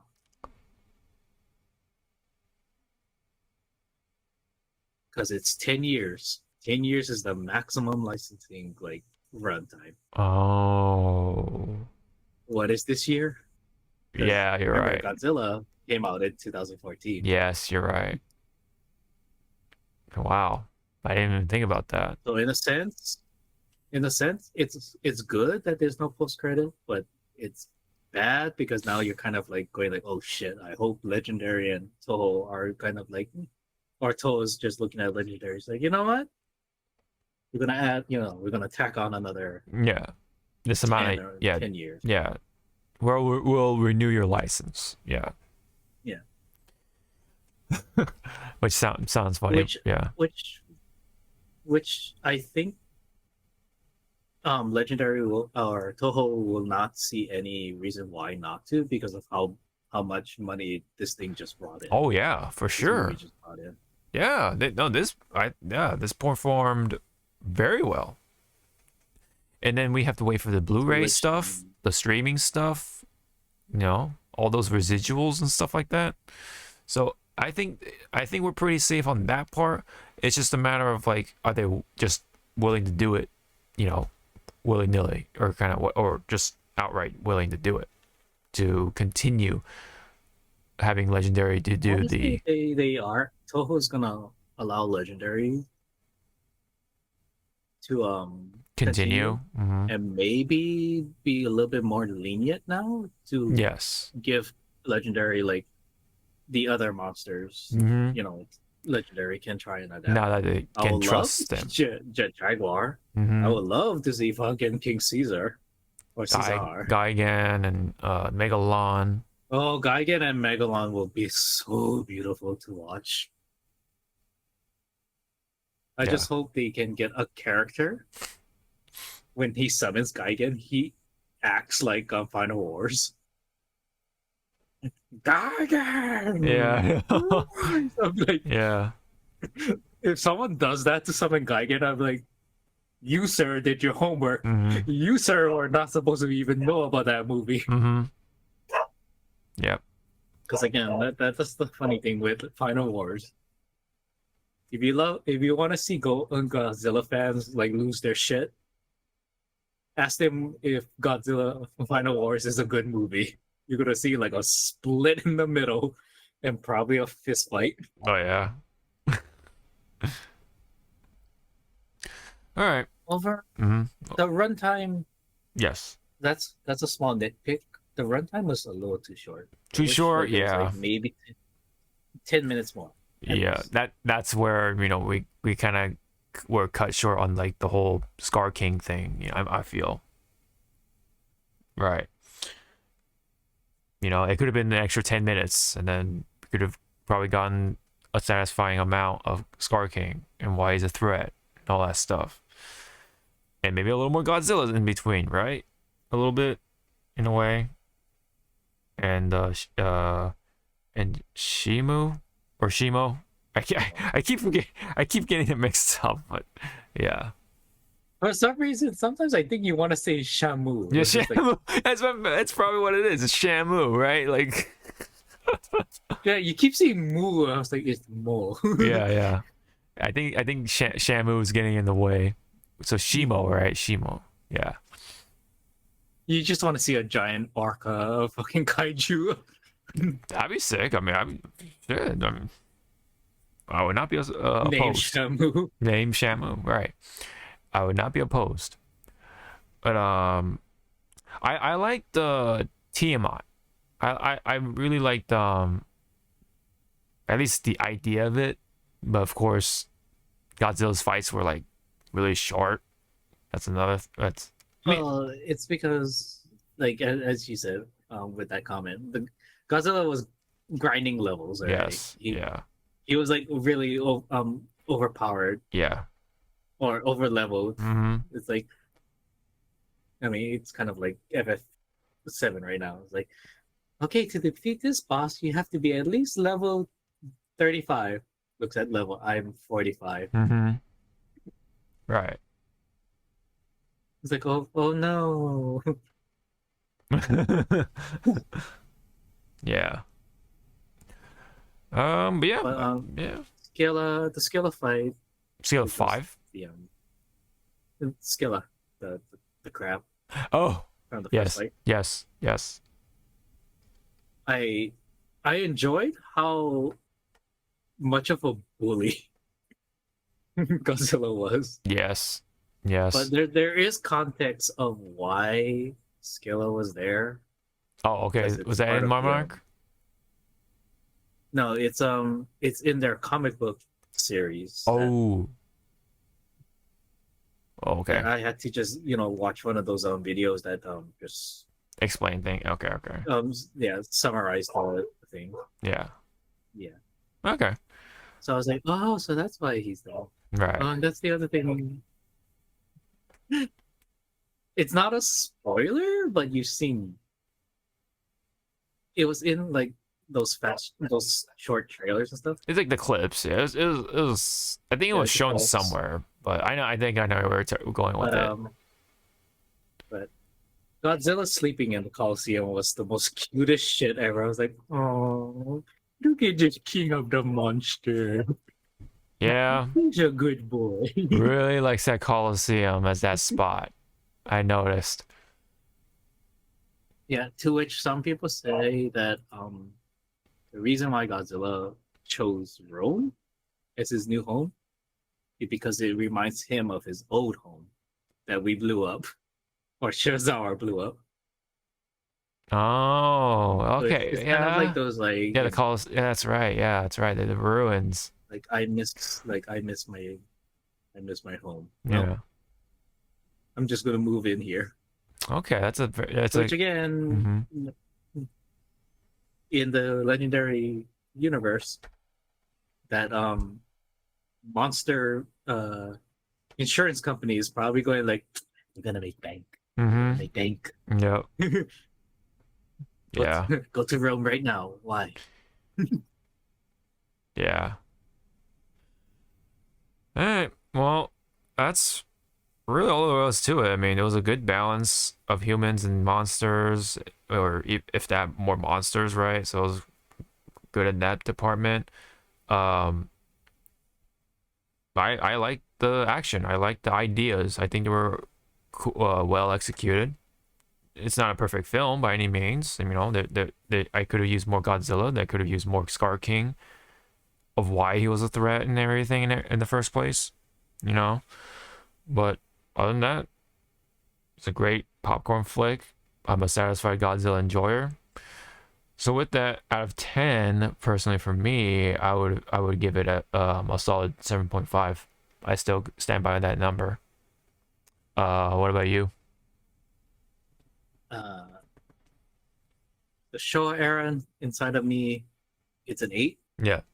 But for like, but if we add the story and everything else, yeah, it's a low 7. So it's kind of like with you.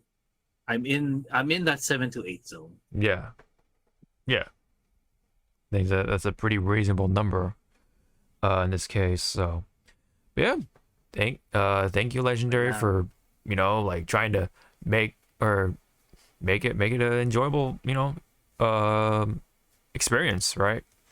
And I was very glad to watch it in IMAX. That definitely helped with the experience for sure, as somebody going to theaters very late as of this year, it definitely. Oh, was your theater packed when you watched? No, it was a late night show, or it was a late night showing. So that even said though, during -1 there were more people in the late night show or the late showing and then here. I only saw like maybe like at most like 6 other people. Because on the night that my group went to watch, we had our whole row, and above us was like a family of 4 or 5, and then lower was another family. So it was a good handful, but it was like enough room space that we can breathe. Right. Yeah, because well, and I watched it on the Monday night, or I think it was Monday. I put on Twitter, like it was either Monday or like somewhere like Tuesday or Monday. But I watched it on Saturday night. Saturday night, you said? Yep, Saturday.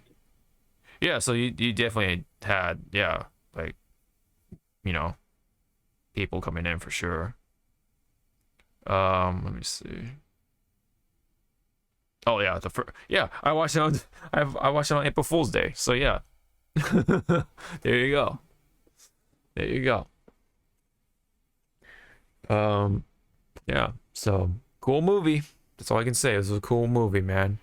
So we're still eating good as Godzilla fans, and I would like to see more. Though, yeah. Like you said, I think Kong's story has ended, so maybe from this point on, whatever Godzilla film comes out, I think he's just gonna be fighting by himself or with another monster. Maybe. I think Kong will be, on vacation for a while. Let's just say. And probably chatting with his neighbor. Yes. Which again, that was, woo. All right. Well, Yeah, we cannot really do into spoilers.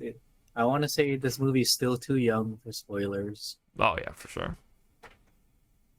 Yeah. But We'll probably come back to it later. yeah, come back to it later, or it's just like, for the most part, just watch the movie. Like, it's just one of those, like, it's an action. It's mostly an action movie, so it's like you just have to see it. It's a movie you can just just sit down and watch. Yeah, You don't- the story is very minimal, easy to understand. All you are there for are the monsters. right? The monsters, the action. All you're there is pretty much your Hulk in Thor Ragnarok. Big monster. Big monster. Yep. He's like, he's like, come on, we gotta go and watch and listen to the story. Big monster. Pretty much. Yep. Pretty much.